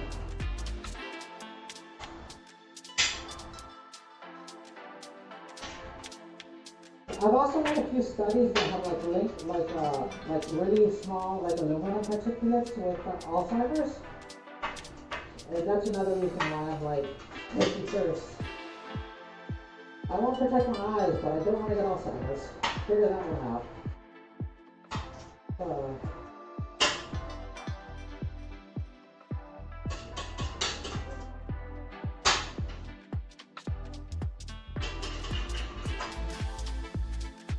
But how was your trip back from TwitchCon? I hope you didn't get the con flu. About half of my streamer friends got the con flu, and they're kind of in recovery mode.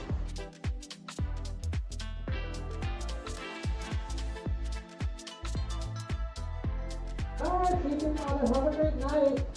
And like I said, feel free to drop by anytime. You don't have to stay very long. You can just come by, say hi, then hop off, or get some rest. And I hope you have a great night and your streams keep being awesome. Bye.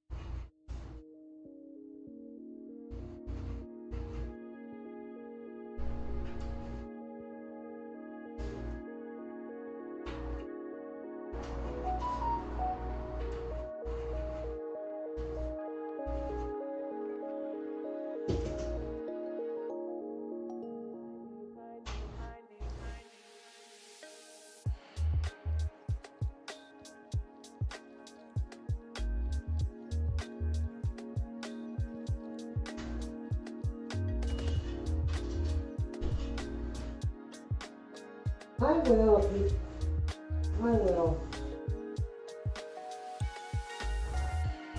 Yeah, no, I remember you people.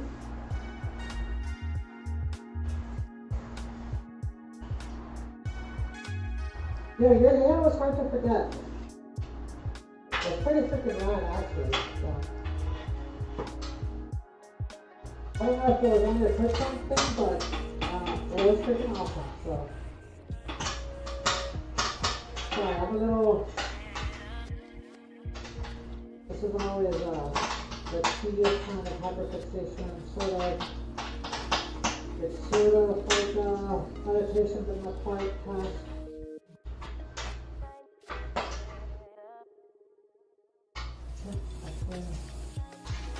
I think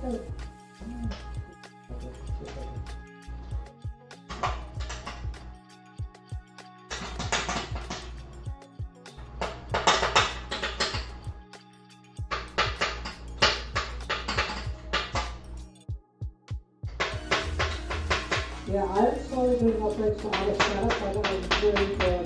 I think about that from this console. Probably one of the best content providers from things I got a list for. Because I'm on a weird part of streaming. We're at a good spot where we're kind of running pretty quickly, and then it's kind of like, and then we got sick and we're doing stream for 2 years, and it's kind of like starting over again. And I've got one more surgery left. I've got one more surgery left, probably if everything goes well, I'm going to do in April, so I'm in this weird spot.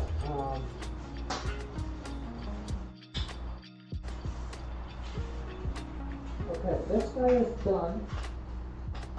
We still need to finish all up on the grinder, but those guys are done. I need to do this one, and then we can do the 2 panels.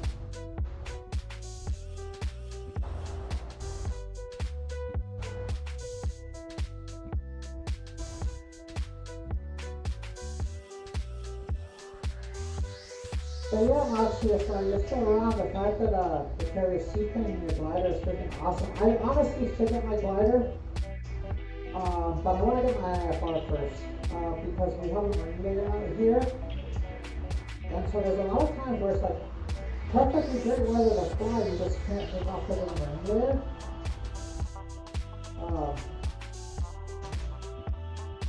But there is a glider club out east of me.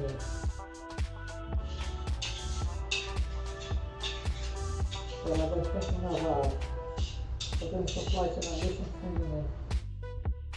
getting my glider sign off. I think, like, honestly, glider flying is not very interesting, but two, it's a really good skill that will translate to flying weather aircraft.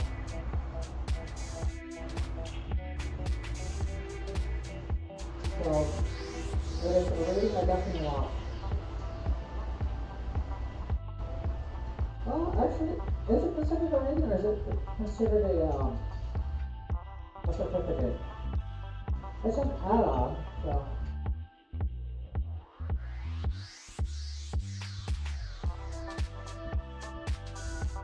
It's not a type rating, but it is, I think, a rating. I could be wrong, I'd have to look at the FARs.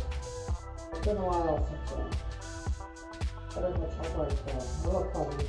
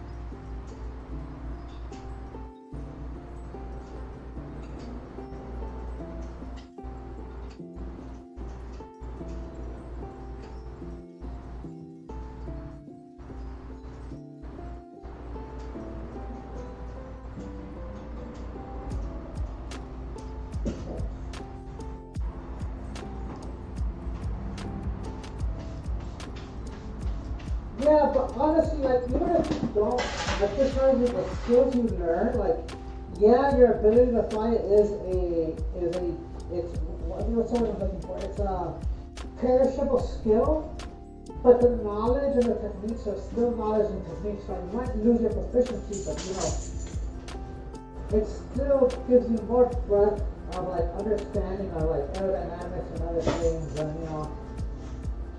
like, I honestly, like, I think having your glider rating is freaking awesome.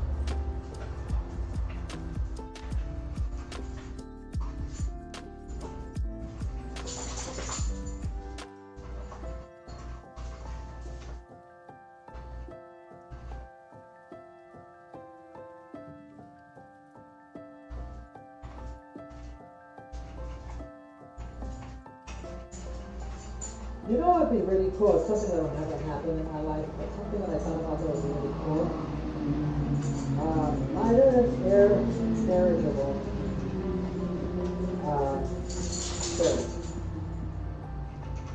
rear blink. That would be a cool cert to have. I don't think it translates to anything else in flying, but like those pilots, those guys I think have the coolest job.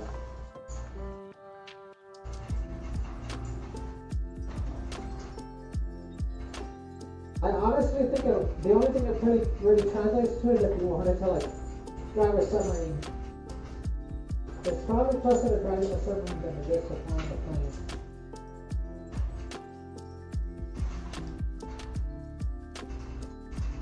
Because I'm pretty sure they really have to worry about ballast and other things, or they're just like, you know, essentially their buoyancy, right? So.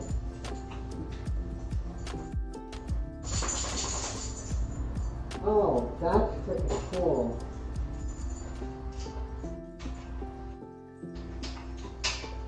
What does something like that go for? If you don't want to share, that's okay too, because I understand this little coming for and it doesn't get the picture still.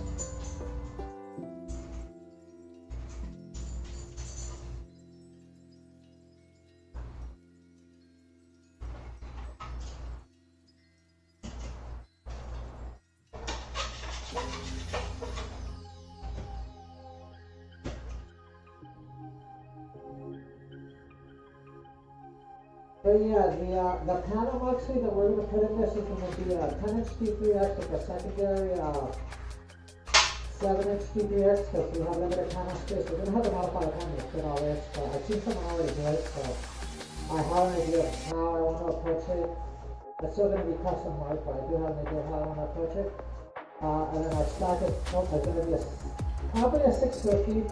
Maybe a GNX 375, but I think I'm going to go for a 650 because I want the VNAV. A couple of VNAVs and the 650 does that now. It used to be limited to 750, but they did add the functionality to 650, so I'm probably going to go a 650 with a GMC 215, 2-axis PFC 500, and then a G5 as a backup.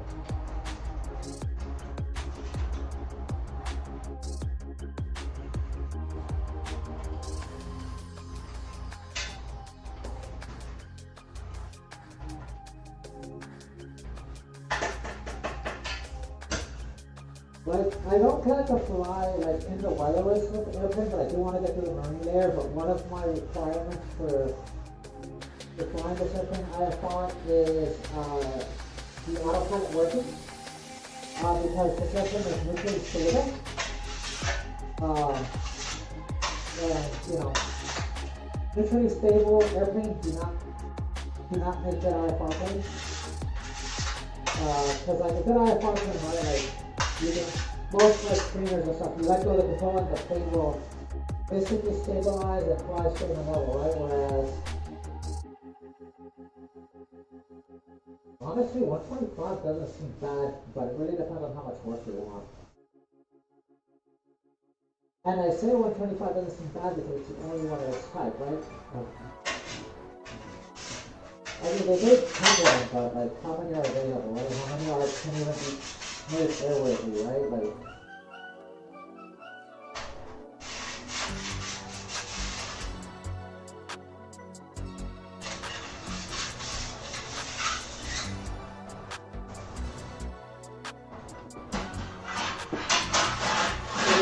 that's the plan for the panel.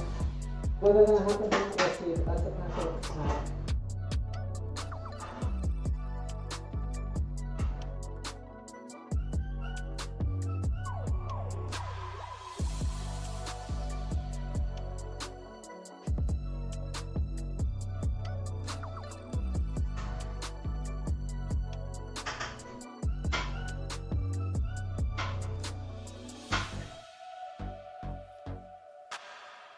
And the power plant is going to be a Corvair. 120 horsepower Corvair. I may put a turbo upgrade on it. We'll see. Just for turbo normalization. Not really turning more power, but 120 should be more than enough. But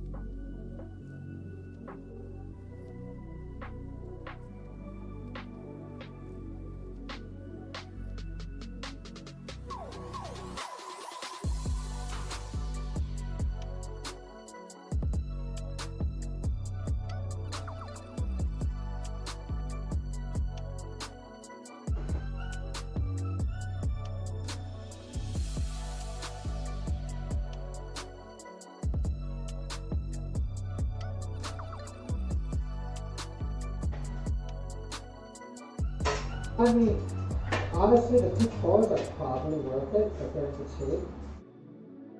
Just for that price.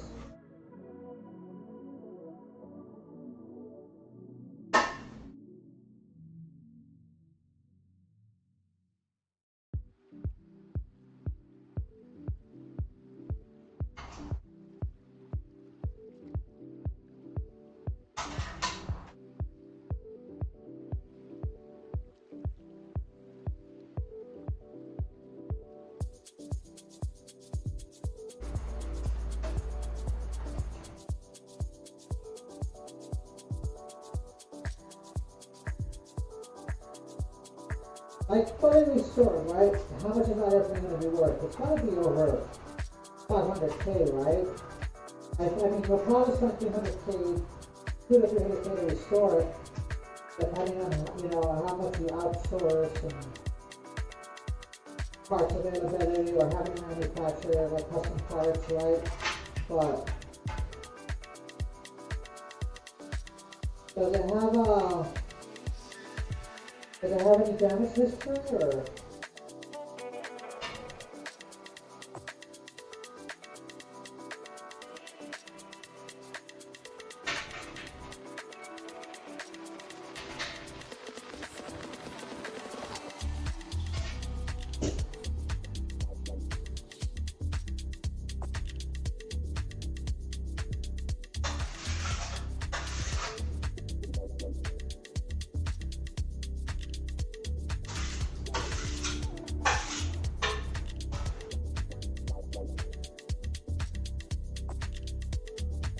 Oh, nice. Okay. Yeah, there's a company that's trying to restore an F4 out here. Like an F4 franchise, but that's crazy money, right? That's $50. Okay, that part is done. Ah, okay.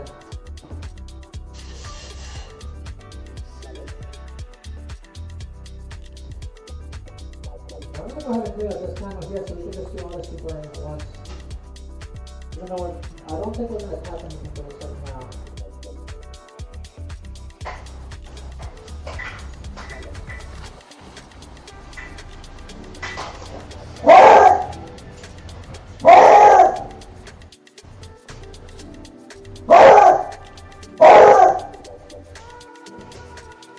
Actually, I'm gonna hold off on deburring this guy. I'm gonna deburr this second. I'm gonna have to drill this guy, attach some more things to it.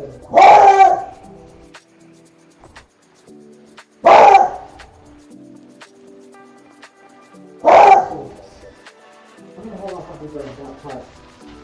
But I don't have to attach a mask to it and then deburr it, so we'll see. This is what I'm getting further than onto the other. Alright, let's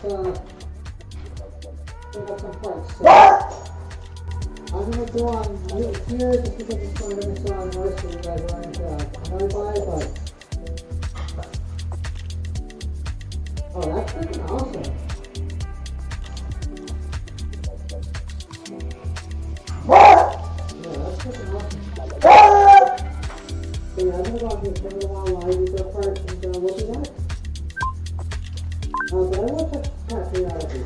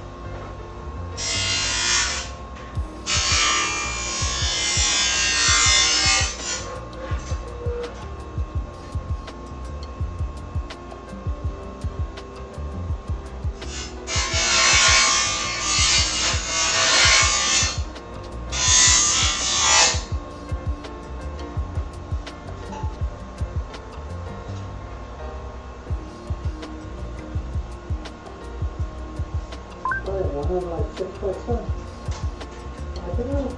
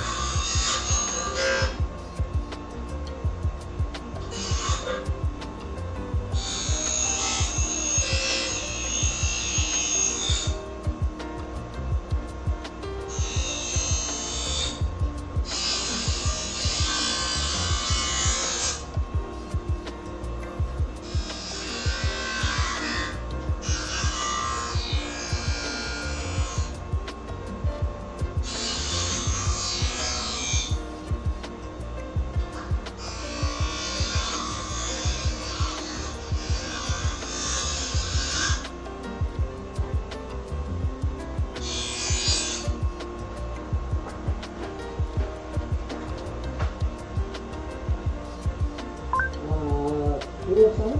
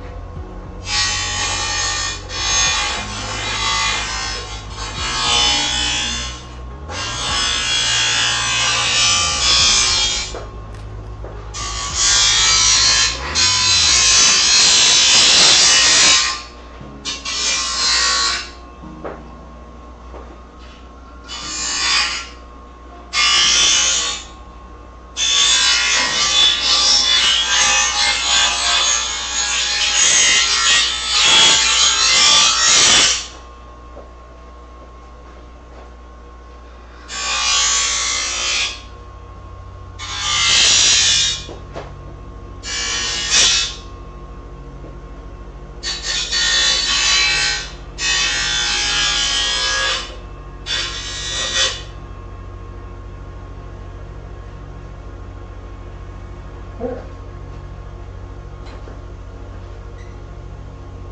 Alright, yeah.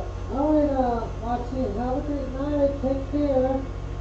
We're probably gonna go for another hour or two, but I hope you have a great night.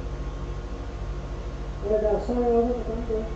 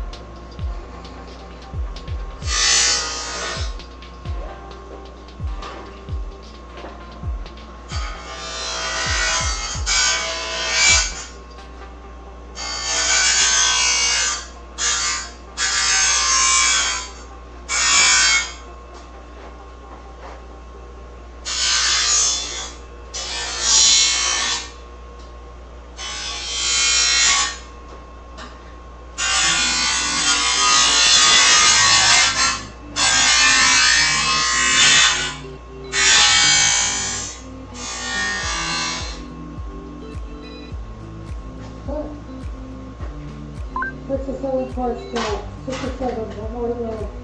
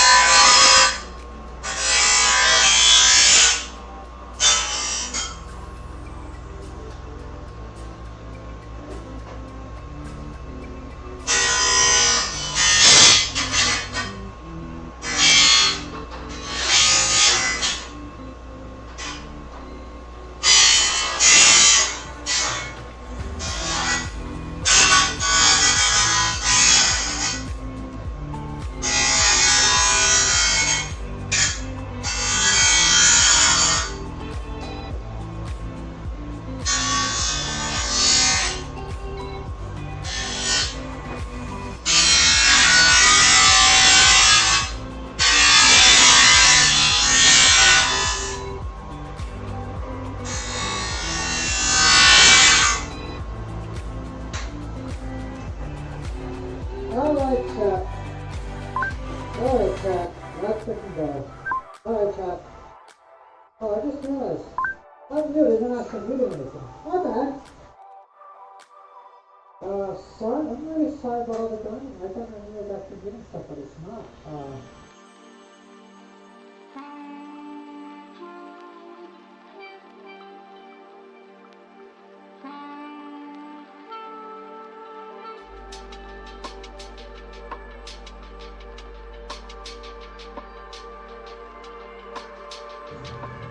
I don't know that.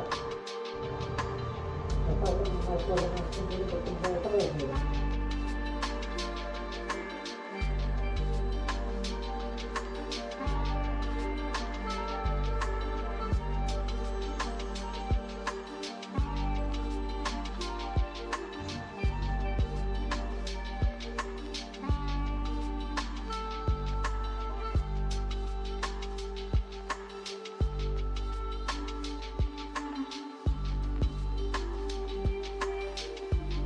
Testing. Okay, I don't know.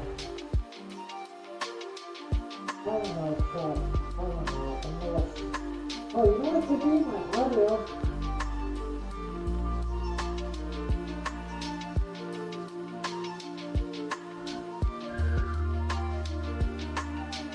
My audio might have been changed to something else. Testing, 1, 2, and 2. Oh my god, that's what it was. They changed my input audio. Okay, I'm so sorry about the chat, but it's fixed now. Okay, everything is deburred. Yep, alright. Let's just adjust that a little bit. Okay. I'm gonna start with my lower farmers. These guys right here.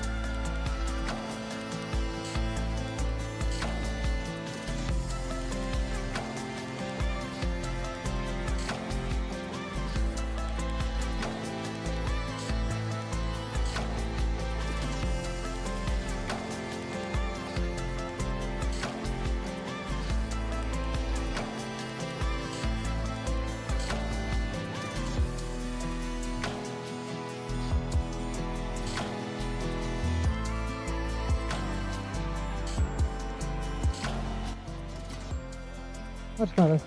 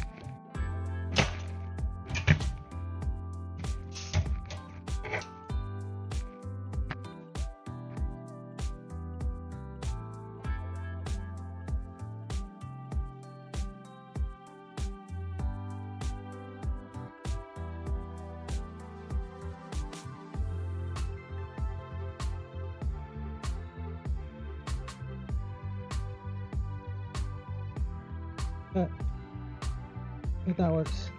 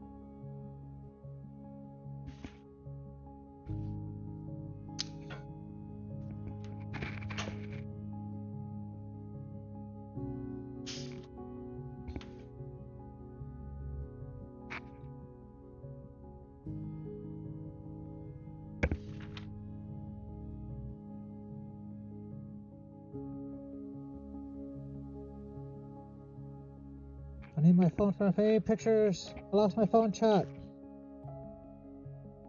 Where's the phone?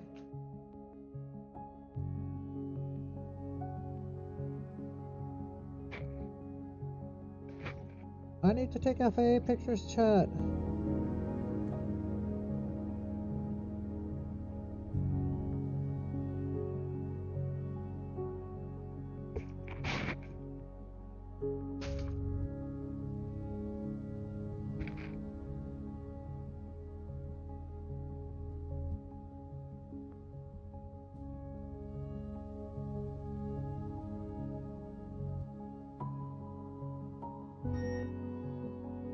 Oh, I found it.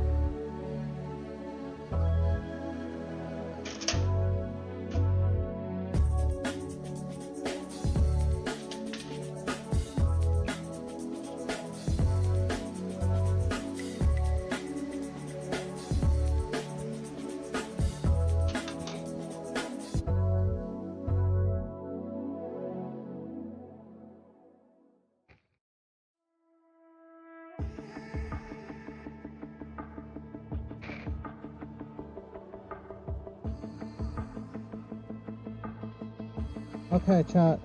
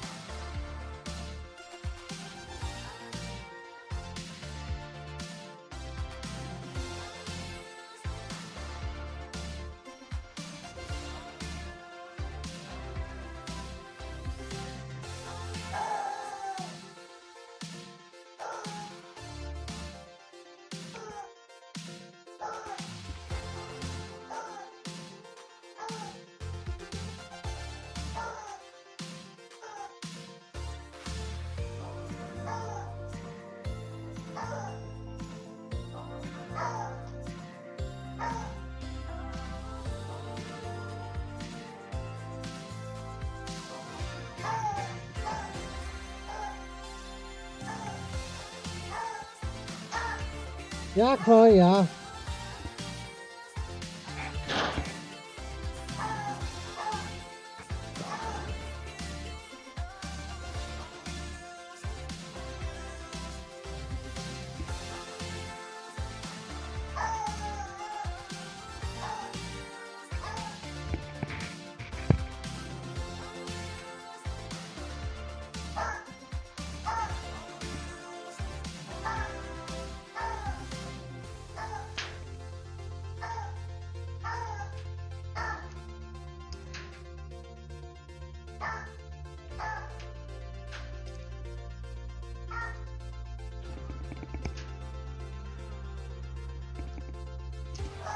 Hey! Be nice. Be nice. Be nice.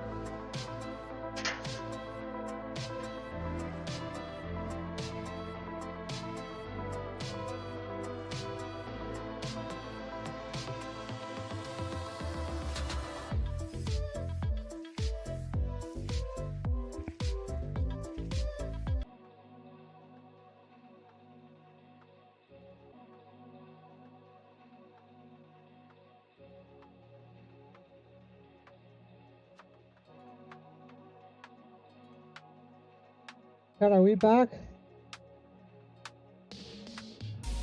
Chat, are we back? Oh, we're back. Okay, I think my DNS dropped, chat. I think my DNS dropped. I'm not 100% sure, but I think my DNS dropped.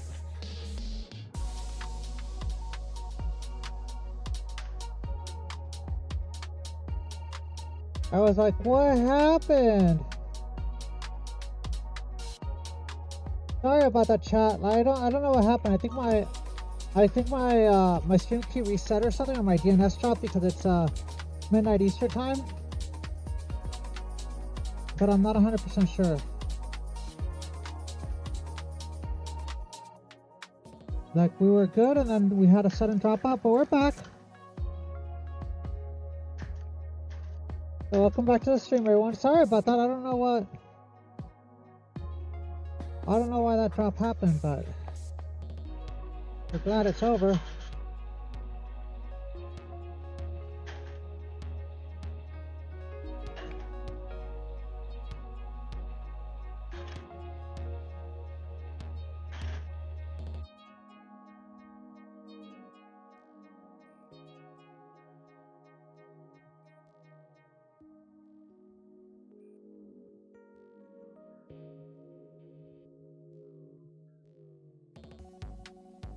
Oh.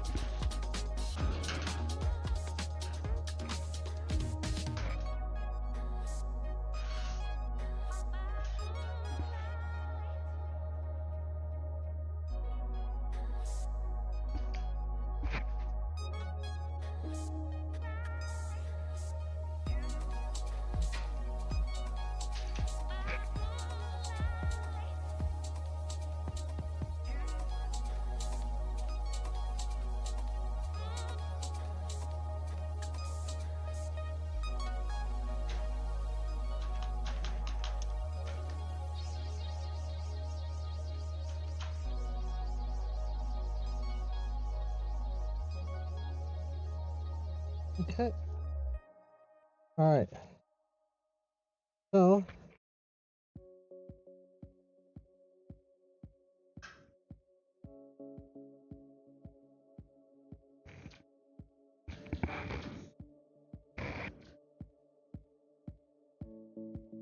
now that those are done, we gotta do the clip.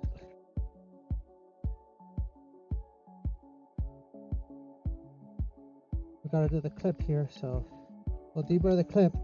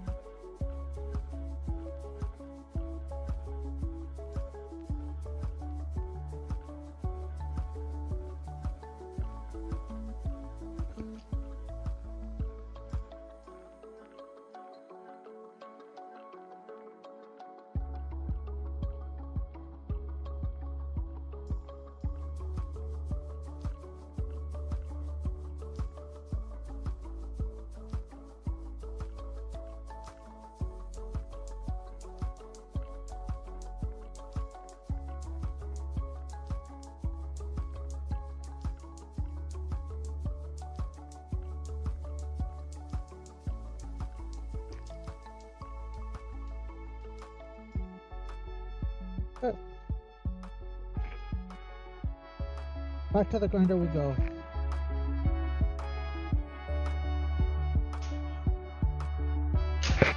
Oh no! Camera down. Camera down. I'm sorry, chat.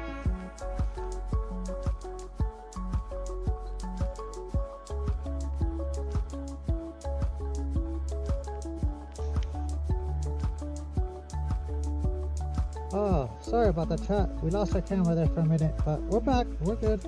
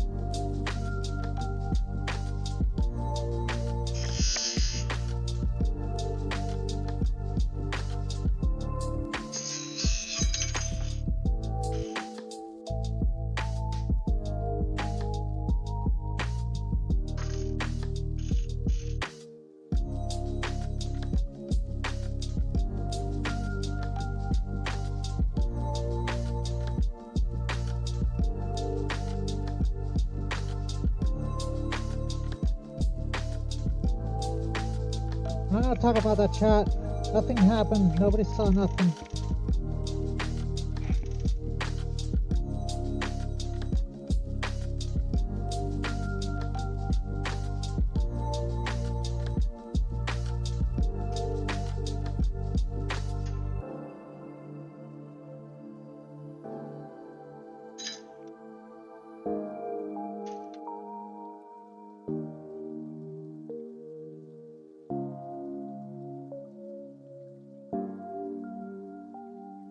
Nobody saw nothing.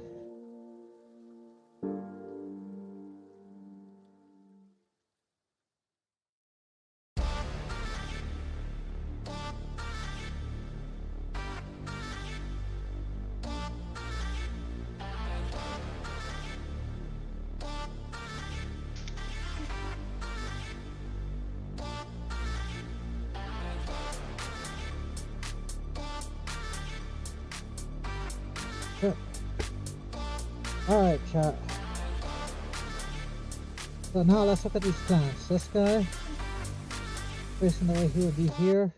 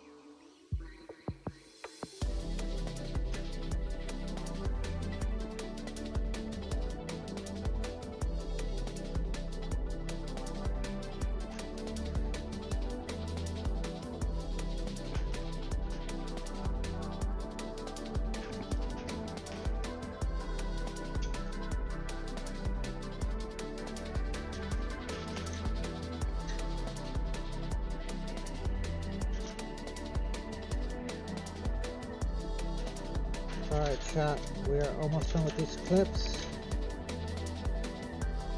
We got one clip left, and then we can assemble and drill.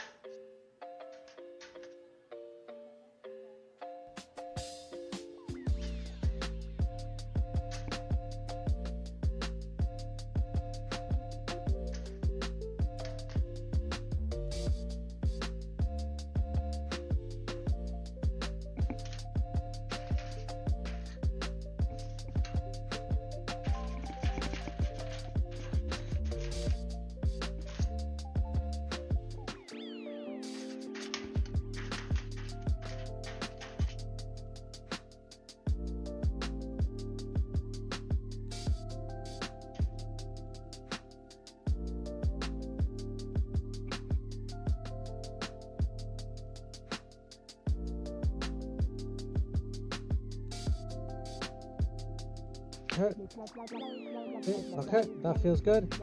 Alright, chat. We need to clean up a bunch of these holes now.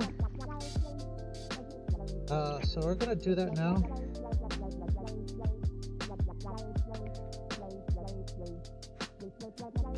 We gotta clean up all of these holes now, so that's gonna take us a while, so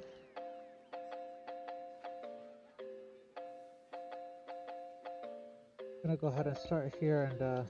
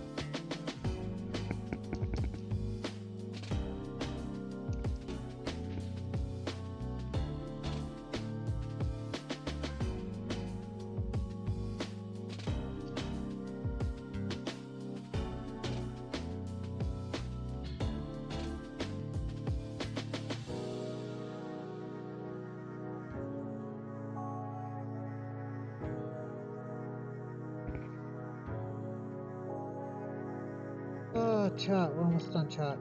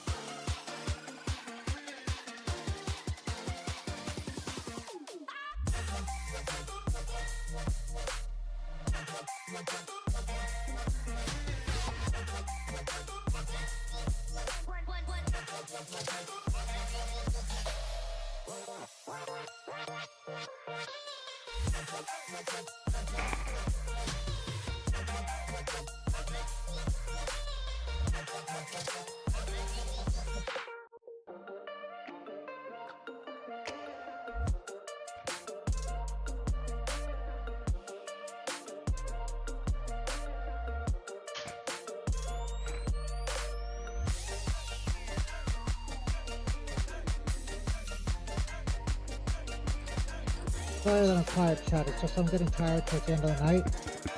And I really want to finish this piece and the 8 holes that I need to drill before I finish the stream. We're kind of just grinding through the deburring of these holes.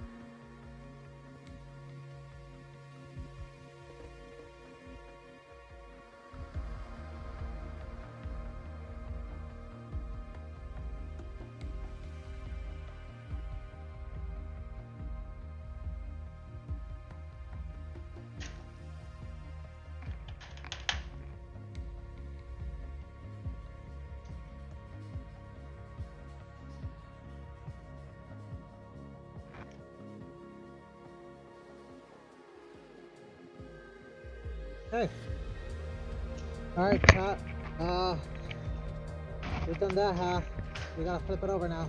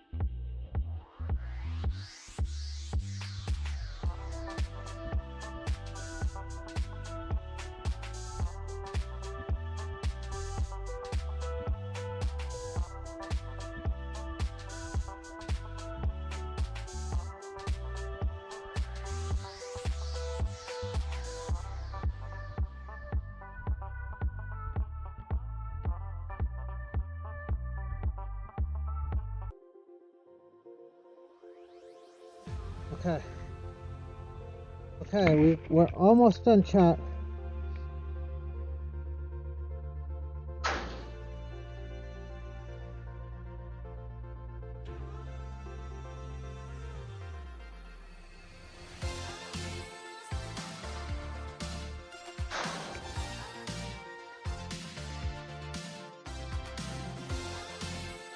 We're almost done deburring, chat.